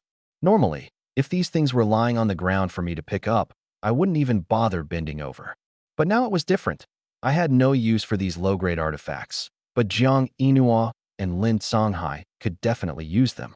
The two of them had just stepped onto the path of cultivation. To them, these things were absolute treasures. In that case, I'll take them and hand them over to Inua and Lin Songhai later. I calculated quietly. All in all, I was quite satisfied with this haul. Whether it was the spirit stones or the low-grade artifacts, both were exactly what I was lacking right now. I waved my hand, and the several large treasure chests, along with everything inside them, all disappeared into my storage ring. Stop spacing out. Hold on tight. Time to go. I reminded Lin Wanner in my arms. Okay. She snapped back to herself and gripped me hard, her mind still churning like a stormy sea. The stones were gone, and now even the chests were gone. She seriously suspected that if I wanted to, I could pack up this entire wasteland and carry it off. I channeled my spiritual energy. Whoosh! A streak of light shot into the sky, and in the blink of an eye, the two of us vanished from above the wasteland. A few minutes later, the two of us touched down in the small grove of trees beside the artificial lake at Jiangbei University. Lin Wanner climbed off of me. Even with both feet planted firmly on solid ground, she was still dizzy. In the span of a single morning, flying through the air, blowing up mountains, making things vanish out of thin air, the entire worldview she'd built up since childhood had been smashed to pieces. She bit her red lips and finally couldn't hold it in any longer, blurting out the question she'd been holding the whole way. Chinemo, what? What exactly are you? Aren't you a little too incredible? I raised an eyebrow and glanced at her. You seem pretty curious. Of course I'm curious. I've lived my whole life and never seen anyone like you. She nodded. Come on, tell me, are you some kind of immortal like the ones in TV dramas? Or one of those evil spirits Chairman Liu and the others were talking about? I didn't take the bait. Instead, I asked back, it's already 1 o'clock. Aren't you hungry? Lin Wanner touched her stomach. Her mind had been stuck in shock this whole time, so she hadn't felt anything. But now that I mentioned it, she really was hungry. A little. Then why are you still babbling? Hurry up and go eat. I said irritably. The cafeteria closes at 10 past 1. You've got 10 minutes left. Show up late, and there'll be nothing to eat. Don't say I didn't warn you. With that, I didn't wait for her answer. I turned and walked away. You, Lin Wanner choked on her words, genuinely wanting to curse me out. But then she thought of the powers she'd witnessed today and forced the words back down her throat. After a lesson like that, she wouldn't dare provoke me again. Forget it. This young lady can't be bothered to argue with you, she muttered stubbornly, clutching her growling stomach as she headed toward the cafeteria. Meanwhile, at the Chu family villa, in the enormous living room, the atmosphere was oppressive to the extreme. Boo-hoo, my son, where on earth are you? On the sofa, a well-maintained wealthy woman was crying her heart out, Chu Mingyu's mother. At the head of the room, the Chu family patriarch, Chu Tianxiong, sat with a grim, ashen face, chain-smoking one cigarette after another. The butts in the ashtray had already piled up into a small mound. Chu Mingyu had been missing for a full day now. His phone was off, he'd vanished into thin air, and the 7 elite bodyguards who'd gone with him had all disappeared too. At first, the Chu family had assumed it was a kidnapping and waited for the other side to name a price. But after waiting all night, they didn't get so much as a ransom call, not a single word. Chu Tianxiong pulled every string he had to investigate, and the results nearly made him vomit blood on the spot. The higher-ups had only tossed him one line. This case involves special circumstances and has been taken over by the Martial Artists Association. The Chu family is not to interfere and not to speak of it. Special circumstances? What special circumstances?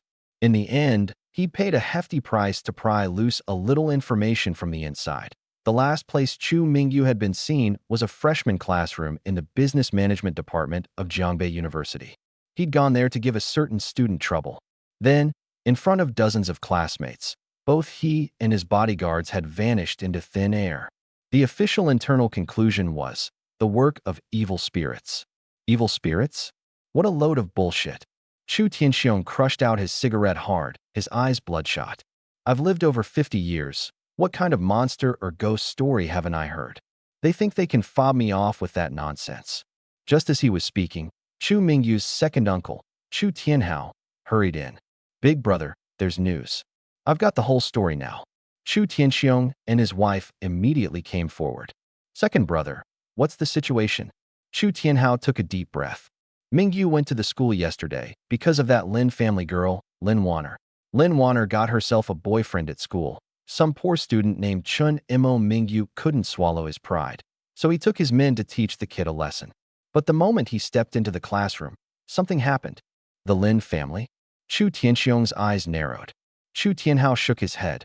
It probably has nothing to do with the Lin family. That Lin Wanner girl, we watched her grow up. What ability could she possibly have? Then it's this Chun Imo kid. We've looked into the kid's background too. Just an ordinary student, nothing special about him. Big brother, this matter, maybe it really was the work of evil spirits, Chu Tianhao explained. Bullshit. What evil spirits? Tell me, where the hell are these evil spirits? Chu Tianxiong lost his composure right then. My son went to find Chen Imo. One moment he arrives, the next he's gone. Even if it really was some evil spirits doing, this debt still lands on that kid's head. If he hadn't seduced Lin Wanner, would my son have gone to that lousy school? Would any of this have happened? Chu's mother's sobbing cut off abruptly. She jerked her head up, her eyes venomous. That's right. It must be that little bastard Chen Imo. Old Chu, you have to catch him and make him tell you where Mingyu is. Chu Tianhao frowned. Big brother, sister-in-law, Mingyu's disappearance breaks all our hearts. But the authorities are watching this case closely. For the Chu family to act on it directly, wouldn't that be unwise? Then we find someone else. Chu Tianxiong took a deep breath, a flash of ruthlessness in his eyes. A student with no backing.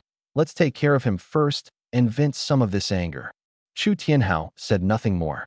Chu Tianxiong quickly pulled out his phone, scrolled to a number, and dialed. The call connected almost immediately. Hello, Qingluan. It's me, Chu Tianxiong. At that moment, inside a luxurious suite in the city center, Shun Qingluan was leaning back in her chair, holding a glass of red wine with her eyes closed, resting. Hearing Chu Tianxiong's voice, she raised an eyebrow and spoke politely. Is that Mr. Chu? What a rare guest. What wind blew you my way today? The Chu family was one of Jiangbei's top elite clans, wielding influence in both the legal and criminal worlds. Even though Shun Qingluan had considerable clout in Jiangbei's underground circles, she still had to show the Chu family some respect. Qingluan, it's a small matter. I'd like to ask you for a favor. Chu Tianxiong got straight to the point. Go ahead. Jiangbei University, Business Management Department, freshman year. There's a student named Chun Imo. Chu Tianxiong's voice was ice cold as he enunciated each word. Bring him to me. I want him alive. I have questions for him. Once it's done, name your price. Shun Qingluan had been listening casually. Grabbing a college student was a trivial task she could handle with her eyes closed.